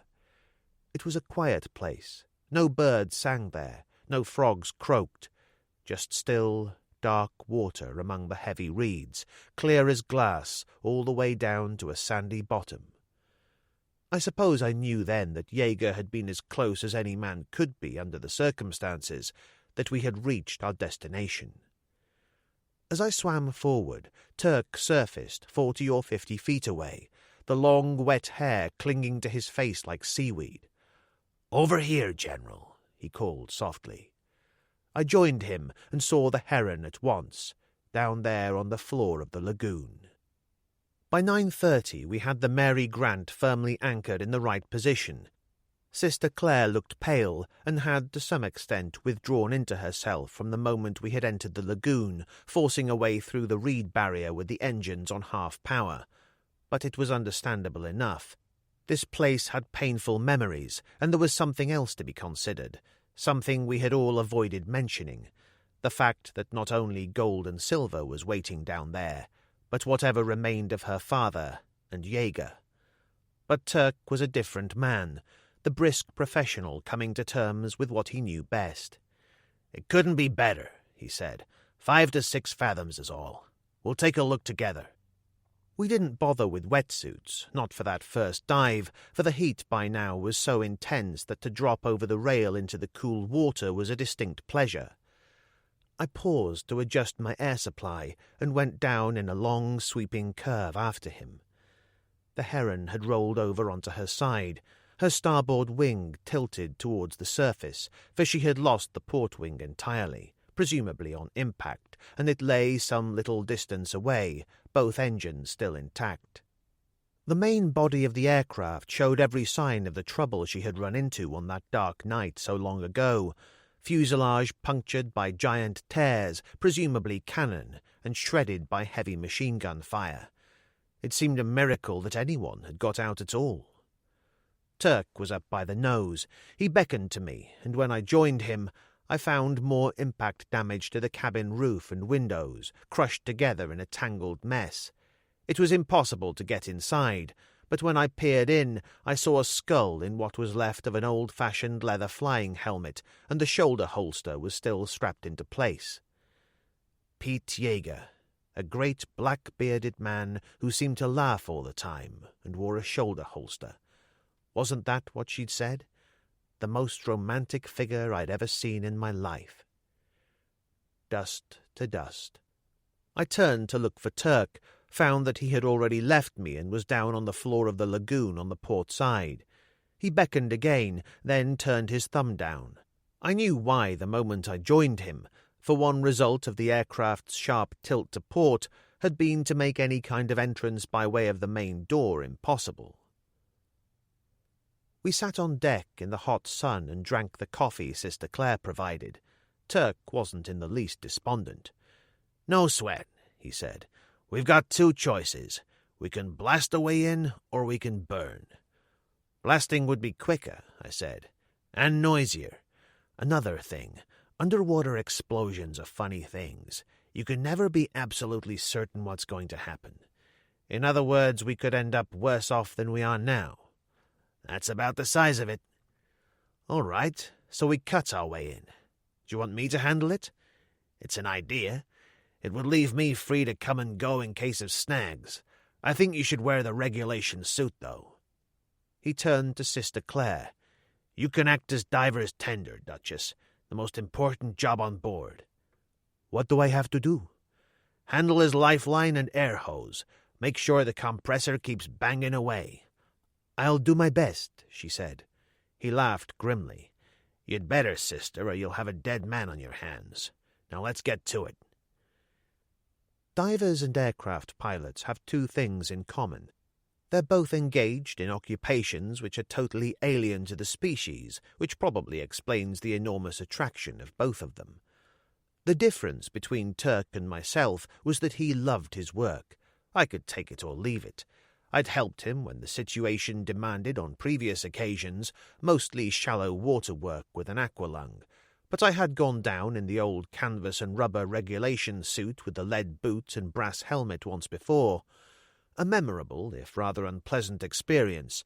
I could still taste the stale air when I had a mind to, tainted with the sour smell of fresh urine, for divers frequently find they are unable to hold their bladders at depth. Turk, as I've said, loved everything to do with his art, had every item of equipment necessary to the operation laid out on the deck, while Sister Claire helped me into the suit. He started the compressor, checked the lines, then lifted the great brass helmet carefully over my head and locked it firmly. "You okay, General?" "What do you think?" I said sourly. He grinned. "That's the spirit. I'll join you down there when I'm sure the Duchess can handle things all right." He screwed the faceplate into place, cutting off any further conversation. I got to my feet and clumped to the gap in the rail and stood at the head of the ladder. Then he thumped me in the back, and I stepped in. I went down in slow motion, landing in a cloud of sand. I paused to get my bearings and checked the valves, and then the cutter dropped down beside me on the end of its tube. An oxyhydrogen cutter is ignited from the surface, gases passing down the tube to where an ingenious device allows air to bleed out, forming an air bubble, an artificial atmosphere inside which the flame burns. I lumbered across to the plane in slow motion, going round to the starboard side, which seemed the obvious thing to do, and waited. A moment later, Turk appeared beside me. He grinned through his mask, went up top again. After a while, the cutter ignited, and I went to work. It wasn't too difficult. The flame cut into the fuselage easily enough, and Turk appeared to hover at my side again to see how things were going. He left me for a little while, prowling around the body of the plane, pausing once high above my head to examine the sharply tilted starboard wing, holding on to the tip. I could have sworn there was a tremor through the water, and the heron seemed to move slightly. An optical illusion, surely, for Turk, apparently satisfied, was on his way back to the surface. I returned to my work, by now perhaps halfway round the circuit. I paused after another 5 minutes, picked up the crowbar he had left on the sand beside me, and poked the cut section to see if I could lever it out enough to peer inside. There was that tremor through the water again. Something bounced from my helmet. When I looked up, the wing appeared to move, and then, in a kind of slow motion, it dipped, and the heron rolled over to engulf me. My shoes weighed 17.5 pounds each. I had 80 pounds in lead weight strapped around my waist, and the brass helmet weighed over 50 pounds, which explains why I couldn't exactly run for my life. The most I can say is that all was confusion for a while. sand billowing around me in a great cloud. Something caught me on the right shoulder, sending me down on one knee, and then I found myself flat on my back. I lay there for a while to get my breath back, so to speak, then tried to get up, which was when I discovered I couldn't move my helmet. As was to become apparent very quickly, the trailing edge of the starboard wing, digging down into the sand as the plane rolled over, had taken both lifeline and air hose with it, pinning me like a fly on my back. I lay there for a moment, trying not to panic, aware that air was still getting to me, which was, after all, the main thing. All was still confusion, sand swirling around me. Then Turk came through it headlong and dropped beside me. He wasn't smiling this time. He peered in through my face mask to make sure I was still in the land of the living, and then moved on to free me. It was round about then that I became aware that water was rising in my suit. I groped at my legs frantically, aware at once of the great gaping tear in my suit on my right thigh. At the thought of that coldness rising inch by inch into my helmet to choke me, I panicked completely and tugged at Turk's foot. He was with me in a moment and crouched to examine the situation as I pointed. He moved past me. I felt a tug and found that I could move again, but only a foot or two, and when I turned I saw that both lines were buried irretrievably. Turk drew his knife, leaned across the wing, and sliced through my lifeline. Then he tied the free end to my harness, which didn't make any kind of sense. What happened next was like something out of a nightmare, for almost in the same moment he slashed through the air hose close to my head, and then, as silver bubbles poured out, rising in a linked chain, he followed them up to the surface. I forced myself to my knees, expecting to inhale water at any moment, but it was still air I breathed, although a distinctly rancid variety. And then, with a sudden fierce tug, I was jerked off my feet and hauled to the surface. When they got the helmet off me, the first thing I was conscious of was the anguish on Sister Clare's face. "Thank God, Mr. Nelson, thank God!" Turk shoved a lighted cigarette into my mouth. I said weakly, "What happened?" "Well, the good Lord didn't save you, that's for sure." "What then? You sliced through my hose." "Sure I did. The only way to get you free." He picked up the helmet. "Most modern helmets have a check valve which closes automatically when the air supply is cut off. The exhaust valve does the same thing, leaving you with what air there is in the suit. And how long is that supposed to last? At the depth you were, perhaps 8 minutes. Mind you, that rent in the suit increased the odds some. But what the hell? You made it." The cigarette tasted marvellous. So did the glass of rot-gut brandy Sister Clare handed to me. To my surprise, Turk pulled on his aqualung and adjusted the straps. I said, "Now what?" "Gotta see the state of the market, General. No time like the present." He went over the side. I sat there for a moment or so longer, just savouring being alive. Then I asked Sister Clare, who had been hovering anxiously, to help me out of that damned suit. I was just free of it when Turk surfaced and clambered up the ladder. "How's it look?" I demanded. "Fine.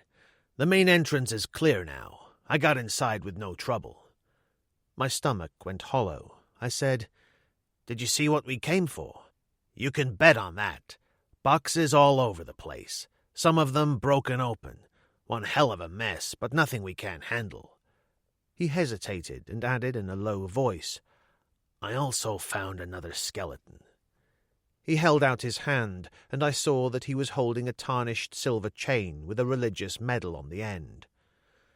"At moments like this, I'm strictly a coward," he said. "It's all yours, General." And he turned and went over the side again. Sister Clare had been aware, I think, that she was the subject of our conversation. She kept on folding the diving suit neatly, yet I realized that she was watching me covertly. Under the circumstances, the best way seemed the direct one, so I simply walked up to her and held out the medal. "Turk found this below. He thought it might mean something to you." She examined it for a long moment, then held it to her cheek. The eyes filled with tears. "Thank you, Mr. Nelson. It belonged to my father, his patron saint, Saint Martin de Porres." She turned and went below. Some time later, Turk appeared beside the ladder again, carrying a bundle wrapped in layers of heavy sacking. When I took it from him, I was surprised to discover how heavy it was. He climbed up on deck, dripping water, and pushed up his mask. "Thought it looked interesting. How is she?" I told him, reached for his knife, and sliced at the fastening on the bundle. There were several layers of material, carefully stitched together, all of which had to be cut away before the object they concealed could be revealed. We sat there in silence for a while, looking at it, and finally Turk gave a low whistle. "Now that, my friend, is really quite something. That's where it all hangs out. Do you think it might make her feel better?" "I don't see why not," I said. When we went down to the saloon, Sister Claire sat at the table, her face buried in her hands, the medal dangling between her fingers. I said softly, "We've brought you something, sister." She looked up, startled, and drew in her breath sharply, for there on the table in front of her, blackened and tarnished by the water, but still unmistakably one of the most beautiful pieces of art I have seen in my life, was Our Lady of Tizi Benu. Chapter 10. The Wild Horseman. We had something to eat after that, only a light meal for obvious reasons, and a short rest. Then we got down to it. We set up the winch and the portable diesel engine that operated it, and Turk instructed Sister Claire in its use, and I ran a signal line on a lead weight out under the rail for her. 2 pulls for stop, 3 for haul away, which was all she needed to know. Then we went over the side together and dropped down to the Heron, taking the winch line with us, a loading net of stout manila hemp dangling from the end of the rope. When I went in through the door to the main cabin, I could see what Turk had meant. There were boxes jumbled everywhere, some broken open, as he had said, ingots spilling out. What was left of her father was another pathetic, broken skeleton, clothed in a few tattered rags. I found a tarpaulin jammed in a corner. We took it between us and covered him over, weighing it down with 3 or 4 ingots, though whether they were of gold or silver I couldn't be sure. Then we got down to the real work, and a back-breaking task it was. As I was told later, we moved just under a ton of gold in all, and half a ton of silver, plus a box or 2 of assorted items. Not all at once, of course, but most of it by the evening of that first day. Each box took both of us to manhandle it out of the cabin. The loading net could manage 4 with safety, and each time it hoisted to the surface we took turns in going up with it, because although Sister Claire could operate the winch, she obviously couldn't handle the boxes on her own because of the weight. Once an hour we had a complete rest, by which I mean we both went up together and spent the time getting the boxes below where we stacked them neatly in every available spare space from the cabins to the saloon. Our Lady of Tizi Benu was already under the bunk in Sister Claire's cabin, wrapped in a blanket. By early evening I was just about at the end of my tether. My back was aching and my leg was giving me hell, and together I'd just about had it. On top of that, the light was beginning to get pretty bad down there, and the effects of the constant diving, even at such a shallow depth, were beginning to tell on both of us. We put another couple of boxes in the net, and I don't think either of us could have lifted another one.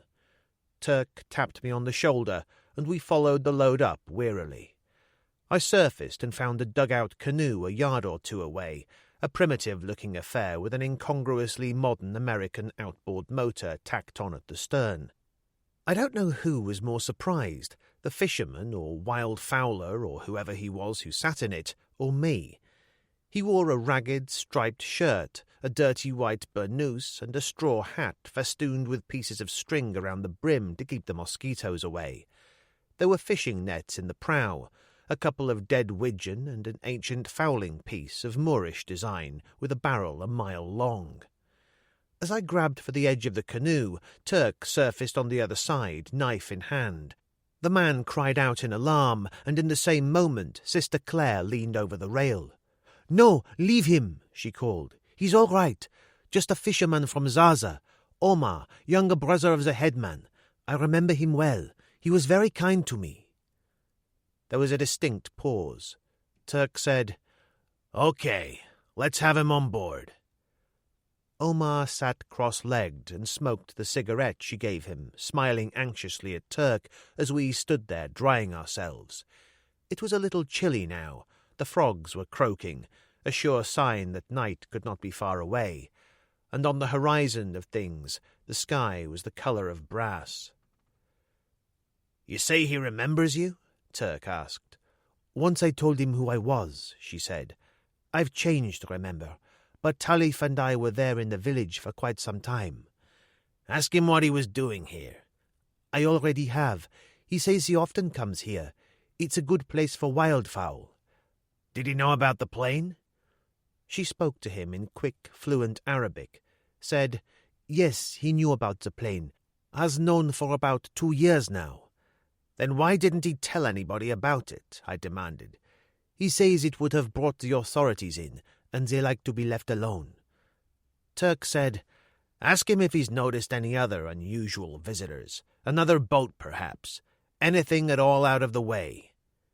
She spoke to Omar again. "No one. The tax collector once a year, and that was 6 months ago." Turk turned to me. "All right, General. What do we do with him?" "God knows. How much longer do you reckon it should take us to finish up and get out of here?" "Noon tomorrow, I'd say. Sooner if we get an early start in the morning." Omar rattled off at some length to Sister Claire. When he was finished, Turk said, "What was all that about?" "He wants me to return to the village with him to see them all."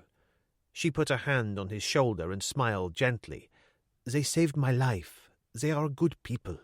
"You've got to be joking," Turk told her. "Nobody even goes near that village, including our friend here. I'll lock him up in one of the cabins until we're ready to leave." "You do nothing of the kind, monsieur." The only time I knew her to use the French title, but then she was good and mad. "This man has done us no harm, will do us no harm. I trust him completely. It would be outrageous to treat him in such a way." She spoke briefly in Arabic to Omar, who went over the rail and dropped into his dugout. A moment later, the engine roared into life, and he was away. Turk said, "You certainly are a woman who likes to have her own way, aren't you, Duchess? Let's hope you're right about our friend out there." "I know I am," she said simply. As for me, I was suddenly so weary that argument was beyond me. I went below, washed in hot water and shaved, just to make myself feel civilized again. Then I sat at the table in the saloon and drank a large whisky very slowly, while Sister Claire prepared a meal. Even allowing for the fact that it was out of tins, she still wasn't much of a cook. It was something to eat, no more than that, and afterwards I sat there with another whisky, half asleep. She went out for a while and returned with the bundle from under her bunk. She unfolded it carefully and set Our Lady of Tizi Banu on the table. It was quite beautiful in spite of the tarnished state of the silver, about 2 feet in height and superbly proportioned. Turk rummaged around in one of the lockers under his seat and produced a roll of cotton wadding and a tin can. "Try that," he said. "It's some kind of mild acid, good for any kind of corrosion or tarnish." She went to work, just a small patch at first, but the effect was almost miraculous. The black patina fading away almost instantly, the silver gleaming through. It really was quite remarkable, and when she'd finished, I said, "I should think they'll be pleased to get her back." "Strange, Mr. Nelson. You speak of her almost as if she were a real person." "Is that bad?" I said. "She must have been to a great many people. A lot of years since the 11th century. She made no reply, simply sat staring at the image, her hands clasped, and I went and lay on my bunk and stared up through the darkness, eyes burning with tiredness. The last thing I seemed to see before I slept was that pale, silvery face, and she was smiling at me. We were at it again by 8 o'clock the following morning, a later start than intended, but mainly because Turk and I had slept the sleep of the hard-worked and Sister Claire hadn't bothered to waken us. Turk wasn't pleased, and perhaps because of that set a killing pace when we went back below. Because of that, what remained in the cabin of the Heron seemed to disappear at an astonishing rate. We went up together twice to move what had accumulated on deck down below, but it couldn't have been much after 10 when we suddenly realized we were down to the last box. We gave the usual signal. The load started up, Turk moving with it. I don't know why I delayed. It was only momentary anyway, no more than a final glance over my shoulder at the plane. And then, as I started up, an extraordinary thing happened. A string of horses galloped through the water above my head, legs moving in slow motion. A moment later, a man in a black burnous and white robes, a rifle slung across his back, appeared in a cloud of silver bubbles, hands at Turk's throat. They moved past me in a series of clumsy somersaults, and I saw that Turk already had his knife out. I surfaced briefly to assess the situation, and it was immediately apparent that it was about as bad as it could be. There were at least 8 of them, quite obviously the Berber horsemen Turk had spoken of, the Hussar. The black burnous and white robes they wore was almost a uniform, and they were all armed with rifles. The horses were fantastic. Dry land, mud, and deep water, nothing seemed to stop them. Sister Claire was standing in the stern, and one of them vaulted across the rail to join her. I didn't see what happened after that, for the simple reason that I had more pressing things to think about. The horses, which just missed landing on top of me, had presumably arrived from the reed bed to my rear. Not that it mattered. The only really important point to note was that if I didn't get moving, I stood a fair chance of having my brains kicked out. As I started to dive, the rider flung himself on my back. It was a silly thing to do, because under water he didn't stand a chance. I kicked hard with my flipper, taking us down, and his hands started to slacken. As he broke free, I turned, grabbed at the fluttering robe and held on tight. Then I swam down into deep water. His burnous had somehow come free in the struggle and drifted away. His head was shaven. Some religious thing, I suppose. The face thin and bony, mouth tight shut, eyes starting from their sockets. He glared down at me, kicking frantically as I held on to the robe, and then the mouth opened, and a moment later he stopped kicking. When I released him, he drifted away, arms out, turning over and over, very slowly. Turk was down by the Heron. He beckoned, and I followed him across the floor of the lagoon to the far side from the boat, finally surfacing among the reeds. We pushed up our masks and watched what was going on. There were 2 on deck, several more urging their horses in and out among the reeds in a businesslike way.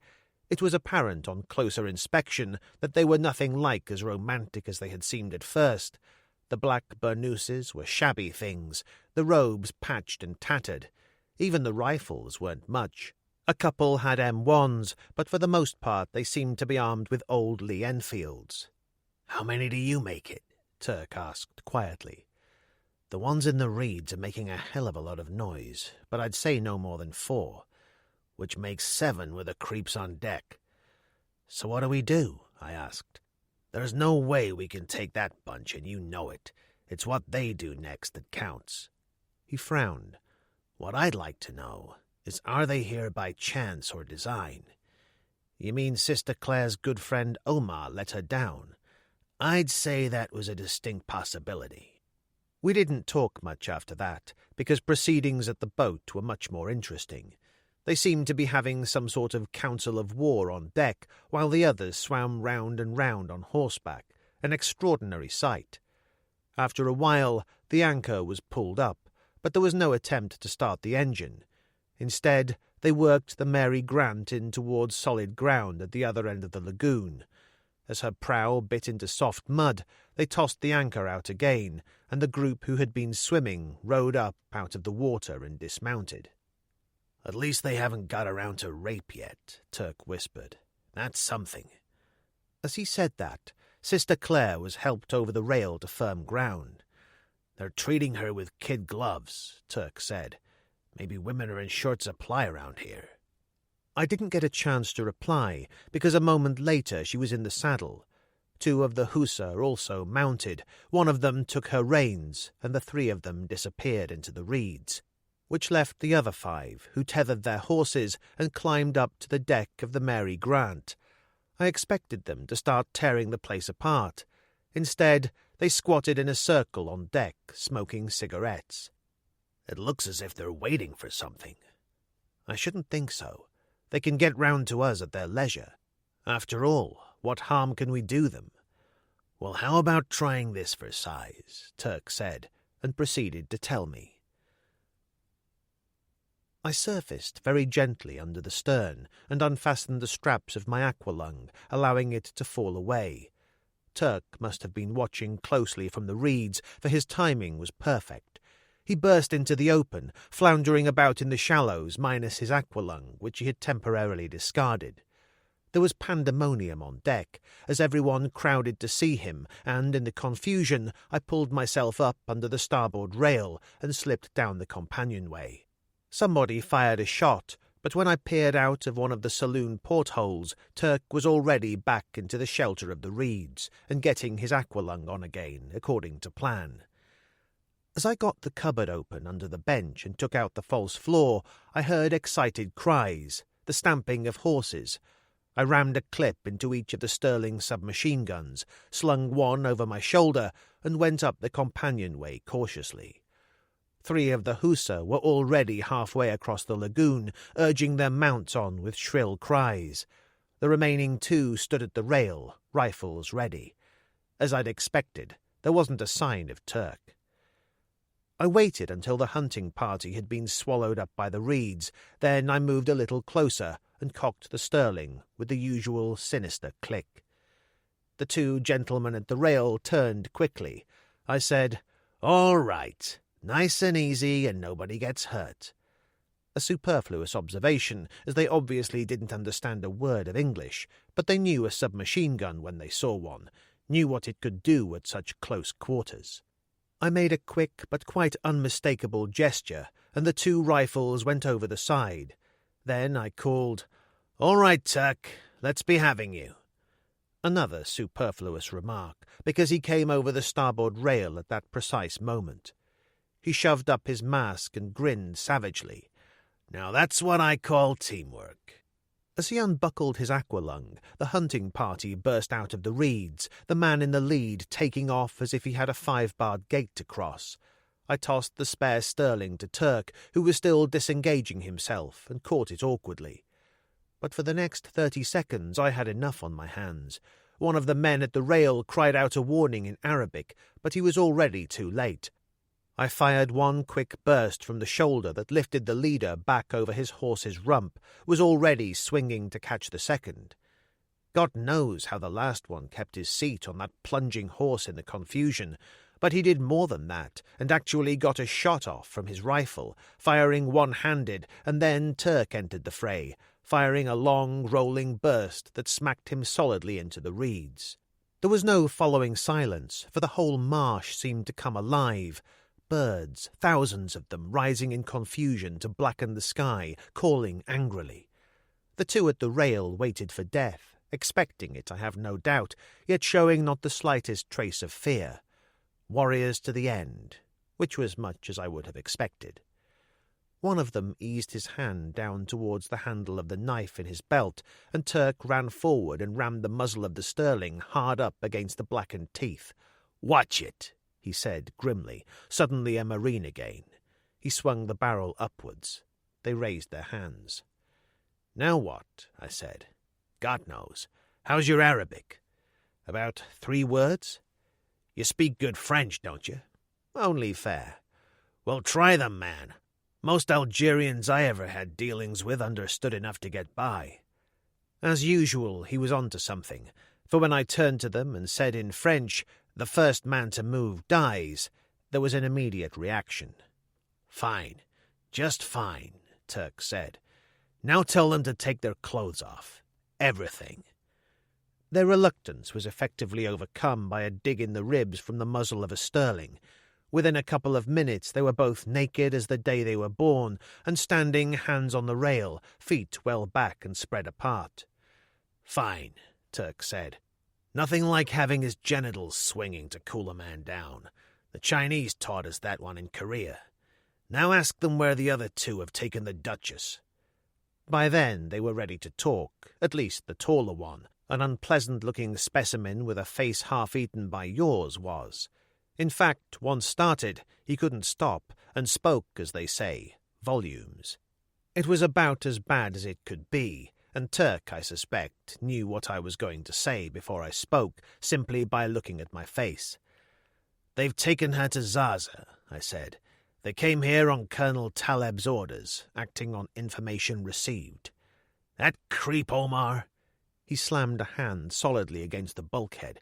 "Jesus, but I knew we should have held on to him. So the whole deal falls to pieces because of her love-thy-neighbor policy." He stamped about the deck, shaking with rage. "And Taleb, how the hell could he get here in time?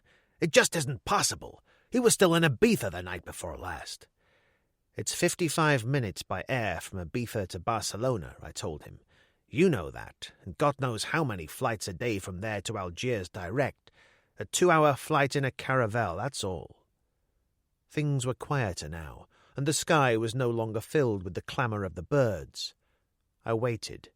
He said, "All right, we've got what we came for, and we certainly can't help her now. You agree?" "I shouldn't think we'd stand much of a chance. He's bound to have troops or police with him. Something like that, and there must be more of these characters around." "Okay," he said. "Let's get out of here, and you can tell these two to make a run for it. They can't harm us now." He went into the wheelhouse and started the engine. The two Hussar went over the side with some reluctance, expecting a bullet in the head before they reached the reeds, I suppose, but they didn't get one.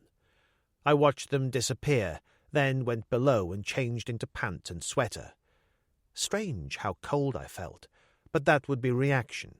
I swallowed half a glass of brandy and took the bottle with me when I went back on deck. We were just forcing our way out through the reeds into the original waterway, but when I offered Turk the bottle, he waved it away. "Not now, man," he said. "I've got things to do."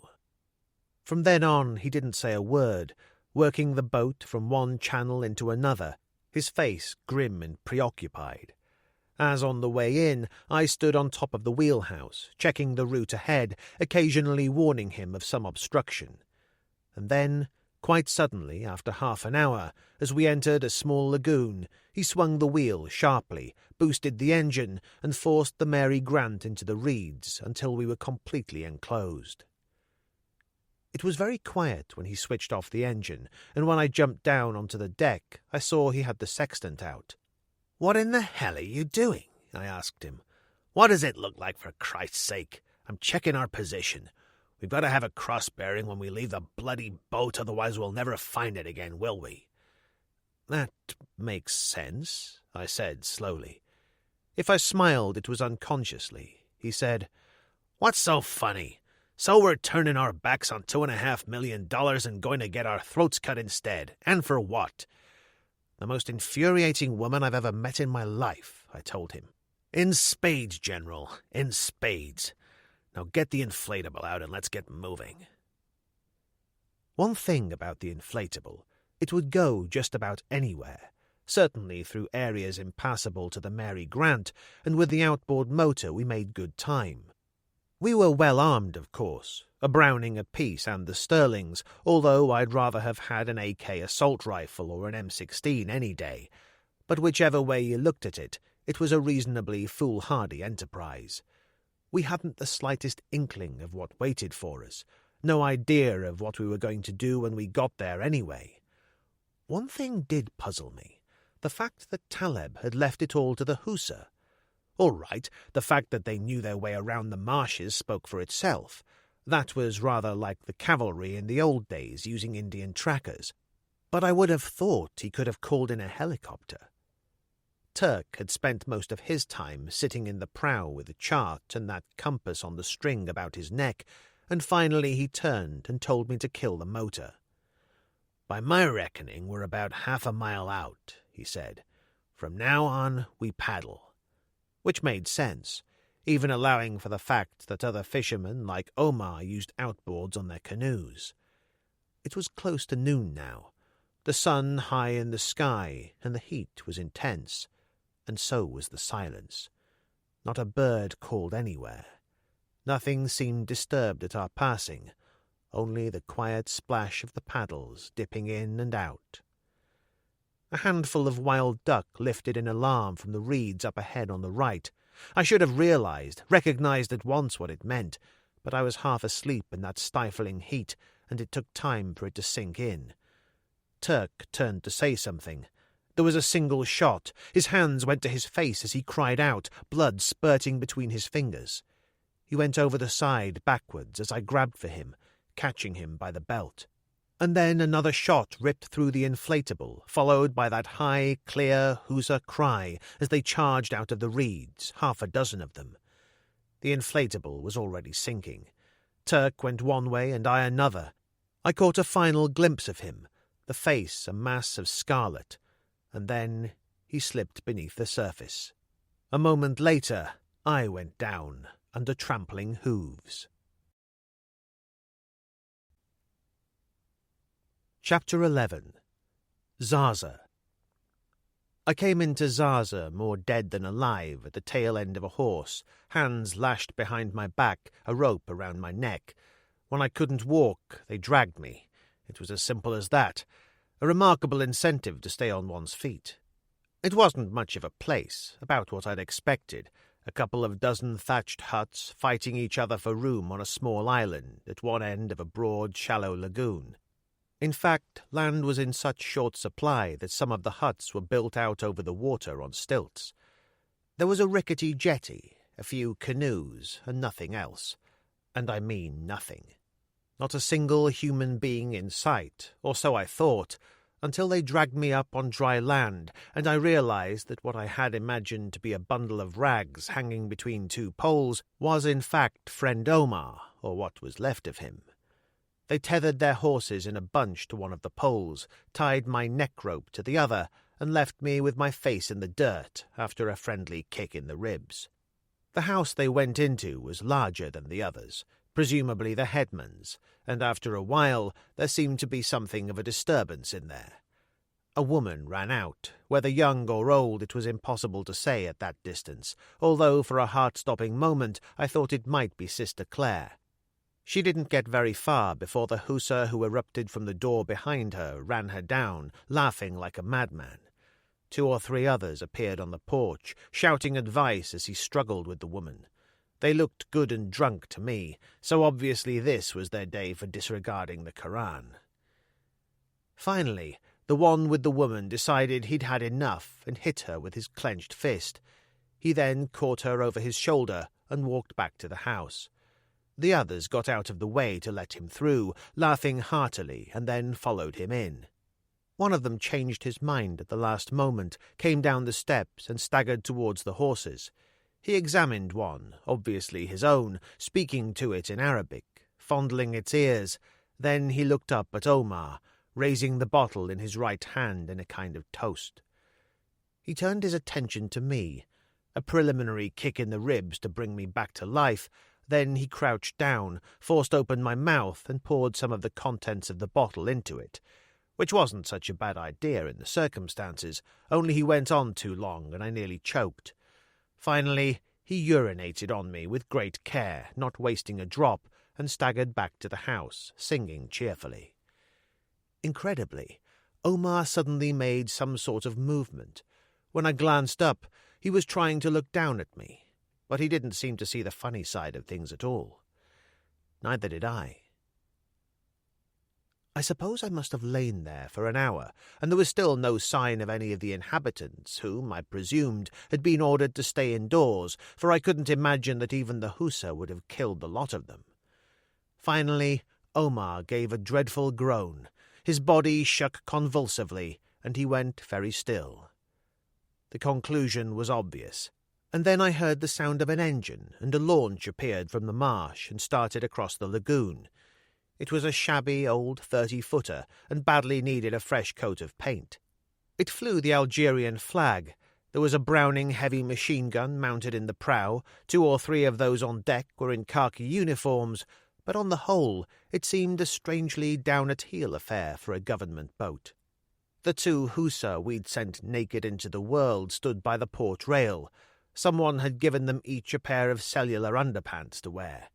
At any other time, their appearance could have induced a mild hysteria in me, but not now. When the launch tied up at the ramshackle old jetty, the first person ashore was Taleb.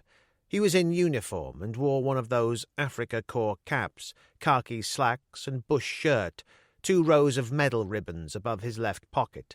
There was a Browning in the holster on his hip. A couple of the men who'd brought me in came down from the house and spoke to him.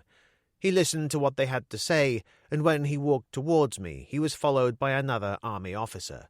A captain, this one, a small, shabby man with a pock-marked face and crumpled uniform. He stayed a respectful pace or 2 behind Taleb, and the 2 hussar in their underpants lurked at his heels like a couple of underfed dogs. When they were close enough, they couldn't hold themselves in any longer and tried to get at me, coming in with a rush. Taleb shouted angrily, moved in quickly, and started to beat them about the head with the leather swagger stick he carried in one hand. He squatted beside me and lit a cigarette. "You can't blame them, Mr. Nelson. You've killed several of their friends, after all. So, your friend Turkovich is dead?" All I wanted to do was spit at him, but my mouth was too dry. He chuckled and tapped me on the cheek with the swagger stick. "Never mind. You'll feel better after a bath and a drink. Then we'll talk again, eh? I'll get Captain Husseini here to see to it." He spoke briefly to Husseini, then went up to the headman's house.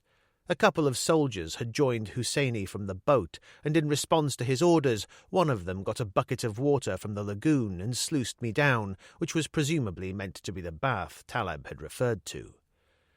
Then the neck rope was removed and my hands untied.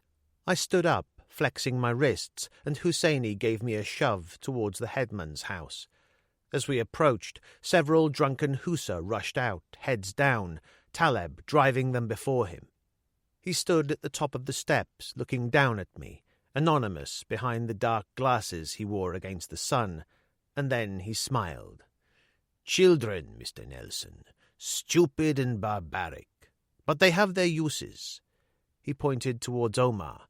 "They're really very good at that sort of work. Obviously. But now we must see about that drink I promised you." And he turned and led the way inside. It was as primitive as one would have expected. No tables or chairs or anything exotic like that. It was obviously the sort of place where people wrapped themselves in a blanket at night and slept in the corner. On the whole, the furniture consisted of a few tattered rugs. Taleb sat on a wooden box against the wall. To one side of him was a doorway into another room, masked by a rush curtain to keep out the flies, as was the front door. He said something to Husseini, who produced a bottle and 2 glasses with alacrity. "You'll join me?" Taleb asked.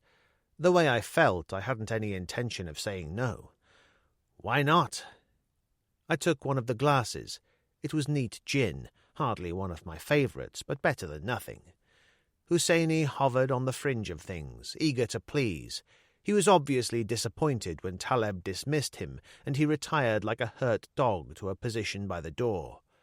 Taleb said, "He would make an excellent valet, Husseini, so eager to please. He has not, I regret to say, enjoyed the most successful of military careers. Doesn't he mind having himself dissected in public? He doesn't understand a word of English, my friend, which means that you and I can get down to more serious matters without any kind of interruption. What about Sister Claire?" "Later," he said firmly. "For the moment she is quite safe, but we have more important matters to discuss. When my Hussar friends took me to this place where they'd left the boat, all we found were dead men. Very sorry, but they did rather bungle the whole business, you must admit." "Gladly." He leaned forward to top up my glass. "So you've moved the boat to another location, which also means that you have managed to raise most of the gold. The Bouvier woman wasn't very forthcoming, but the 2 men who brought her in said the cabins were full of boxes. I said, "One thing puzzles me. How in the hell you turned up here so fast?" "No great trick, Mr. Nelson." He shrugged. "I was in Algiers by noon the day before yesterday. In fact, I was at the mouth of the Khufra estuary waiting for you on the night you came in. Only we didn't come. That must have worried you. You came in the back way. Very commendable. I knew it was possible, of course, but I was told it was a lengthy and rather unpleasant process." He took a cigarette from a silver case and placed it carefully between his lips. Husseini rushed in with an ugly brass lighter that flared like a petrol bomb. Taleb said, "Let's get down to brass tacks, as you English say. You moved the launch, which makes sense, and you must have plotted its position very carefully before leaving, which makes even more sense. Otherwise you could never hope to find it again in this wilderness." The gin was making me feel worse instead of better. I put down my glass and said, "All right, what are you offering?" He frowned. "My dear Mr. Nelson, I don't need to offer you anything." I moved to the window and looked out at the launch. "Is that really the best that the Algerian army can do?" "I don't follow you," he said warily. "Don't you?" I turned to face him. "Well, let me spell it out for you. I knew there was something wrong from the start.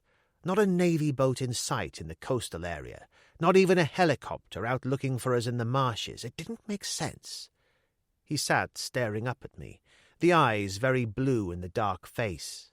I said, "But everything else does. The shabby, broken-down launch, the third-rate officer with a handful of soldiers who's only too anxious to please the great Colonel Taleb, and the hussar to do your throat-cutting for a few packets of cigarettes." "What are you suggesting, Mr. Nelson?" he said calmly. "That you want the whole bloody lot for yourself?" He stood up and went to the window and looked outside for a long moment. When he turned, his face had changed slightly.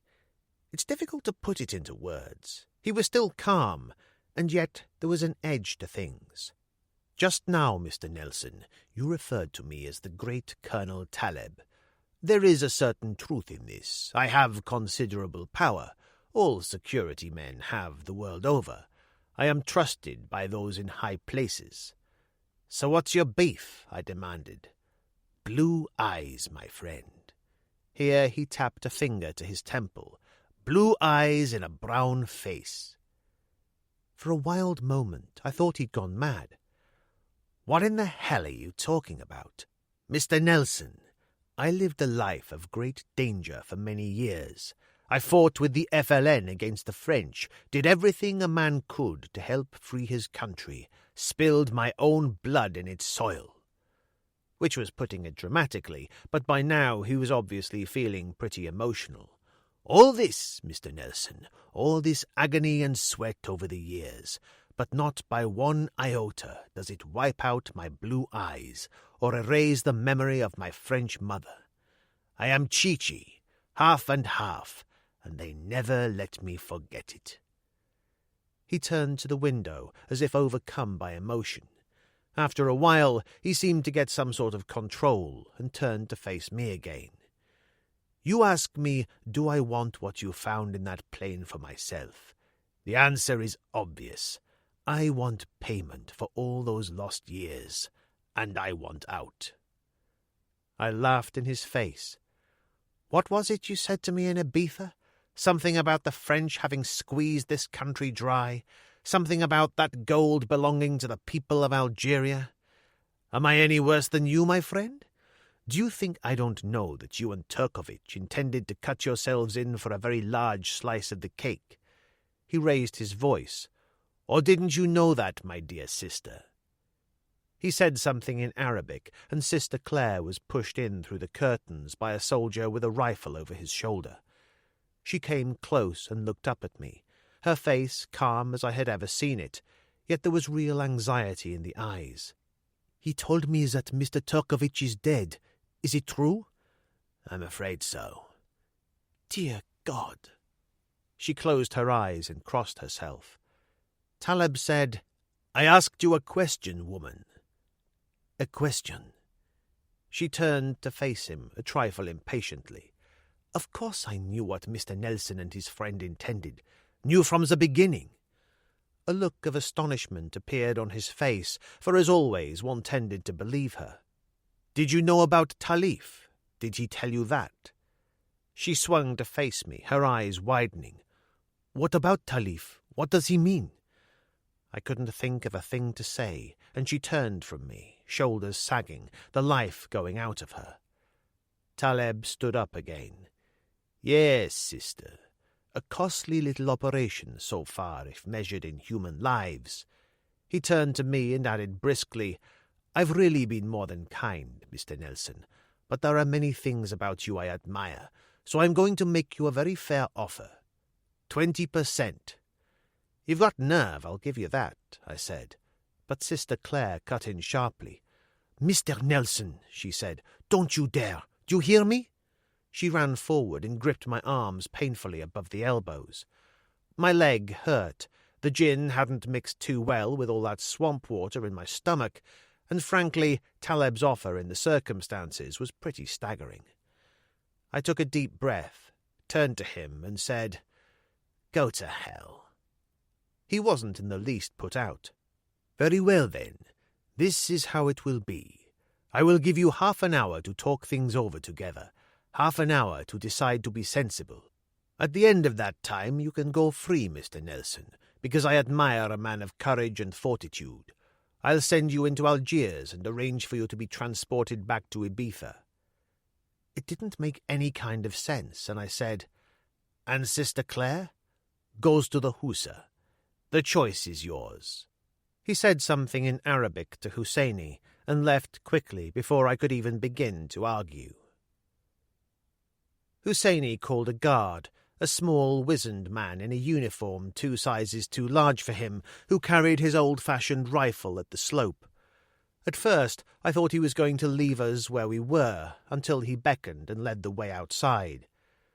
There was a hut, perhaps 20 or 30 yards out from the lagoon, constructed entirely on a foundation of wood pilings, which supported it a couple of feet above the surface of the lagoon.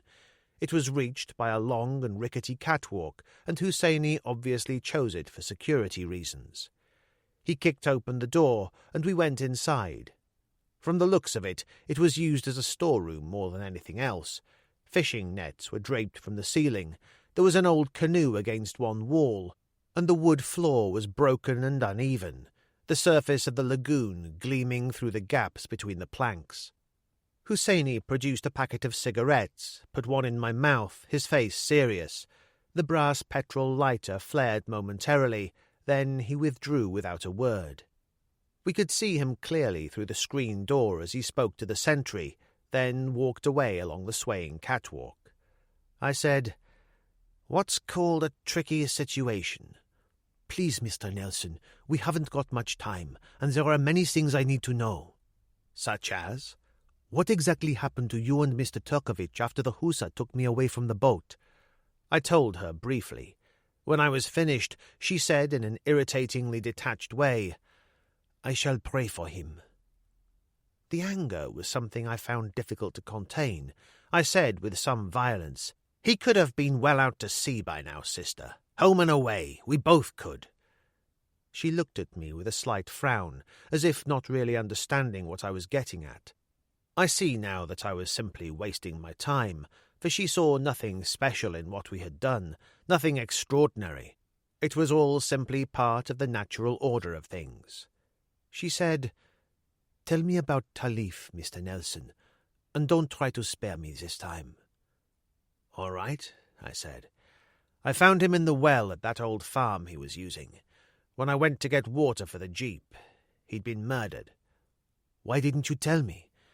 You'd have gone to the police, wouldn't you? She nodded slowly. Yes, that's true. I don't suppose I would have had any other choice. Which would have knocked everything on the head in no uncertain manner. She looked at me in a strangely detached way, through and beyond, if you follow me. Ah, I see now. You had already decided at that point that you wished to... Here she hesitated. help me. Is that how we should put it? How much did you intend to leave me? Half, I said. I see. She sat there, nodding to herself reflectively, and I exploded again. For God's sake, take a good look at yourself for a change instead of stripping other people to the bone. I lost my plane, my livelihood, because I helped you. Did you ever even mention compensation once? She seemed surprised. But we had a contract. You accepted the terms. The money is needed elsewhere, really needed. I thought you understood that. The feeling of utter frustration was fantastic. Look, what did you ever offer Turk and me? A handful of loose change compared to the real size of the pot, and in exchange we were expected to go through hell and high water. We made a bargain, Mr. Nelson, she said stubbornly. The terms were agreed, mutually agreed. I expect you to abide by them. She was talking as though everything was still turning over according to plan. It really was quite astounding. I stared at her in astonishment, unable to think of a single damn thing to say.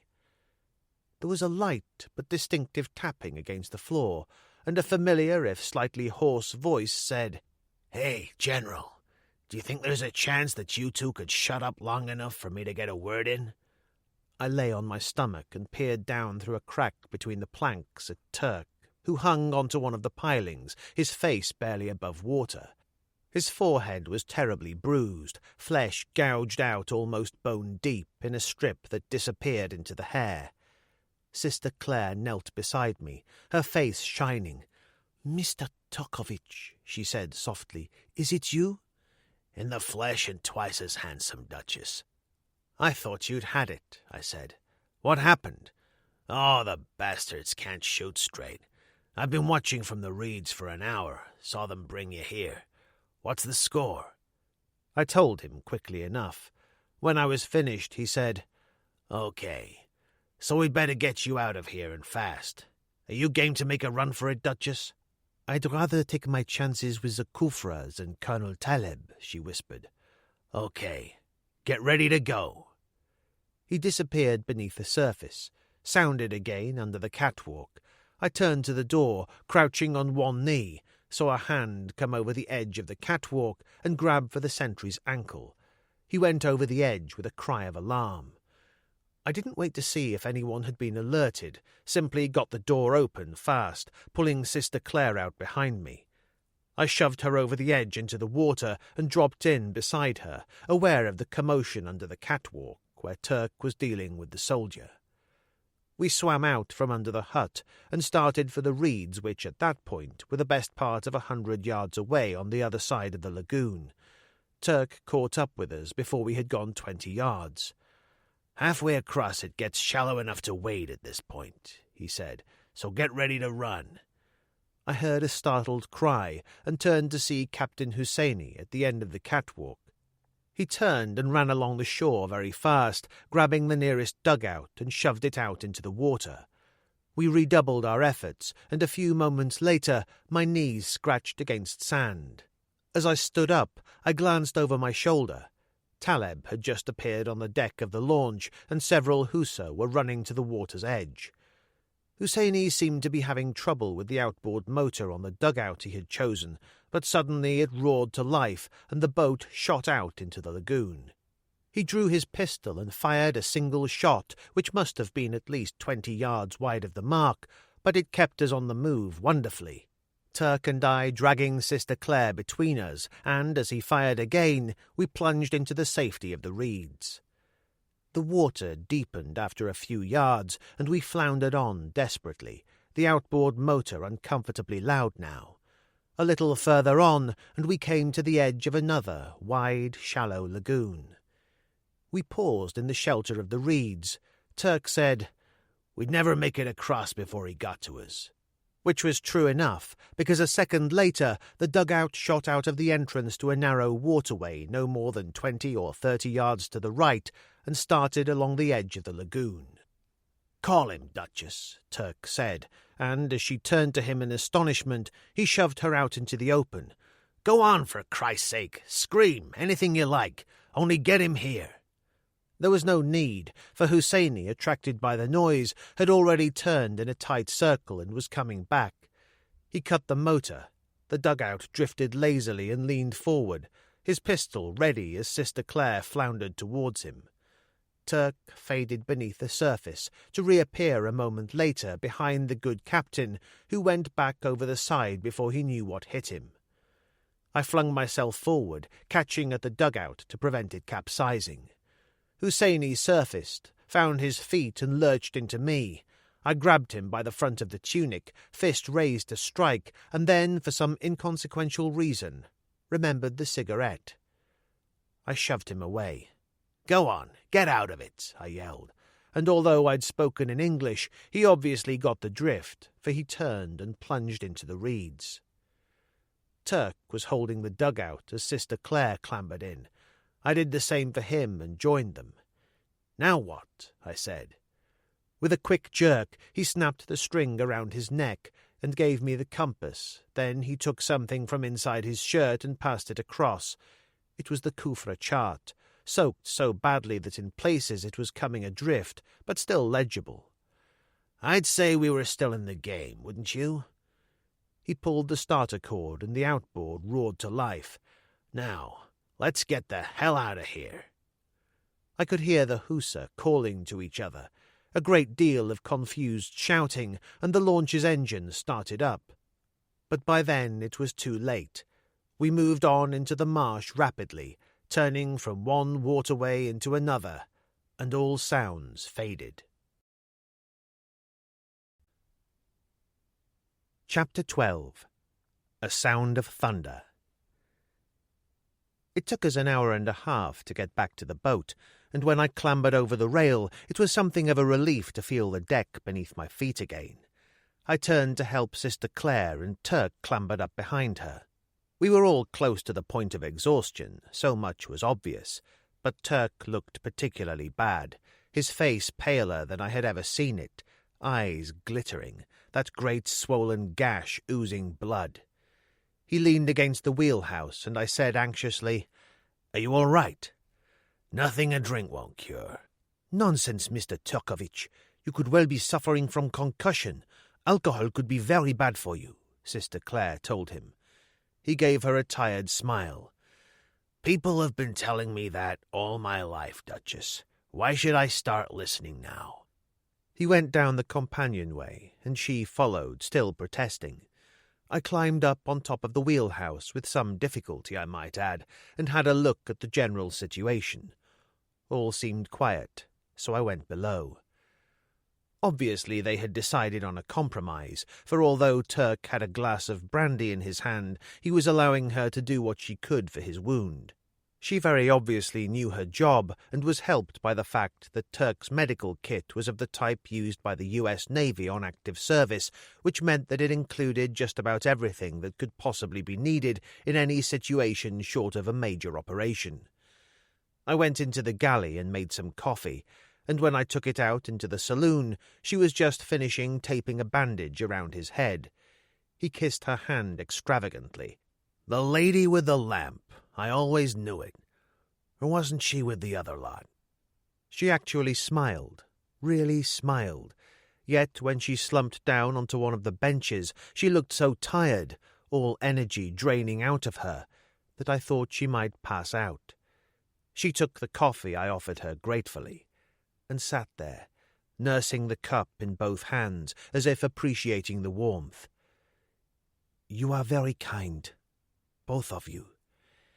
"You mean under the circumstances, don't you?" I said bitterly. Turk frowned. "What is this? What's going on?" "She knows," I said, and reached for the brandy bottle. "Knows what, man?" I looked up at her. "How would you describe it, sister? That we're going to steal half your money?" "No, Mr. Nelson, not mine," she said quietly. "That is something you never seem to have realized from the beginning. Not mine to give, and certainly not yours to take. You asked me once how much the contents of these boxes were worth, Mr. Nelson. You tell me. 1,000 lives saved? 10,000? Suddenly, I couldn't bear to look at her in the face. Not because of any sense of shame or anything like that. It was just that I'd had enough. "Why don't you get off my back?" I said. "I'm tired of being St. Christopher. Try somebody else. Try him." Turk smiled wanly. "Not me, Duchess. All I can do to carry myself these days." She went out. Her cabin door closed. Turk reached across and poured a little more brandy into my glass. "Don't let her get to you, General. If she took you to court, any court, they'd still award you more than she's willing to pay." "I've just never known anybody quite like her," I said. "She's so bloody unreasonable." He yawned. "They always are, aren't they?" "What are you talking about?" "The forsake all others and cling only unto me type. They see the truth, so there's no room for any deviation." "The truth as they see it, you mean?" "That's what I said, General." He yawned again. "Christ, I'm bushed." He pillowed his head on his arms. I sat there, thinking about it, tried closing my eyes myself for a while, but they were hot and burning and refused to stay shut, so I went up on deck. The sky was grey and overcast, and it was still quiet in the heat of the afternoon, the occasional flutter of a bird in the reeds, no more than that. And then, very faintly in the distance, I heard the hussar calling to each other. I went into the wheelhouse and got the field glasses. Then I climbed up on top again and peered out through the camouflage net. I could hear them quite distinctly now, but I couldn't see a thing, and at one point I thought I heard the launch also. It was so still in that great heat that it was difficult to judge sound and distance. As I turned away, something quite unexpected happened. It started to rain. Great, heavy, swollen drops splashing through the camouflage net. Within seconds it had increased into a torrential downpour. I hurried below and shook Turk awake. He looked up at me stupidly. "What's going on?" "It's raining," I said. "The monsoon couldn't do better, and I could hear the hussar, somewhere out there." "Anything else?" "Thought I heard the launch, but I'm not as certain about that." Sister Claire emerged from the cabin in time to hear this last remark. "Trouble?" she inquired. "Nothing we can't handle," Turk told her. "Let's have the chart out here, General." I unfolded it gingerly, and Turk leaned over it. "If we go out the way we came in, we'll be mucking about for hours, and this rain will make things a hell of a sight worse." "What are you suggesting?" "From here to the Khufra estuary is a clear run, half an hour at the most, and straight out to sea through the Narrows. If we move fast enough, we'll be to hell and gone while Taleb and his boys are still combing the marshes for us. What do you think?" It made sense, every kind of sense, to make a run for it before the opposition realized what was happening, and the rain would help rather than hinder, providing the right kind of dirty weather for the run out to sea. "Sounds fine to me," I said. "Then what are we waiting for?" Turk throttled back until the engine was little more than a low murmur, but we still made good time, in spite of the fact that the rain by now was so heavy that visibility was reduced to a few yards. Sister Claire had stayed below. It was a difficult situation now, to put it mildly, and I suggested as much to Turk. "For God's sake," he said, "she wouldn't even be here now if it wasn't for us. We went back for her, didn't we?" Which was true enough, and in any case there were more important things to think of at the moment. I busied myself at the chart, checking the course thoroughly. "How's it look?" he asked me when I'd finished. "Straight up and down, as long as you're right about the estuary. You'd better be. We wouldn't last very long in a punch-up, with nothing left to fight with." "That's what you think," he said. "Run your hand under the chart table." I did as he suggested and found a revolver secured by a metal clip, a Smith & Wesson .38, fully loaded. "Is this all? 2 seconds ago you had nothing. Don't knock it, General. It's loaded with Magnum bullets, and there's a box of them in the drawer under the charts. One of those babies will stop a car engine." "And which sales pamphlet did you read that in?" "Stick with me," he said. "We're going to make it, I promise you. You'll live forever and die rich. Now take over the wheel. I want to go below." In spite of his apparent good spirits, he seemed tired, and he certainly looked terrible. Strange, but as I stood there alone at the wheel in the mist and rain, I was reminded of him as he had been when I'd first met him. So extraordinarily self-contained, so sure of himself, so much his own man. Or had all that quite simply been an illusion? The door opened, and Sister Claire came in. She was wearing the sou'wester and yellow oilskin again against the rain, and carried a tray covered with a cloth. There was coffee underneath, and sandwiches. "Just what the doctor ordered," I said brightly. But she didn't respond, and looked out of the window into the rain. "Is it far now to the estuary?" 10 or 15 minutes, that's all." "Where's Turk?" "In his cabin. The door was open as I went by. He was having a fix." She didn't sound exactly enthusiastic, so I said, "If it keeps him going, then that's all right. You said something like that yourself when we started out. I'd say he's done rather well under the circumstances." "Undoubtedly," she said. "You both have.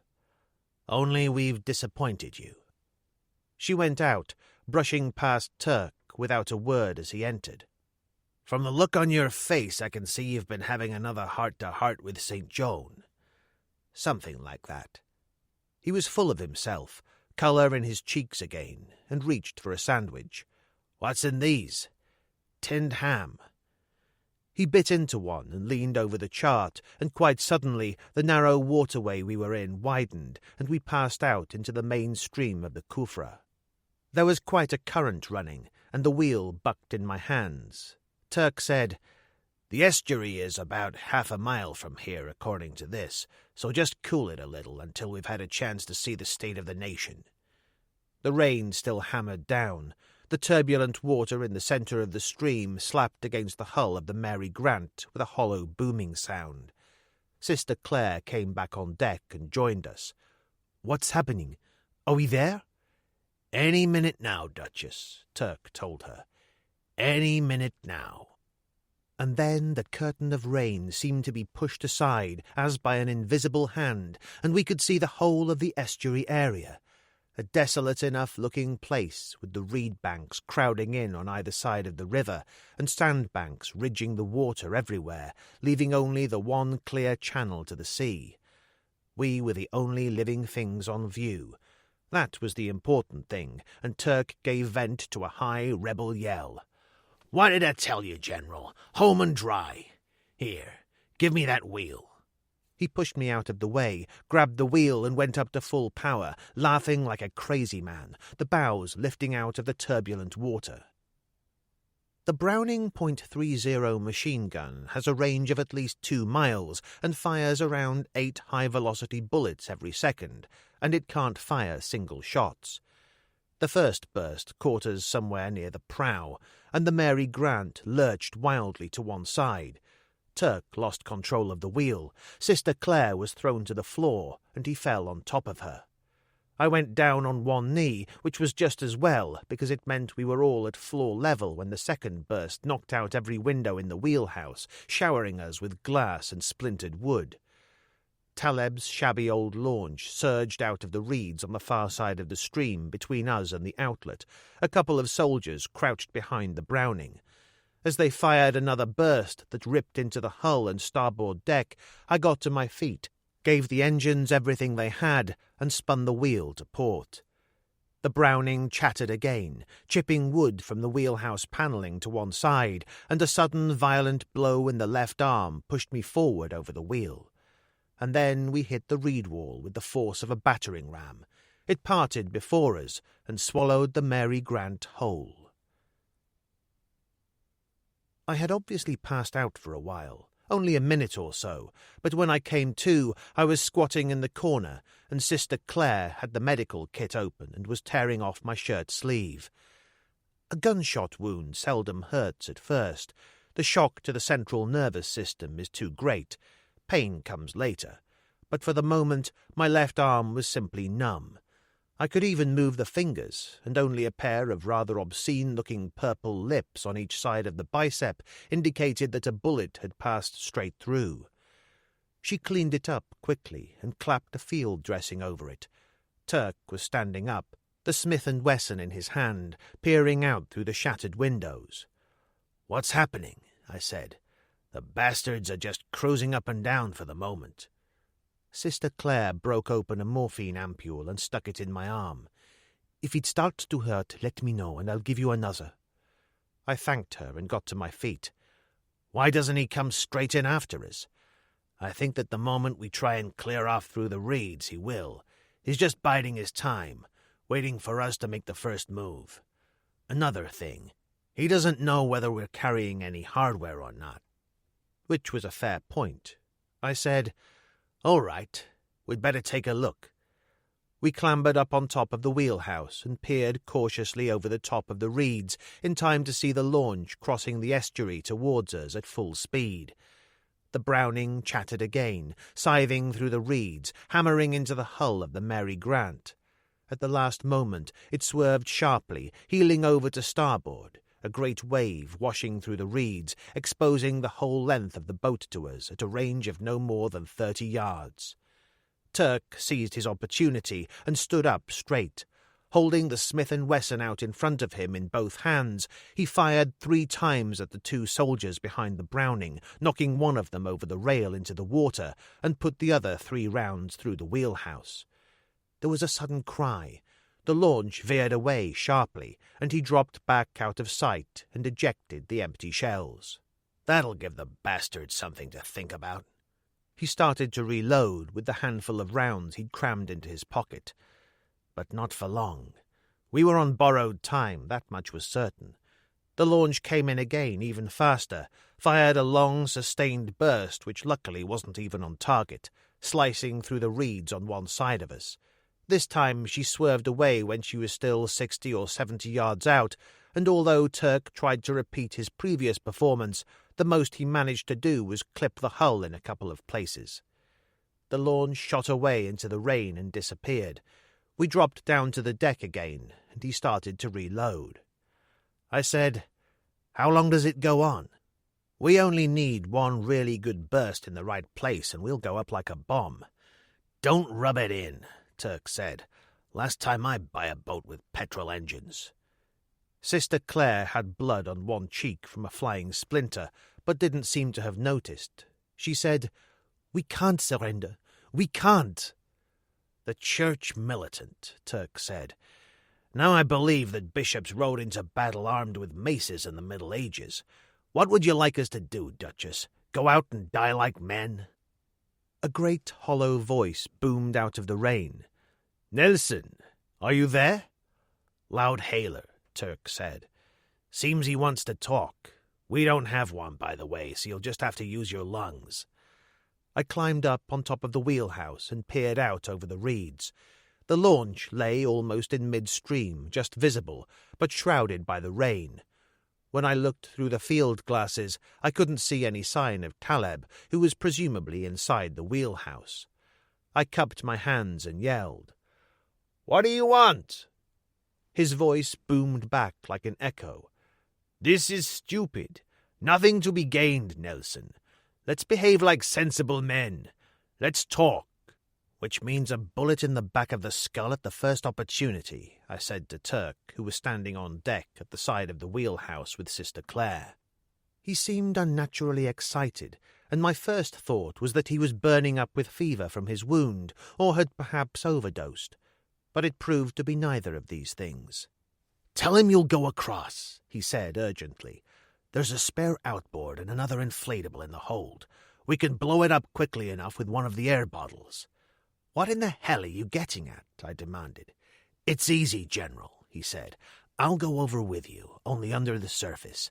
While you have a nice serious chat with our Algerian friend, I'll stick a lump of that AR-17 plastic explosive I showed you to the keel. Add one of those chemical fuses, and I guarantee that baby will go down like a stone." "And what if he decides to hang on to me?" I demanded.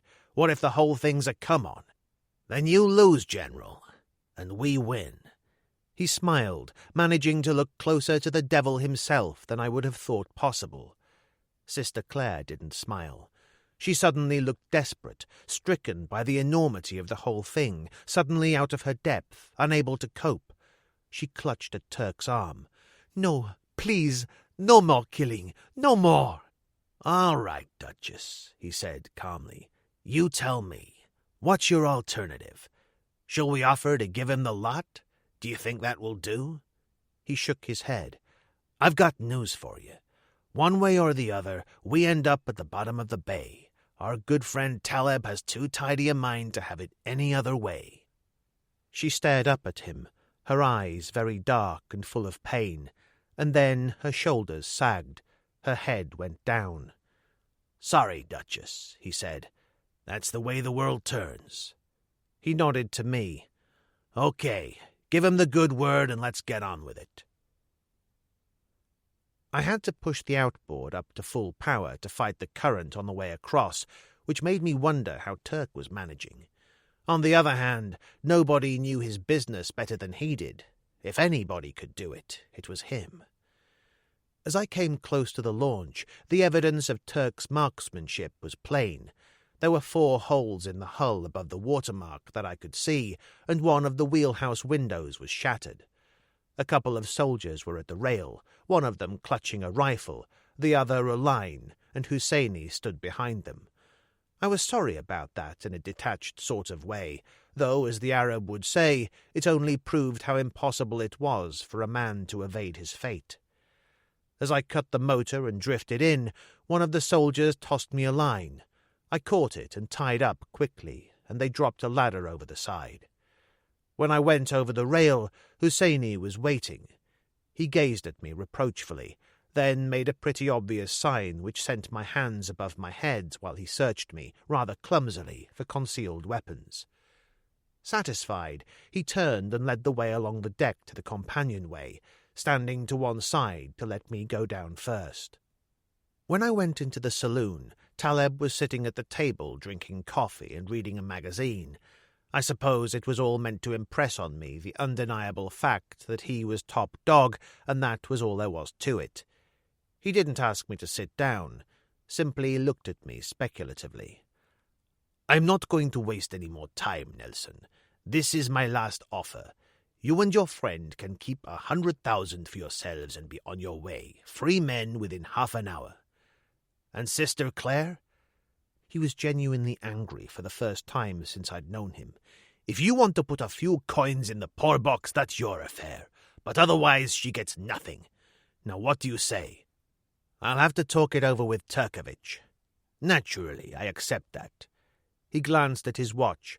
"I'll give you 15 minutes to make up your mind." I said, "That hardly gives me enough time to get back." "Then you'd better get moving, hadn't you?" he observed. 15 minutes, Nelson. Then I come in, guns blazing." "You'll blow us sky high if you do and lose everything," I said. "We've got petrol engines." "I'll take that chance." He poured himself some more coffee, dismissing me, and I went back up on deck, followed by Husseini. There was obviously no point in hanging around, so I went straight over the side, started the outboard, and turned for home. The current seemed stronger somehow, and it took longer for me to reach the reeds, or perhaps that was only my imagination. But I finally made it and bumped against the side of the Mary Grant again. Sister Claire reached down to help me over the rail. "Any sign of Turk?" I asked her. She shook her head. "I've been watching from the top of the wheelhouse with the field glasses, but I haven't seen a thing. What happened?" "He offered to let Turk and me share 100,000 and the chance of a fresh, clean start in life." "And me?" she demanded. "I'm afraid he seems to have forgotten all about you, sister." She didn't like that, but by now I was getting anxious and climbed up on top of the wheelhouse to review the situation. Sister Claire clambered up beside me. The launch was still in the same position, straining at the anchor. One of the soldiers was behind the Browning machine gun. The other stood talking to Husseini at the rail. I'll never know what went wrong, but suddenly Turk sounded right underneath them, grabbing at the bottom rung of the ladder. The most likely explanation would seem to be that he ran out of air, or perhaps it was the drugs or his wound that caused the trouble. In any event, Husseini, moving with commendable speed for a third-rater who was never going to get anywhere, was down the ladder in a flash and secured a grasp on Turk's harness. They got him out of the water and over the rail, and when they finally dragged him to his feet between them, he was minus his aqualung. Taleb came out on deck at that moment and joined them. "Oh, dear God in heaven," Sister Claire whispered. I focused the glasses, and Turk's emaciated face jumped out at me for the last time. He was actually laughing, head thrown back, when Taleb pulled out an automatic and shot him at point-blank range. With a sound of thunder, the launch seemed to be blown clear out of the water. Pieces of the hull and deck were tossed hundreds of yards through the air. There was suddenly a dense pall of black smoke rolling across the water. And then a sudden eddy of wind from the sea pushed it to one side, and I saw the launch had entirely disappeared.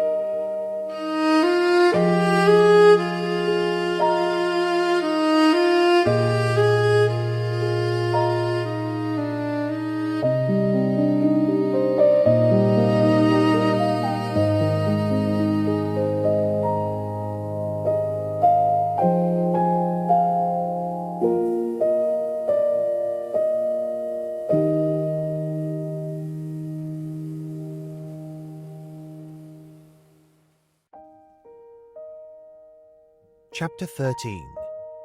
Rough Weather. I dropped to the deck and ran into the wheelhouse, cursing like a madman. It was the work of a moment to start the engines, and I reversed out of the reeds into the stream and spun the wheel. There was wreckage everywhere, much of it being carried away fast by the current out in the channel. We came across one body, or to be more accurate, part of one, a soldier by the uniform, but nothing else. Sister Claire crouched over the rail, peering into the smoke which still clung to the surface of the water. I leaned out of the window and said, "It's no good. At the range Taleb shot him, he was probably dead before the explosion." She waved a hand for me to be quiet. "One moment.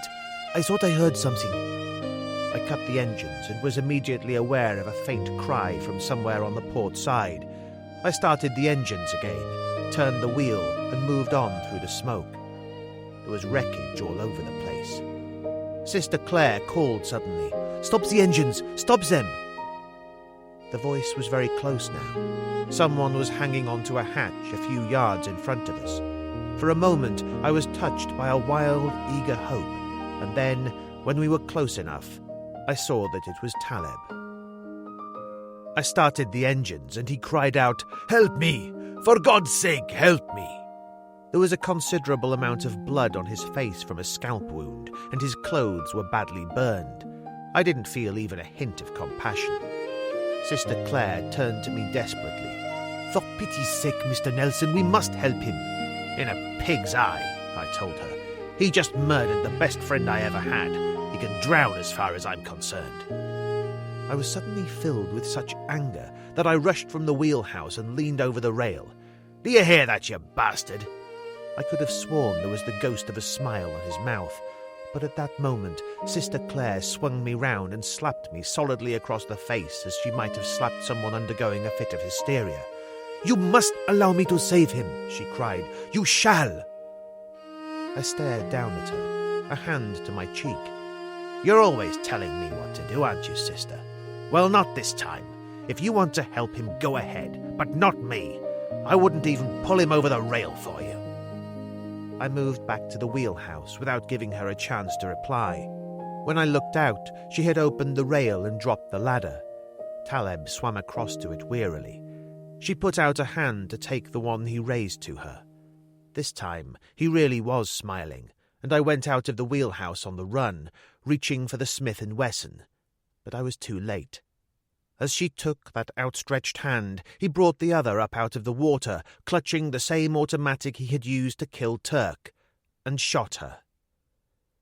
She was thrown back by the violence of the blow, and he dropped into the water again. As I reached the gap in the rail and levelled the Smith & Wesson, he actually laughed at me. When I pulled the trigger, there was only a hollow click, and so great was my rage that I threw it at him, catching him between the eyes. He slipped beneath the surface, one hand clutching at air briefly. Then that, too, disappeared. I carried her below and laid her out on the bunk. Her eyes were closed, face very white, so that for a moment I thought she was dead, which didn't surprise me when I pushed up her sweater and saw that the wound was just below the left breast and there was no exit hole. Quite suddenly her eyelids fluttered. She smiled faintly. "How bad is it, Mr. Nelson?" "Bad enough." What really worried me was the absence of external bleeding, but I wasn't going to tell her that. "You need a doctor without too much delay." "There are doctors in Ibiza." "A lot quicker to try one of the Algerian coastal towns." "You know what that would mean." She shook her head. 12 hours to Ibiza. If you give me morphine, I'll sleep for most of the trip." "Please, Mr. Nelson." She reached out and clutched my hand tightly. "We have a contract, or had you forgotten?" She eased back, eyes closing. $10,000 was the sum mentioned. "Still wanting your own way right to the bitter end." I tried to release my hand. She held on tight, and the eyelids fluttered again. "Ibiza, promise me." "All right," I said. "You win. Now lie still while I fix you up." Not that there was much that I could do. I got out the medical kit and taped a sterile dressing over the wound. Then I gave her a morphine shot. A lot of the strain went out of her then, and she looked extraordinarily peaceful. So I covered her with blankets, tied a sheet around the bunk to hold her in place, and went up on deck. It was still raining hard, and the Mary Grant had floated in against the reeds along with a considerable amount of wreckage. There was really no time to be lost now. She had said 12 hours to Ibiza. I would have to see what could be done about that. I started the engines, moved into midstream, and the current pulled us out through the estuary. It was worse than it had been on the way in. Heavy, driving rain with winds about force 5 or 6, although this was a pure estimate on my part, for when I tried to get a weather report on the radio, I found that it had been smashed by a stray bullet. It was uncomfortable enough in the wheelhouse with the rain driving in through the empty windows, and I was soon soaked to the skin in spite of the yellow oilskin coat and sou'wester that I found in one of the lockers. Under the charts was another of Turk's bottles, the usual rot-gut, cheap Spanish brandy, but it helped with the cold, and I was going to need something to get me through the hours which lay ahead. That much was obvious. The navigation lights were still working, which was something of a surprise, and so were the deck lights. I switched them all on as dusk fell. It made me feel less lonely. It was a queer, mad feeling out there alone under that darkening sky. The woman dying or close to it, Taleb lying in the mud at the bottom of the Khufra, and Turk. But that would not bear thinking of. Once in Vietnam, I was being decorated at an award ceremony by some general in from Washington for a sightseeing tour. After pinning the DFC and the Vietnamese Cross of Valor on my manly chest, I heard him ask the squadron commander what I'd done. He told him I'd bailed out twice at 20,000 feet after being hit by ground-to-air missiles. The general turned, clapped me on both arms, and said with considerable respect, "Well, I'll say one thing for you, Nelson. You must be one hell of a survivor." Now I was beginning to wonder whether the ability to survive was enough, had ever been enough. I must have stayed up there at least 3 hours the first time before putting the boat on automatic pilot and going below to see how she was. She seemed peaceful enough in spite of the slapping of the waves against the hull. I went into the galley and made some more coffee and tried to thaw out for a while, but the pounding against the hull seemed to get worse, so I went back up on deck and took the wheel again. Once I saw the red and green navigation lights of a steamer a mile or so to starboard, and for a wild moment thought of turning towards it, but the lights disappeared almost instantly in a drift of rain. The Mary Grant ploughed on into the darkness. There was a really heavy swell running now, spray dashing in through the shattered windows of the wheelhouse with considerable force, but those magnificent Penta engines didn't falter for a moment. I stuck it out manfully for another couple of hours, but by then I'd been standing so long that my leg was really hurting, and the arm didn't feel too good either. I put the automatic pilot in charge again and went below.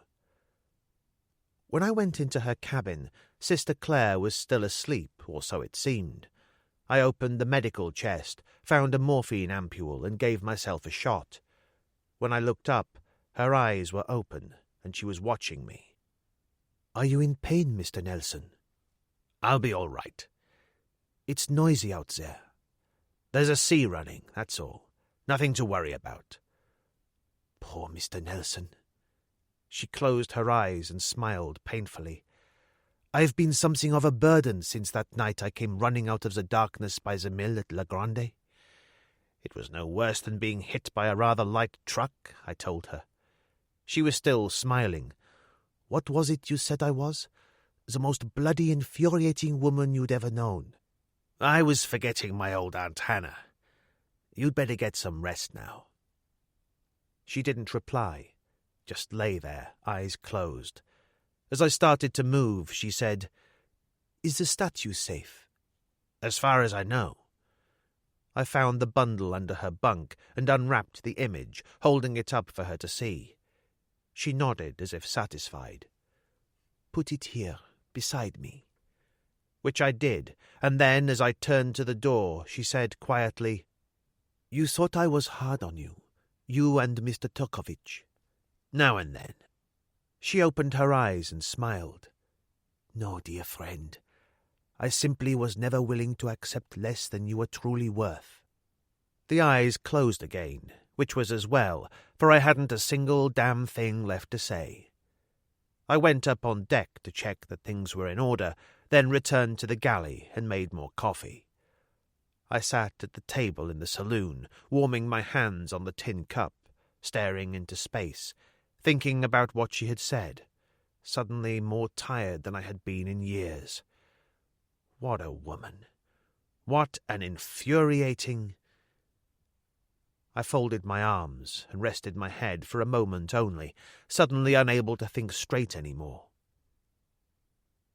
She was calling to me, insistently.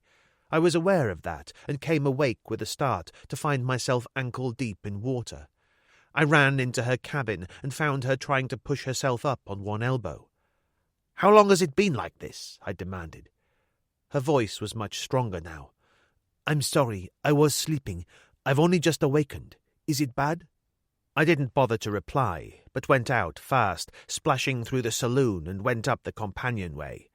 From the quality of the light, I judged it to be about 5 a.m., which meant that I had slept for at least 4 hours. It was no longer raining, but we were running through sea fog so thick that visibility was reduced to a few yards. The Mary Grant was rolling sluggishly, that much was self-evident, and her speed was greatly reduced. I went into the wheelhouse, found a torch, and went down to the engine room. There was water everywhere, just as in the saloon, welling up out of the metal hatch, giving access to the scuppers. The main pump was electric, which was something. I got it going, then went up on deck to see what was happening. When I looked over the side, a heavy stream of discoloured water was being forced through the outlet pipe. I returned to the wheelhouse and consulted the chart. We had to be close to home now, but there was no way of knowing with any accuracy because of the fog, and our speed had obviously suffered drastically during the past hour or two. In other circumstances I would have kept right on going, straight into Ibiza harbour, but the way things looked now, it seemed that we might be lucky to make Formentera. The boat was moving much less sluggishly, and when I took the helm, she answered reasonably well. I altered course a couple of points and went down to the engine room.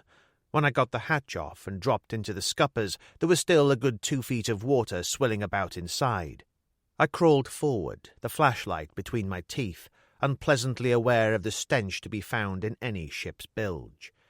The trouble was plain to see when I reached the bows, for there was a whole series of ragged bullet holes in the hull at this point, and each time she dipped, water poured through in a series of jets. As I started to withdraw, the Mary Grant lifted across a big one and plunged down again. The water level rose suddenly, passing right over my head. I have never known such fear, and yet as I scrambled back desperately, it was not myself I was thinking about, but of Sister Claire and what would befall her if anything happened to me. The water receded into the stern as the prow lifted to the next wave, and I scrambled through the hatch while the going was good. When I went back down to the saloon, there seemed to be just as much water about as before, which didn't look healthy. When I went into the cabin, she was slightly on her side, face turned towards the door. "How is it?" she said. "Fine. Nothing to worry about. A slight leak, but nothing the pumps can't handle. We'll be landing soon, I promise you." "I know we will, Mr. Nelson. I have every confidence in you." She smiled calmly and lay back. I went up on deck. The fog seemed to be lifting a little, and we were still moving on, but sluggishly again. It seemed obvious that the electric pump couldn't handle the situation. There was a hand pump in the stern, as I remembered.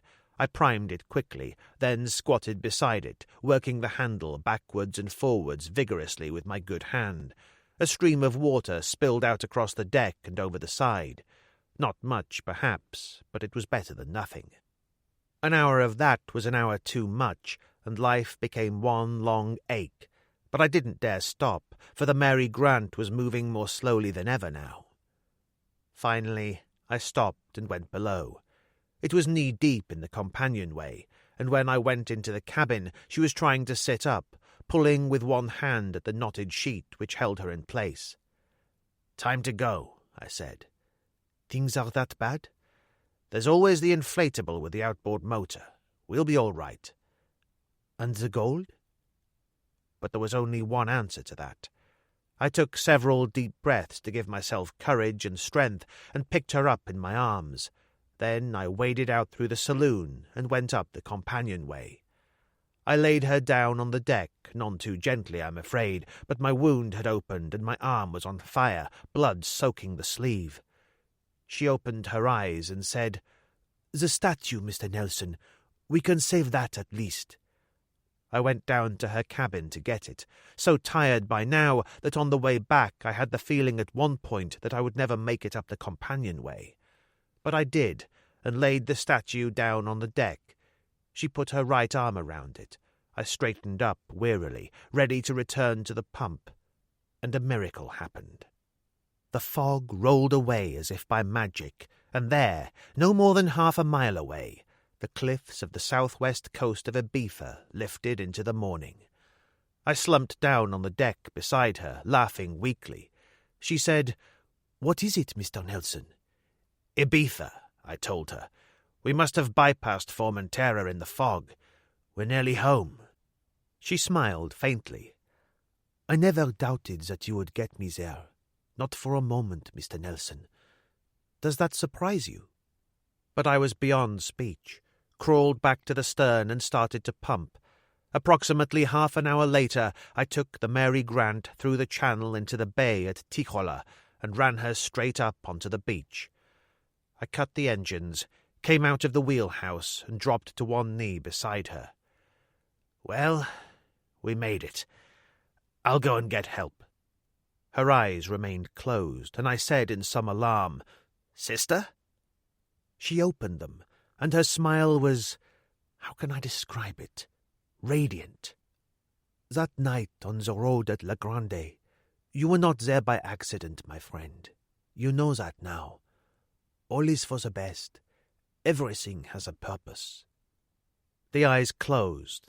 I left her there, jumped down from the prow to the beach, and started to run toward some fishermen mending nets at the other end of the beach, shouting hoarsely.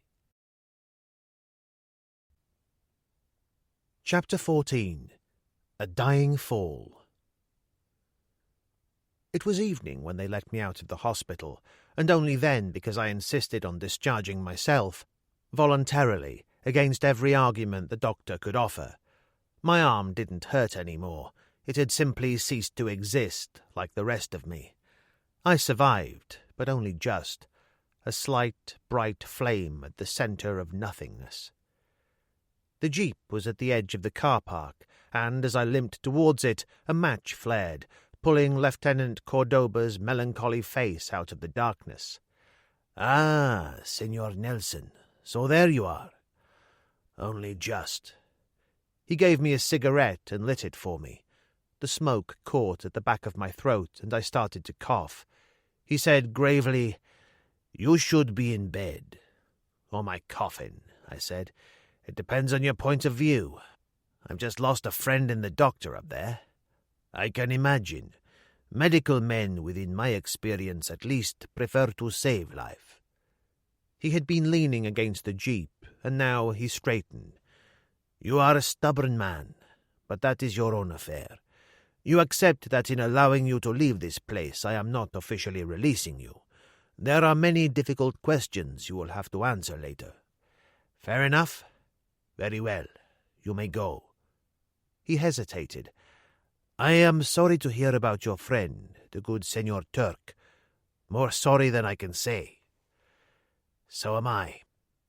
"Are you sure you will be able to drive?" "I don't see why not." I got behind the wheel and took my arm out of the sling. I flexed my hand for a moment, then switched on the engine. It was a fine night, with the moon rising all the way out and along the coast past the mill at La Grande where it had all started, only this time I didn't stop. When I reached the gates of the Villa Rose, old José appeared as usual with the Alsatian snapping playfully through the bars. The old man showed no particular surprise at seeing me, simply nodded and went back inside his hut and operated the gates. Carlo, when he opened the front door and found me standing there, was not only astonished, but showed it. "Senor Nelson," he said stupidly. "As you can see, the dead walk," I told him. "Is she at home?" I didn't wait to be asked, simply brushed past him and went inside. There was no sign of Lily in the salon, and I went up the stairway and out through the French window to the terrace. I called, "Hey, Lily, where are you?" And then I saw her, down at the point on the small terrace above the bay. I went down the marble steps on rubber legs and drifted through the garden towards her, or so it seemed. She had turned from looking out to sea and stood facing me, in the most incredibly transparent dress of midnight blue, the long dark hair flowing to the shoulders, a tall cool glass in her left hand. Dear Lily, Darling Lily, every man's dream woman, a beautiful fantasy, and I suddenly wondered if she'd ever really existed at all. "Jack?" she said, in a strange, high-pitched voice. "As ever was, Angel. Home is the sailor from the sea." She tossed her glass over the terrace with a quick, dramatic gesture to smash on the rocks below, and floated towards me until she was close enough for me to smell the rich perfume, see the shadow of the naked breasts under that fantastic dress. "You're hurt, lover. Your arm." I glanced down at the sling and held her off with my good arm. "Turk's had it, Lily," I said simply. The mouth went slack. There was a strange, wild look in her eyes. "Dead," she said. "Turk. And Taleb, the good colonel. He's feeding the fish too." Things were beginning to blur a little at the edges, and I had to breathe rather deeply to stop myself from falling down. Her voice was the merest whisper when she said, "And Sister Claire?" "Oh, she died in hospital about 2 hours ago." She turned away, clutching at the balustrade as if overcome. It was a good performance. I said quietly, "Why did you do it, Lily? Why did you sell us out?" And she didn't attempt to deny it, not for a moment. That was the strangest thing of all. "How did you know?" she said dully. "The way Taleb's boys managed to get in here so easily to grab Sister Claire that night never did make much sense to me. Not when one considers that highly expensive electronic warning system you had fitted round the walls. I've been known to switch it off when I'm expecting company. The right company, Lily." I shook my head. "It had to be you. There was no other explanation. I saw Taleb in Zaza. He admitted to me himself that he knew we'd left, knew when to expect us. In fact, the night we were due to arrive, he was waiting for us at the mouth of the Khufra. As it happens, we went in by a much more difficult back route. The one thing we hadn't mentioned in front of you, Lily. I didn't know about it myself until Turk told me when we were closing in on the Algerian coast." "That doesn't prove a thing." "No, that's true. On the other hand, you did know we were going to be somewhere in the vicinity of Zaza, which was exactly where Taleb showed. Something of a coincidence when you consider he had 10,000 square miles of the Khufra to play with." There was a kind of animal growl behind me. I thought it was the Alsatian, but when I turned it was only Carl getting ready to spring. Lily shook her head and said quietly, "No, leave it." It was a measure of her power over him that he did exactly that, and she went to the drinks trolley and poured a rather large measure of gin into a fresh glass. "All right, lover. So what? You can't prove a thing." "Oh, I accept that," I said. "But maybe that doesn't matter. Maybe the only important thing in the final analysis is that I know. How did it happen, Lily? How did you get together?" "He turned up here at the gate, asking to see me that first night you brought her here, just after you'd left. God, but he was a cool one. Said he just wanted a chat. And you listened. He offered me $200,000 if I'd help him. And you fell for it." I suppose my astonishment showed, for there was something here that I didn't understand. "Come off it, Lily. You used to get more than that for a single movie." "I'm glad you used the past tense," she said. "If you want it straight, I'm up to my ears in debt. Anything I own in the States is in hock to the government for back taxes. And that last movie I made, that Italian stinkeroo that sank without trace, I haven't seen a single dollar bill on that little item. I was only in for a percentage on profits, and there haven't been any.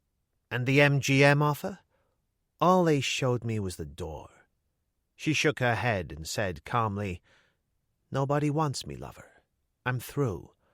All washed up, as they say in the movies." She went very still. "What in the hell are you getting at?" You stupid, selfish bitch," I said. "Do you know what's wrong with you? You've been playing a part for so long you don't know what's real anymore." She was angry now. No, more than that, terrified. "You shut your mouth and get out of here. Was I any worse than you and the Turk? You were really going to take that stupid kid to the cleaners between you, or are you going to deny that? Turk, Sister Claire, Taleb. All dead, Lily, I said. This is for real. This is happening. This time, it isn't just a rerun of one of your old movies. When the warder closes the gate on you, the cell won't go away when somebody shouts cut. Carlo! She screamed.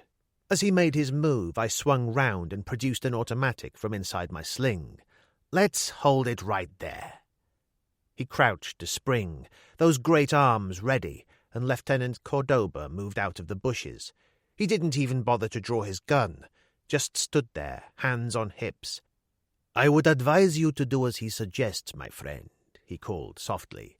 Then he took a whistle from his pocket and blew it. I said to Lily, He's with me, I'm afraid. Came in the back of the jeep. Didn't they handle it that way in a movie you made about 15 years ago? Carlo didn't make a sound, simply launched himself at me. I was tired, but not too tired to get out of the way fast, and he went straight over the balustrade in a shallow dive to the rocks below. It didn't have the slightest effect on Lily, or what followed when police vehicles crunched to a halt in the gravel of the drive and reinforcements arrived on the run. She looked at me in bewilderment. Jack, lover, what am I going to do? Oh, you'll get by, I said. The Spaniards don't like to lean on women, and I can just see you in black when you take the stand. They'll love you. You bastard, she said. A couple of years, maybe less. You'll be back in the movies before you know it, because this time they'll want you, sweetheart. You'll be news again. She tried to get at me, fingers hooked for my eyes, every unprintable word I'd ever heard coming straight up from the sewer. It took Cordoba and 3 of his men to hold her. She was still screaming as I got into the jeep and drove away. The little church was on the outskirts of Ibiza, overlooking the sea. When I went in, it was very quiet, and there was a blaze of candles down by the altar. The coffin was on a trestle, and Claire Bouvier lay inside, eyes closed, hands folded on the breast. They had dressed her in the nun's habit again. She looked very peaceful. The statue of Our Lady of Tizi Benu stood on a small table at the head of the coffin, candles flickering in front of it, and 6 nuns of the Order of the Little Sisters of Pity kept vigil, kneeling in prayer at the altar rail. I stood looking down at her for a while. As I say, she looked very peaceful, and I was reminded of that olive grove in the sunshine when she had told me the whole story. And then I remembered something else, that sentimentality was something she'd never had any time for, which meant that she certainly wouldn't have approved of me standing here like this. I turned to go, and a priest came out of the vestry quietly. He walked towards the altar, paused, then came towards me. Mr. Nelson? He had an Irish accent, Belfast from the sound of it. That's right. I thought so. You were pointed out to me at the hospital. He held out his hand. I am Monsignor Cathal O'Brien. They flew me in from Barcelona this morning. I'm acting for the Vatican in this matter. I liked him, and not for any better reason than the fact that he looked as if he'd once been a useful light heavyweight boxer, and his nose had been broken a couple of times. He put a hand on the head of Our Lady of Tizi Benu very lightly, and his face softened. Isn't this the most incredible thing you ever did see, Mr. Nelson? A wonderful testament of faith. Actually, it was made by the great Saracen silversmith Amor Khalif during the 11th century, I told him. And why not? He demanded. The last time I commissioned a church, I used a Jewish architect. He took a hand out of his pocket. Here, I've got something for you. Sister Claire wanted you to have it. I looked down at the medal of St. Martin de Porres on its silver chain. You mean you saw her before she died? I was with her to the end. She spoke very highly of you, Mr. Nelson. And there is one other matter, something she was most insistent on. It seems we owe you the sum of $10,000. I said slowly, It doesn't matter. I don't want it. I'm afraid I've no choice, Mr. Nelson. As I say, she was most insistent. She made me give her my solemn promise that the matter would be attended to in accordance with her wishes. I got the impression that she looked upon it as a matter of honour. We had a contract, I said. So I understand, he smiled. Anyway, if you'll leave me your address. I went out and walked past the jeep to the low wall on the other side of the road. The moonlight glittered on the sea. A small wind ruffled my hair, and I suddenly felt more alone than I'd ever done in my life before. A matter of honour. My God, what a woman! What an infuriating, single-minded, pig-headed, wonderful woman! One thing was certain. Everything was changed, as she had once said. Nothing would ever be the same again. A cloud passed across the face of the moon. I was suddenly cold, and my leg was beginning to hurt. Very carefully, I stowed the medal and chain away in my breast pocket, then turned and walked back to the jeep. That was The Khufra Run by Jack Higgins, read by Malk Williams, produced by White House Sound. This has been an audiobook from HarperCollins. Text copyright 1972. Production copyright 2019 by HarperCollins Publishers. All rights reserved. Jack Higgins asserts the moral right to be identified as the author of this work. Thank you for listening.